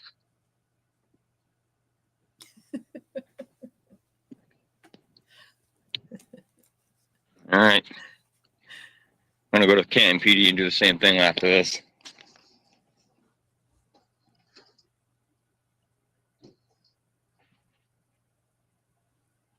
I love this guy. Thanks, MCAT. I'm gonna look for one I gotta get one like this for my friend Kathy. And this was a present from my friend Kathy that's in the chat box with us during lives. She gave this to me. Isn't that awesome? I have one just like it with the Chiefs on it because I'm a Kansas City Chiefs fan too. Not as much as the Packers, but you guys have seen me wear the Chiefs hat before too. It's almost exactly like it. It's got the flowers on it with the Chiefs Hi, how are you? logo. Good. I'm here to turn in the public record. Cat in the Hat, Julie calls me. I love that. Okay, here we go. Do you have a copy of it for yourself? Yeah, it's actually an email I sent out over the weekend, but I just want to make sure I hand deliver it so it's I think we got it yesterday. received. Okay, cool. I just want to make sure because it's for camera footage, and I know after 30 days it gets kind of looped over. I know nothing about cameras. Yeah. All I do is public records. All right. We received it. You'll get a response within 10 days of us receiving it. 10 business days. business. I get it. I know. Thank you. You're welcome. Appreciate it. I don't think she had enough coffee today, or maybe she didn't put any creamer in it or sugar. All right. So we haven't been here before. Pretty nice. How you doing? Pretty good. See, you can't use the front doors, right? Yeah. Okay. All right. Yeah, Just drop it off for public records. Thank you.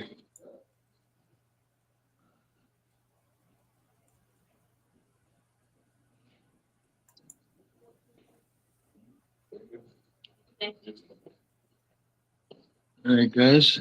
What do you guys want to do? You want to take a little tour? I love Or this. do you guys want to keep it moving? Second floor. Town administrator. CMGA, what up, man? I'm in your neck of the woods. I can't see your comment right now. Oh, okay. Thanks, man. Appreciate it. Board of Selectmen. Let's check it out. 205. What, you gotta take the elevator? Yeah. I want to get that referral link.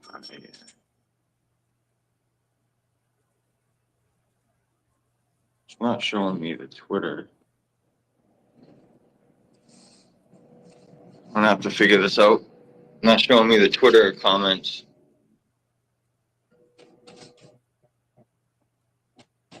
Cause I've been there before. Also the Karen, I might shoot over there right after this, just to see what's going on. So, I do have to keep it a little, reeled in than I like to, because I got told that by some, legal counsel. Let's see, we got 216 is a closet. 219 is the meeting room. Well, this is where the select board has a meeting.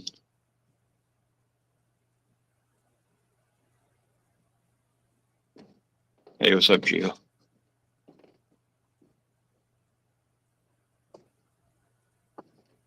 Oh, this is what they were the other day. Yep, that's Bob's room. It's different than on TV. 3-2. We win. We win. Yes, this is Massachusetts. This is the town that Karen Reed has been charged with the murder of her boyfriend, John O'Keefe, who was a police officer in Boston. He must have missed. Is that just the boardroom? 205. It's Bob's house. That's 209. It's 205.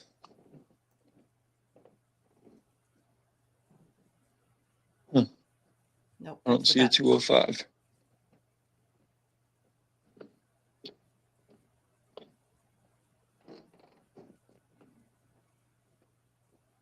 .204 town planner. 206 information systems. Yeah. Okay. Right. Oh, 205. Here we go. So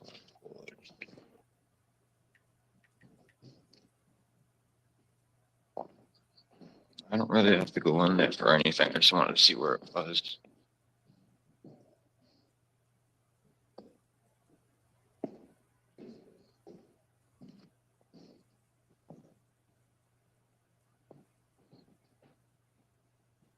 What's up, Tom? CPU.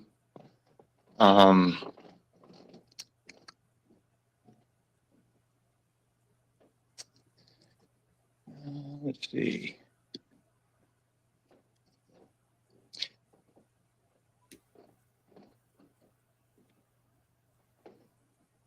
All right, guys, I'm gonna head out and I'm gonna head up to PD. I'm going to show you guys the route I took for where Colin said I was following him. Oh, I didn't see this part. This ought to be good. I'm going to show you. I took one loop around because I assumed he was following me. See, when I go into city halls and town halls to record, it's only when I'm turning in stuff. I don't just go there to go question people that work there and shit like that. I want to know where this officer is inside. I want to know. I want to know where this person is. This car's been running. Oh, there he is. There you go. Oh, there he is. How you doing? Good. How are you? How are you? Are you supposed to have your body cam on? Are you supposed to have your body cam on? You're in a private meeting? The hell was that? Should probably have it on just in case anything goes on in between there and the private meeting. The private meeting, he calls it. At town hall? Okay. Yeah. All right, guys, let's I'm gonna head back to my car. It's going to be I'm gonna black out my camera. Good, because I don't want to get vertigo. I'm gonna do this Yeah, you could probably. while I go to my car, but I'm not close to it yet, so I'm gonna go to it because now they all have an eye out for my car. 70s American car. Yeah, Oldsmobile or. Mm-hmm. All right, now he's driving. Okay. So I came back down here because there was a parking spot open. A parking spot. I love listening to this. Yeah, heavy this guy's duty. got a really bad accent. It's good though. It's good. It's Boston, right?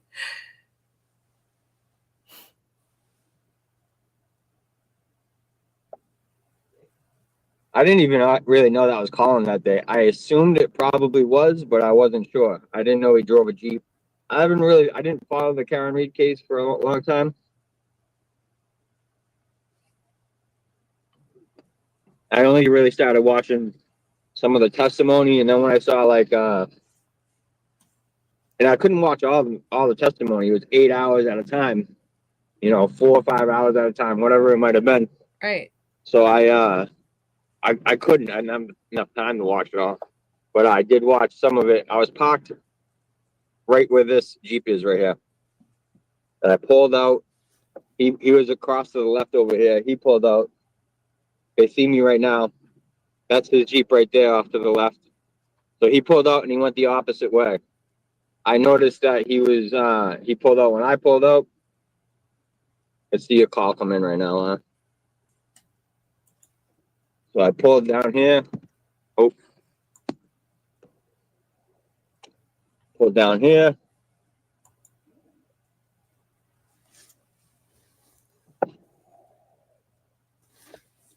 Banged the Yui.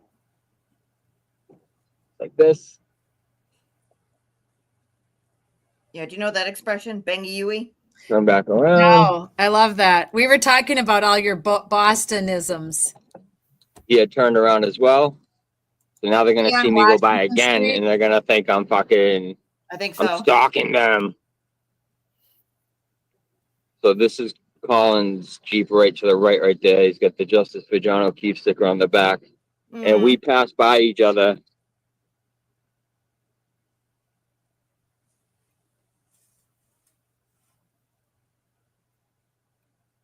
We lost him for a minute.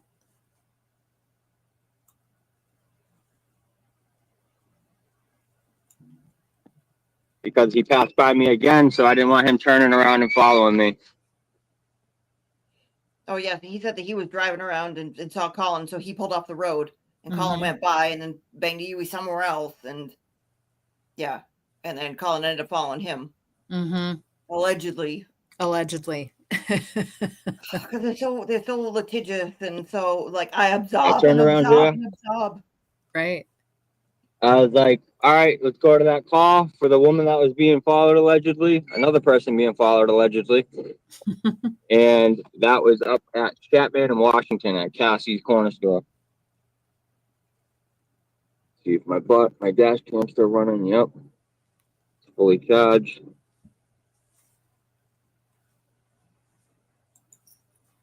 Good one, MCAT. Funny he says bang when So I wonder Colin if is around. honking your horn is harassment in Canton. Is that a thing around here? I wish I could fucking see the comments better. There's something over the comment. It says share your referral link. So then I went back by this way to go to Cassie's Corner Store.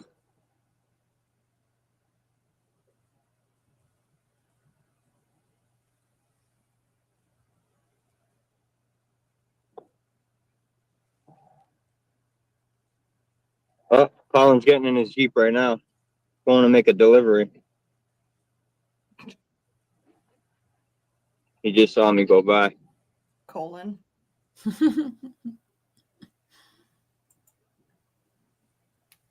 then I'm heading to the fucking corner store.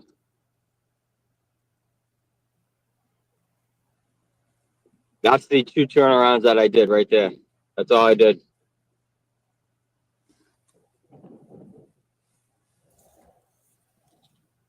Coming through, I'm like, oh, cool. That was it. That was my interaction with him. 2 pass-bys, him staring at me, I'm staring at him. See this black Jeep coming out right here? He was a little further back, like 20 feet. And I saw him, he saw me, we looked at each other. You'll hear it on my body cam when I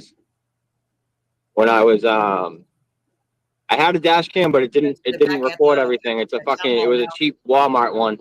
Right. I got another one coming in the mail that has a tri-view. It's the inside cabin view, the rear view, like on the back, so it's not through the window, and then the front view. So I'm pretty sure I'm going to be able to live stream through that, which will be pretty fucking dope. I'll be pretty fucking dope. And I thought that was it. I thought he was going to go to D&E and go open the pizza shop. We can stay in town here and do a little cop watching and go to a couple calls if you guys want. What do you think? Oh, go to a couple calls. Oh yeah, that's right. Yeah, so he has a scanner. Yeah.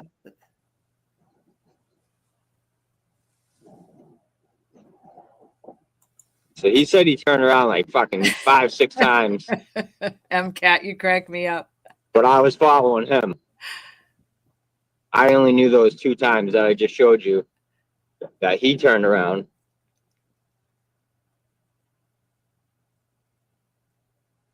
Must be a dead spot. Not only that, we'll do the whole entire fucking thing. I'm sure they already got my plate number. We're gonna go into Canton PD as well. I gotta go ask them some fucking questions and drop off at public records as well. Yeah, see, look at that. It's a dead spot.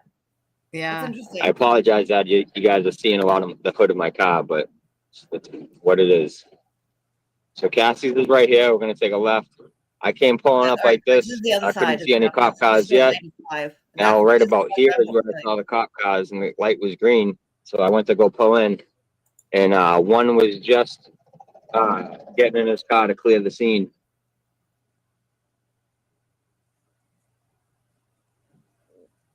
Maybe there's some traffic. I hope there's some cameras on these traffic lights too.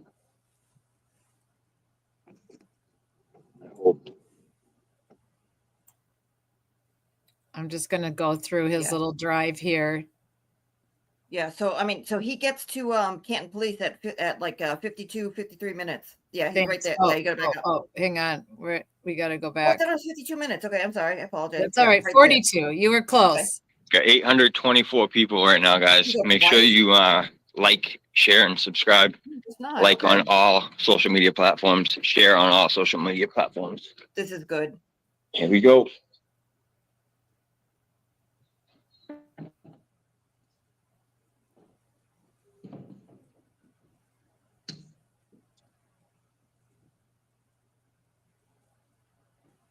How you doing? Good. Can I get your name and badge number? Yeah, Lieutenant Lank, Lank. Oh, 27. Lank. I recognize that name from somewhere.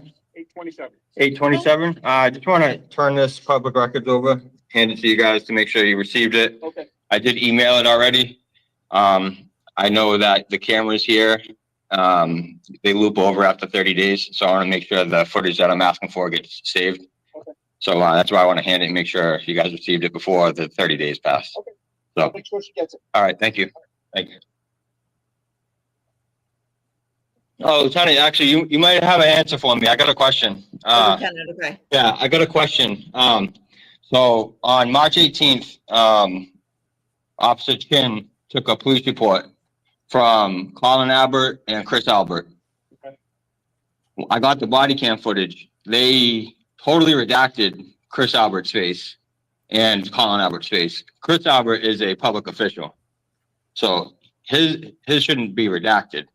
So that and a bunch of statements were redacted. Okay.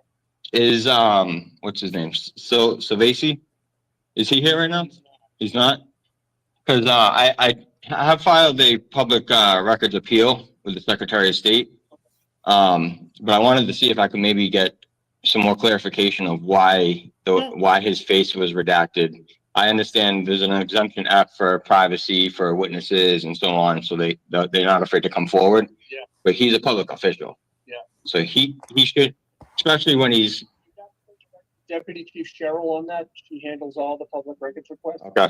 So that's who you'd want to talk to today. Okay, and is she here? She's not in right now. She's not either. Take a message if you want. All right, I'll email her. I guess they'll get the appeal anyway. But like I said, I'm here dropping that off. I figured I'd see if I could get some sort of clarification of why. I don't want to give you bad information because I don't know. Yeah, I get it. And when did you guys get the body cams? I believe it was October or November October, November last year. of last year. Last year, okay. 2024? Yeah, and also Michael Chin, you're one of his supervising officers, I'm guessing, because you're a lieutenant. He had told them that they could FOIA the police report to get my information. That's a little suspect. That's getting on, like, I know this has been floated around a lot here in Canton, intimidation type, you know. I haven't seen the video. Yeah. All right. But if they want to FOIA or report, they can FOIA or report. Yeah, but I didn't see the video, so I'm not really. yes. So Michael Chin, is that his name? Yeah. So he had said that there was no crime committed. He went to the supervisor. They said no crime was committed. So therefore, my personal information, if you guys found it out, which I'm sure you did, because I got a pretty big channel. So my personal information shouldn't be added to any police report if no crime was committed, and I didn't give any information. So from what I have received so far with the police report, I haven't been identified or anything. But now that I've published the video, I've done public records through my channel's email, I'm pretty sure you guys have identified who I am now. So, Not sure. okay. I don't know who you are. Oh, that's good. I'm glad. All right, because that day I was accused of following Colin Albert around town when I was only here to document the waterfall, where it is. I'm from North Shore, so I don't know the area. So I wanted to kind of get acquainted with what's going on with the Karen Reed case. Mm-hmm. So I went. Sir, let me just talk to you. Is there something else I can get for you? Because I have other stuff that I got to do right now. Okay. Is there anything else that you need from me today? Well, I was the one being followed around, not Colin. Okay. So I was wondering, how do we go about that? Well, there was a report taken. Yeah. Yeah. So what? So should I file a report because I was followed around, or? Didn't you already come in here and speak with somebody? Not about that. I didn't know that they were accusing me of following them around like that and like Oh boy. trying to. So why don't you leave your info? I can have Officer Chin call you back.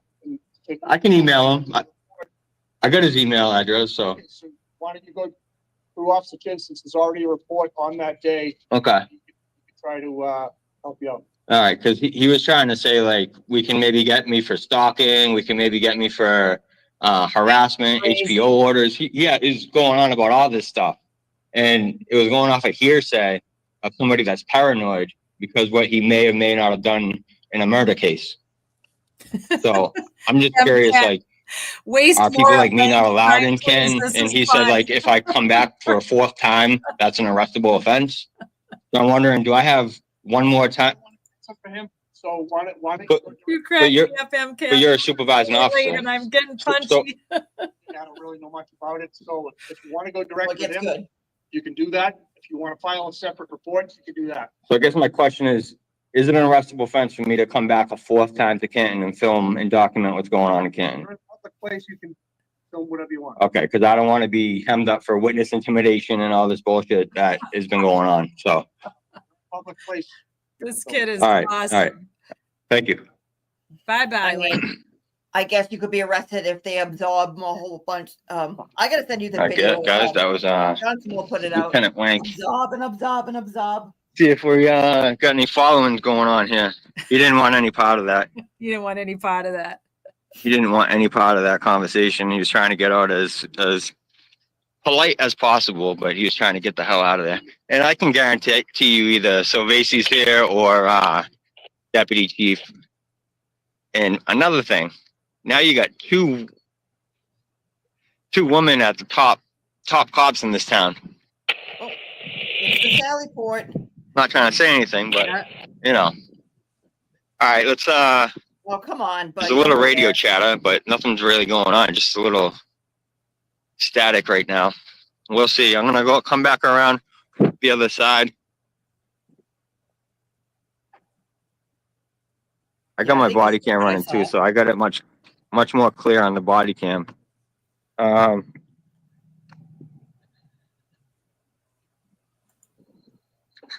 So if there are any other First Amendment auditors, cop watchers, whatever, you guys want to come out here one night or for a couple days or whatever, let's get some pressure on these guys and just let them know they're being watched by us, watching the watchers, you know, policing the police, and let them know that the world is watching. And Canton police car right by my car. Good thing I left my fucking thing running. Canton police car. I can't zoom in. Hurry up, dude. Step on it. Canton police car by my car. Step on it, dude. Yep. It's gonna ticket you. Gonna hightail it. Here we go, guys. Here we fucking go. Oh my gosh. Another Jeep. I don't think that's him. A lot of fucking Jeeps out here. Canton PD was just on my car. So now that they know where I'm at, I'm over here in the cemetery. Oh, okay. The one across the street from where I was. I was wondering where he was. Yeah, Canton PD. Was just on my car. Good thing I left my dash cam running. I can't wait to see what that shows. I should have put it in towards the window.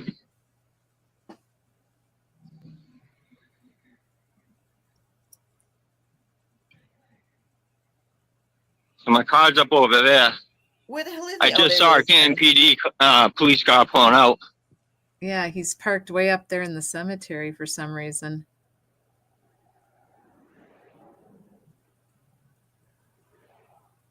Well, yeah. See if we can get them.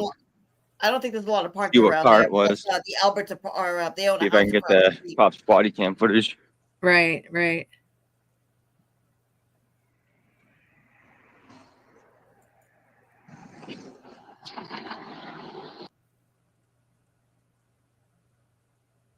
For Fairview. Oh, And they called him by first name. All right. I didn't know he went the first time. Trying to That's be what he's assholes, talking giving about. out his personal information. Yeah. They're not allowed to use the CJIS system to get your personal information just because they want it. They have to use it for legal reasons. Let's see if we can see the car back here. Right here. Patrol supervisor. In front of the Sally Port. There's the Sally Port. Yep. What, if any, Sally Port is there? 682. Exactly. I'm not behind the sign. The sign's right there. They can fuck all the way off. There you go.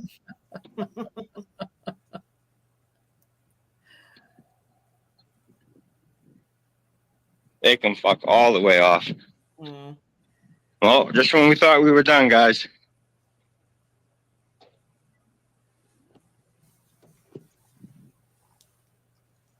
Let's get ready to rumble. Yeah, so why would Colin Albert think that this guy's following him around? Here he is, Sergeant. Oh, here we go. Hey, what's up? Why are you shaking, Sergeant Good? Yeah, you are. What do you got withdrawals, bro? What can I help you with? What were you just doing at my car? Checking on a car For what? parked in a cemetery in the back lot. Oh my God. A public cemetery. Huh? Shut off your camera quicker. Shut off my camera quicker?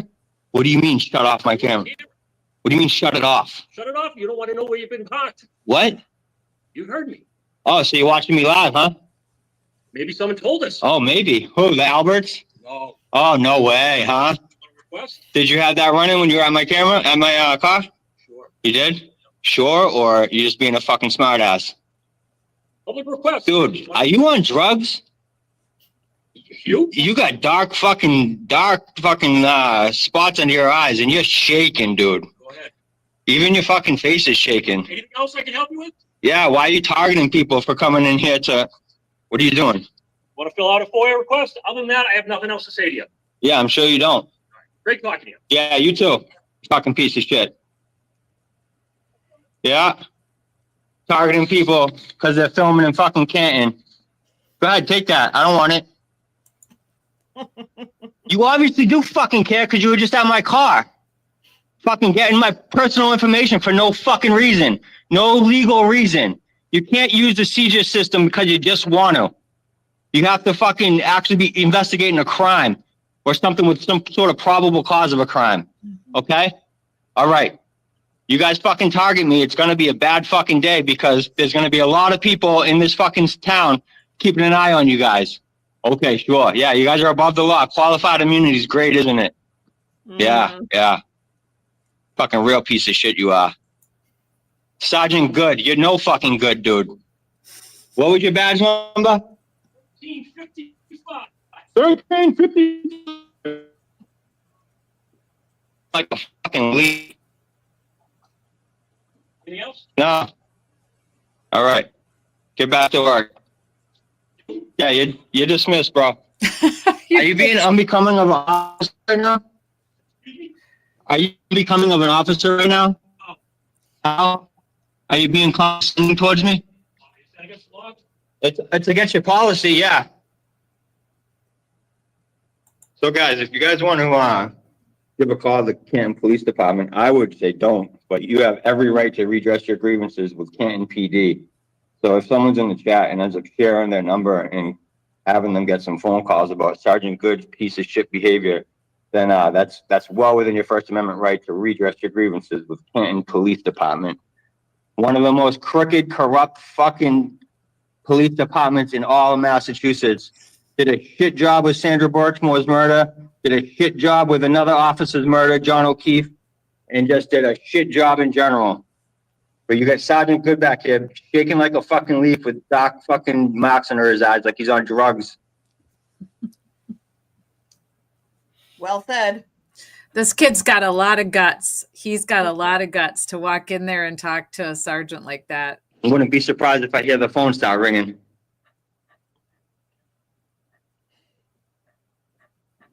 All right, now he's going to show the plaques. So only you can't go past this sign right here. He just helps himself. But I can come right up to the sign. So they've blocked off the public bathrooms in a public building. They don't. I was up here 2 years ago and the sign wasn't here, and I think that might be why the signs are here now. Canton PD. What's the number? I think we just broke our live stream record, Julie. He's on his way out. Hey, do you guys have dash cams too? We do. You do? And that was running when you were over by my car? Just your body cam? Oh, you told me it was. Oh, you're a fucking liar. What do you know? Canton PD lying. Shouldn't you be activating your body cam when you're doing an investigation? Oh, that's weird. Canton Police Department. Yeah, they don't give a shit about any of that. ADA. 781-821-5090. Is that it? Oh, you mean the Ford Edge? You mean the Ford Edge, MCAT? Is he calling them? Yep. Oh, is he really? Is that the number? Oh my God. Hey. Who's that? Yeah, Ford Edge, yeah. Exactly. Contact. Let's just make sure. I hashtag that all the time, MCAT. Where is Chris Albert's Ford Edge or Chris Albert's Ford Edge? Yep. 781-821-5059. Yeah. Sergeant No Good. Edge escaped. You got that right. Sergeant No Good. Lucky saw the Ford Edge parked right in front of that house. 1,760 people. No doubt in my mind about that. It's good as body cam running still. My hair keeps getting stuck on the Velcro on this shirt. He wasn't running his body cam when he was at my car though, Good thing my dash cam was running at my car. That's a good thing. See if he might have illegally opened my doors because my dash cam was running, so.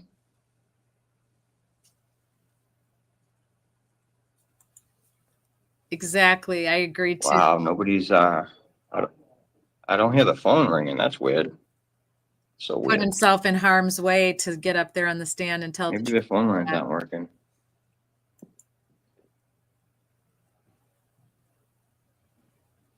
Sergeant, no good.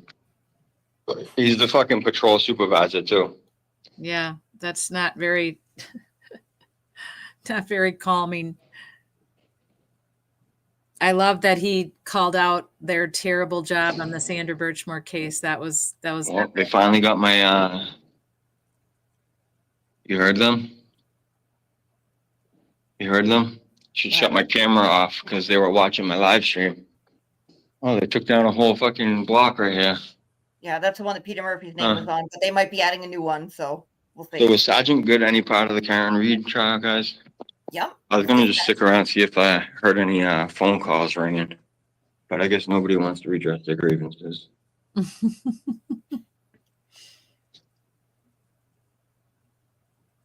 Real fucking piece of shit he is. He's not wrong. Tell us how you really Lieutenant feel. Lank and Sergeant Good. Yeah, we met with All right, Missy let's last night, MCAT. see if anyone else is at my car now. Case. Yes, Sandra's story is just despicable. And these Canton cops helped cover up her murder. There's no doubt about it, in my opinion. Well, including the guy that he talked to first. Isn't that Lank? Yeah, Yeah, allegedly. allegedly. Oh, we got a school bus right here, guys. I'm gonna shut off the camera so don't get these kids on the Yes, this is basically it. He goes to his car Yeah. and then The live stream. Yeah, the rest of yeah, from, exactly. From the waterfall to 34 Fairview, or I'm sorry, from 34 Fairview to See if anyone else is. Right. Yeah, so, but Well, yeah, but this that is like the money shot. So yeah, that was so interesting. I'm glad we both caught it because I caught it when I was on Twitter X, and I'm just like, oh, what's Mass Accountability up to? Because I've been following his tweets and recently, and I'm like, what is this? And then you told me about it as well. So I'm glad we ended our very long, but I think we broke our live stream record. That's for sure. I know we did. We're at 425:07 and counting. So. All right, epic. At least we had a couple breaks, and we finished Matt McCabe. Yay! And he lied through his teeth. He lied, and he was evasive. And I don't even know if there was 1 second that he told the truth in that 3-hour testimony that he gave on the cross. That was just the cross. The cross was 3 hours. So now we get to look forward to Miss Jennifer McCabe. And we'll have to make a decision, Julie, how our week goes. If we want to do an extra night of Jennifer McCabe and then an extra Friday Night Lies next week. And I guess, well, let's see what happens with the trial. If it starts on time or not, or what the heck happens. Cause So more came out. Wait a minute. Today is Friday. Yeah. So more came out. I guess they were having questions about something, and Bev put the kibosh on it by basically saying, like, okay, well, we're going to let ARCA come in, but they just need to tell us that, like give a status update, not give your whole entire thing by Monday. Like, so, right. So Monday they still have an order. Again, it's a federal, it's a state holiday, so it's closed, but they're still required to give updates. So it looks like they're still going to do opening statements on Tuesday. I mean, unless some type of catastrophe comes through, but it looks like Bev's not going to put up with Breen and stuff. So it looks like we're going ahead as normal. Now, again, what happens after the opening statements? Who knows? I don't know if we're going to just hit the ground running and go, or what happens. So we'll see. Do you want to live stream some of the opening statement? Do you want to live stream the opening statements? Sure. I mean, we could. We're going to be watching it anyway. I mean, Jackson's doing it, and I'm very excited to hear what Breeden has to say. I really want to see what Breeden's like on direct with some of these witnesses, just to see his demeanor. Because if he's going to throw this much of a shit fit over what the defense is doing, knowing that he is the prosecution, he is the prosecutor in this case, you're supposed to have a whole entire theory and say, hey, we know this to be true beyond whatever this is. That's why we put it in front of a jury, not right. Well, we rely on what the defense says and then defend against it. Nope, that's not your job. So it's gonna be interesting to see what he has to do, what his style is, and where he goes. If he gets flustered, who knows? Right. Well, we'll have a conference and decide if we want to watch Emily D. Baker, or if we want to live stream. We'll have a conference about the opening statements. It would be kind of interesting for you and I to live stream the opening statements, though. Mm-hmm. I think so. So maybe we will.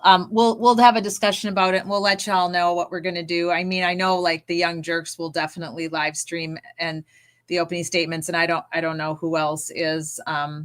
But I know obviously Melanie Little probably will, and Emily D. Baker definitely will. I mean, there'll be they all are. Yeah, they're all going to do it. Yeah. Plenty of people with like thousands and thousands of subscribers, but our little advocacy channel, it'd just be something we could just do ourselves, for ourselves. So I'll let you know what we decide to do.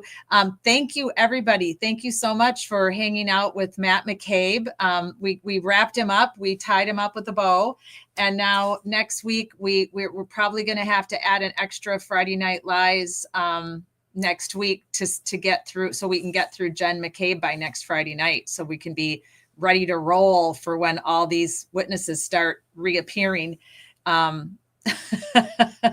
And then so we can compare what we just did the last 12, 13 weeks with what's about to happen.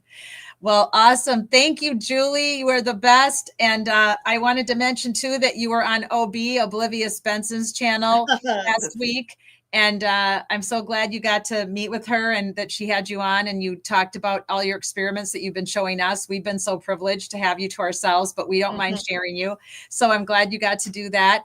And of course, we know that Aiden pled the fifth, and that was all over social media like crazy. And the antis were going one way with it and everybody else was going the other way. And the bottom line, guys, is that innocent people can plead the fifth too. There's reason for pleading the fifth. And if you have any questions, go read it. Go look up the Fifth Amendment. Wait. Innocent people absolutely can plead the fifth. If you're being charged and you're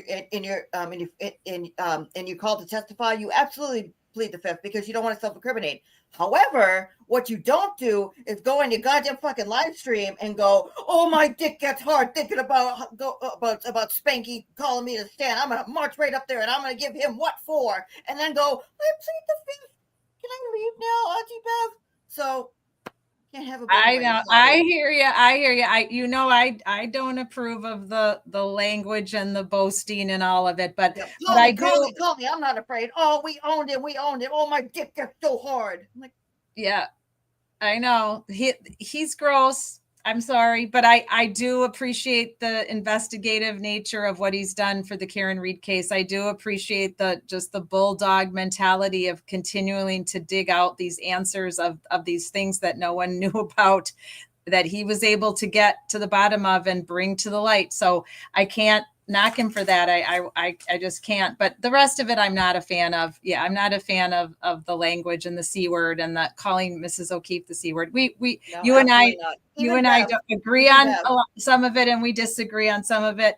But I still try to stay neutral with the journalism side of what was presented, and the same with Agent Sean, our friend Agent Sean. I didn't agree with everything that he says or does, but I also respect him immensely for his job as an amazing, DA agent that he was and the career that he had. And I never once agreed with this infight. I don't believe in all this infighting stuff between creators. It's just not a good look. And now you've got, like you said at the beginning, you gave us an update on what happened with Tom CPU and Mike. And then now they're infighting with the boots on the ground folks, the people that have spent hours and hours and hours of their time, advocating and making signs and being there front and center. And why do you want to piss those people off? These are people that live in Canton or live in the surrounding nearby area that are boots on the ground, that are willing to advocate for someone they don't even know. And some of them did know John, and some of them, do know Karen now and did know Karen. But I commend anybody who's willing to be boots on the ground. I went to the protest for Sarah Where is Sarah Ebersol, the missing mom, the case that I'm working on with the family with Michelle. And that's why I wear these 2 braids today, Michelle, in honor of you, because Michelle always wears her braids when she stands out for Sarah. So I thought, well, let me try that. My hair's long enough. I haven't worn 2 braids since I was in high school, but I wanted to do it for Sarah and Michelle. And to be on the ground like that and hold a sign and have the cars beep at you and you're waving at people and you're drawing attention to a missing person with as many cars as I was there for 4 hours and Michelle was there for a total of 8 hours, and different people were showing up throughout the day to advocate for why have they not found this missing mom and why have they not figured out there's not a long list of suspects. So if you're interested at all in that case that I'm working on the ground here with the family, where is Sarah Ebersol, you can check that out in our library on YouTube. And we're also working the case with Kara, who was in our chat earlier, on her dear husband, Jason, who was asphyxiated in a bar after a verbal bar fight that turned violent. And he ended up getting asphyxiated because people held him down on the ground, even though he didn't have any weapons, and the person with the weapon didn't get held down on the ground, and he left the scene. And if you're interested in that case, that's going on in Volusia County, which is the Daytona Beach, New Smyrna Beach, Ormond Beach area. That was in a biker bar in October of 2023. So there's no resolution for that family either. So those are the 2 on the ground cases that I'm working here, as well as all the ones in the cloud. I call it in the cloud that I'm working that you guys all know about as well. So check out our channel. We have all of our live streams, all the victims of homicides and the missing that we're advocating for here at Social Change Warriors. And we are the justice seekers. We are here to support the families and help them find justice for their loved ones. And thank you so much, Julie, for co-hosting on Friday Night Lies. It's just a joy and a pleasure to know you and to have you here. Thank you, everybody in the live chat tonight in our friend zone. Kathy, MCAT, so many of you. Vermont was here in and out tonight. There were so many of you in and out. I appreciate all of you so much. And thanks to everybody on replay. We appreciate it that you're interested to hear our opinion. Myself as a former police officer, Julie as a scientist, and we appreciate that you and the blob. Don't forget our blob. The blob, Julie Nagel's Black Blob, is with us every Friday Night Lies as well. So thanks again, everybody that was here tonight, and we will be back next week, and we'll let you know, because the trial starts next week, and we'll let you know when we might do an extra episode of Friday Night Lies. Otherwise, we'll for sure be back next Friday night, no doubt. And I'll be back next week. Not sure if it'll be both Wednesday or Thursday. It might just be one of the nights, with the updates on my on the ground cases and other updates on the other ladies, victims of domestic violence that we're standing for. So thanks, everyone. Have a wonderful Easter weekend. And just us, my life mattered for all of our victims of homicide. Good night, everyone.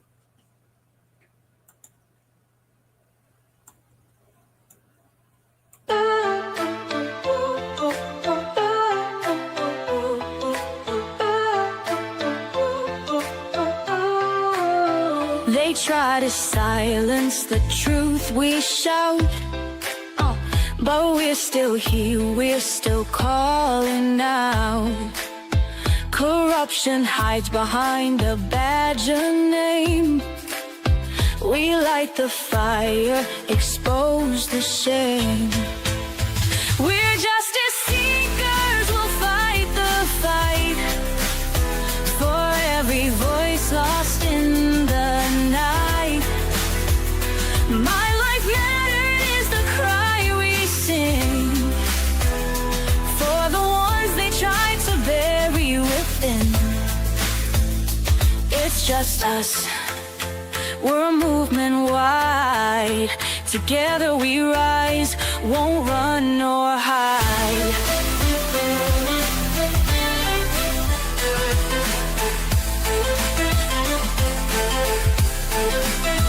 The stories echo, the pain runs deep. For stolen lives we can't just weep. Elected power, but their hearts are cold. We'll bring the truth, let it be told. We're justice seekers, we'll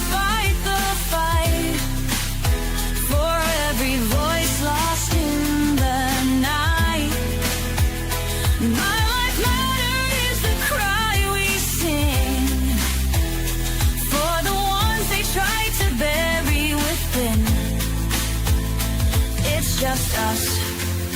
We're a movement wide. Together we rise, won't run nor hide.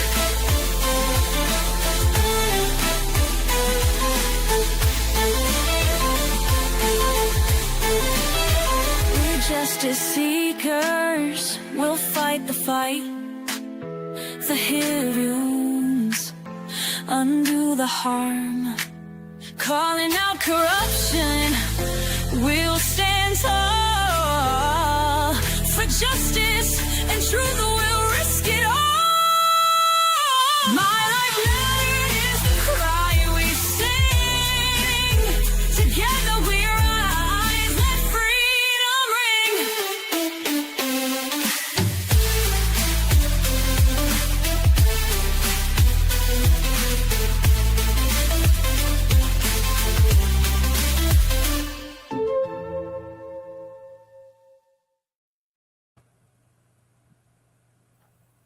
Excuse me.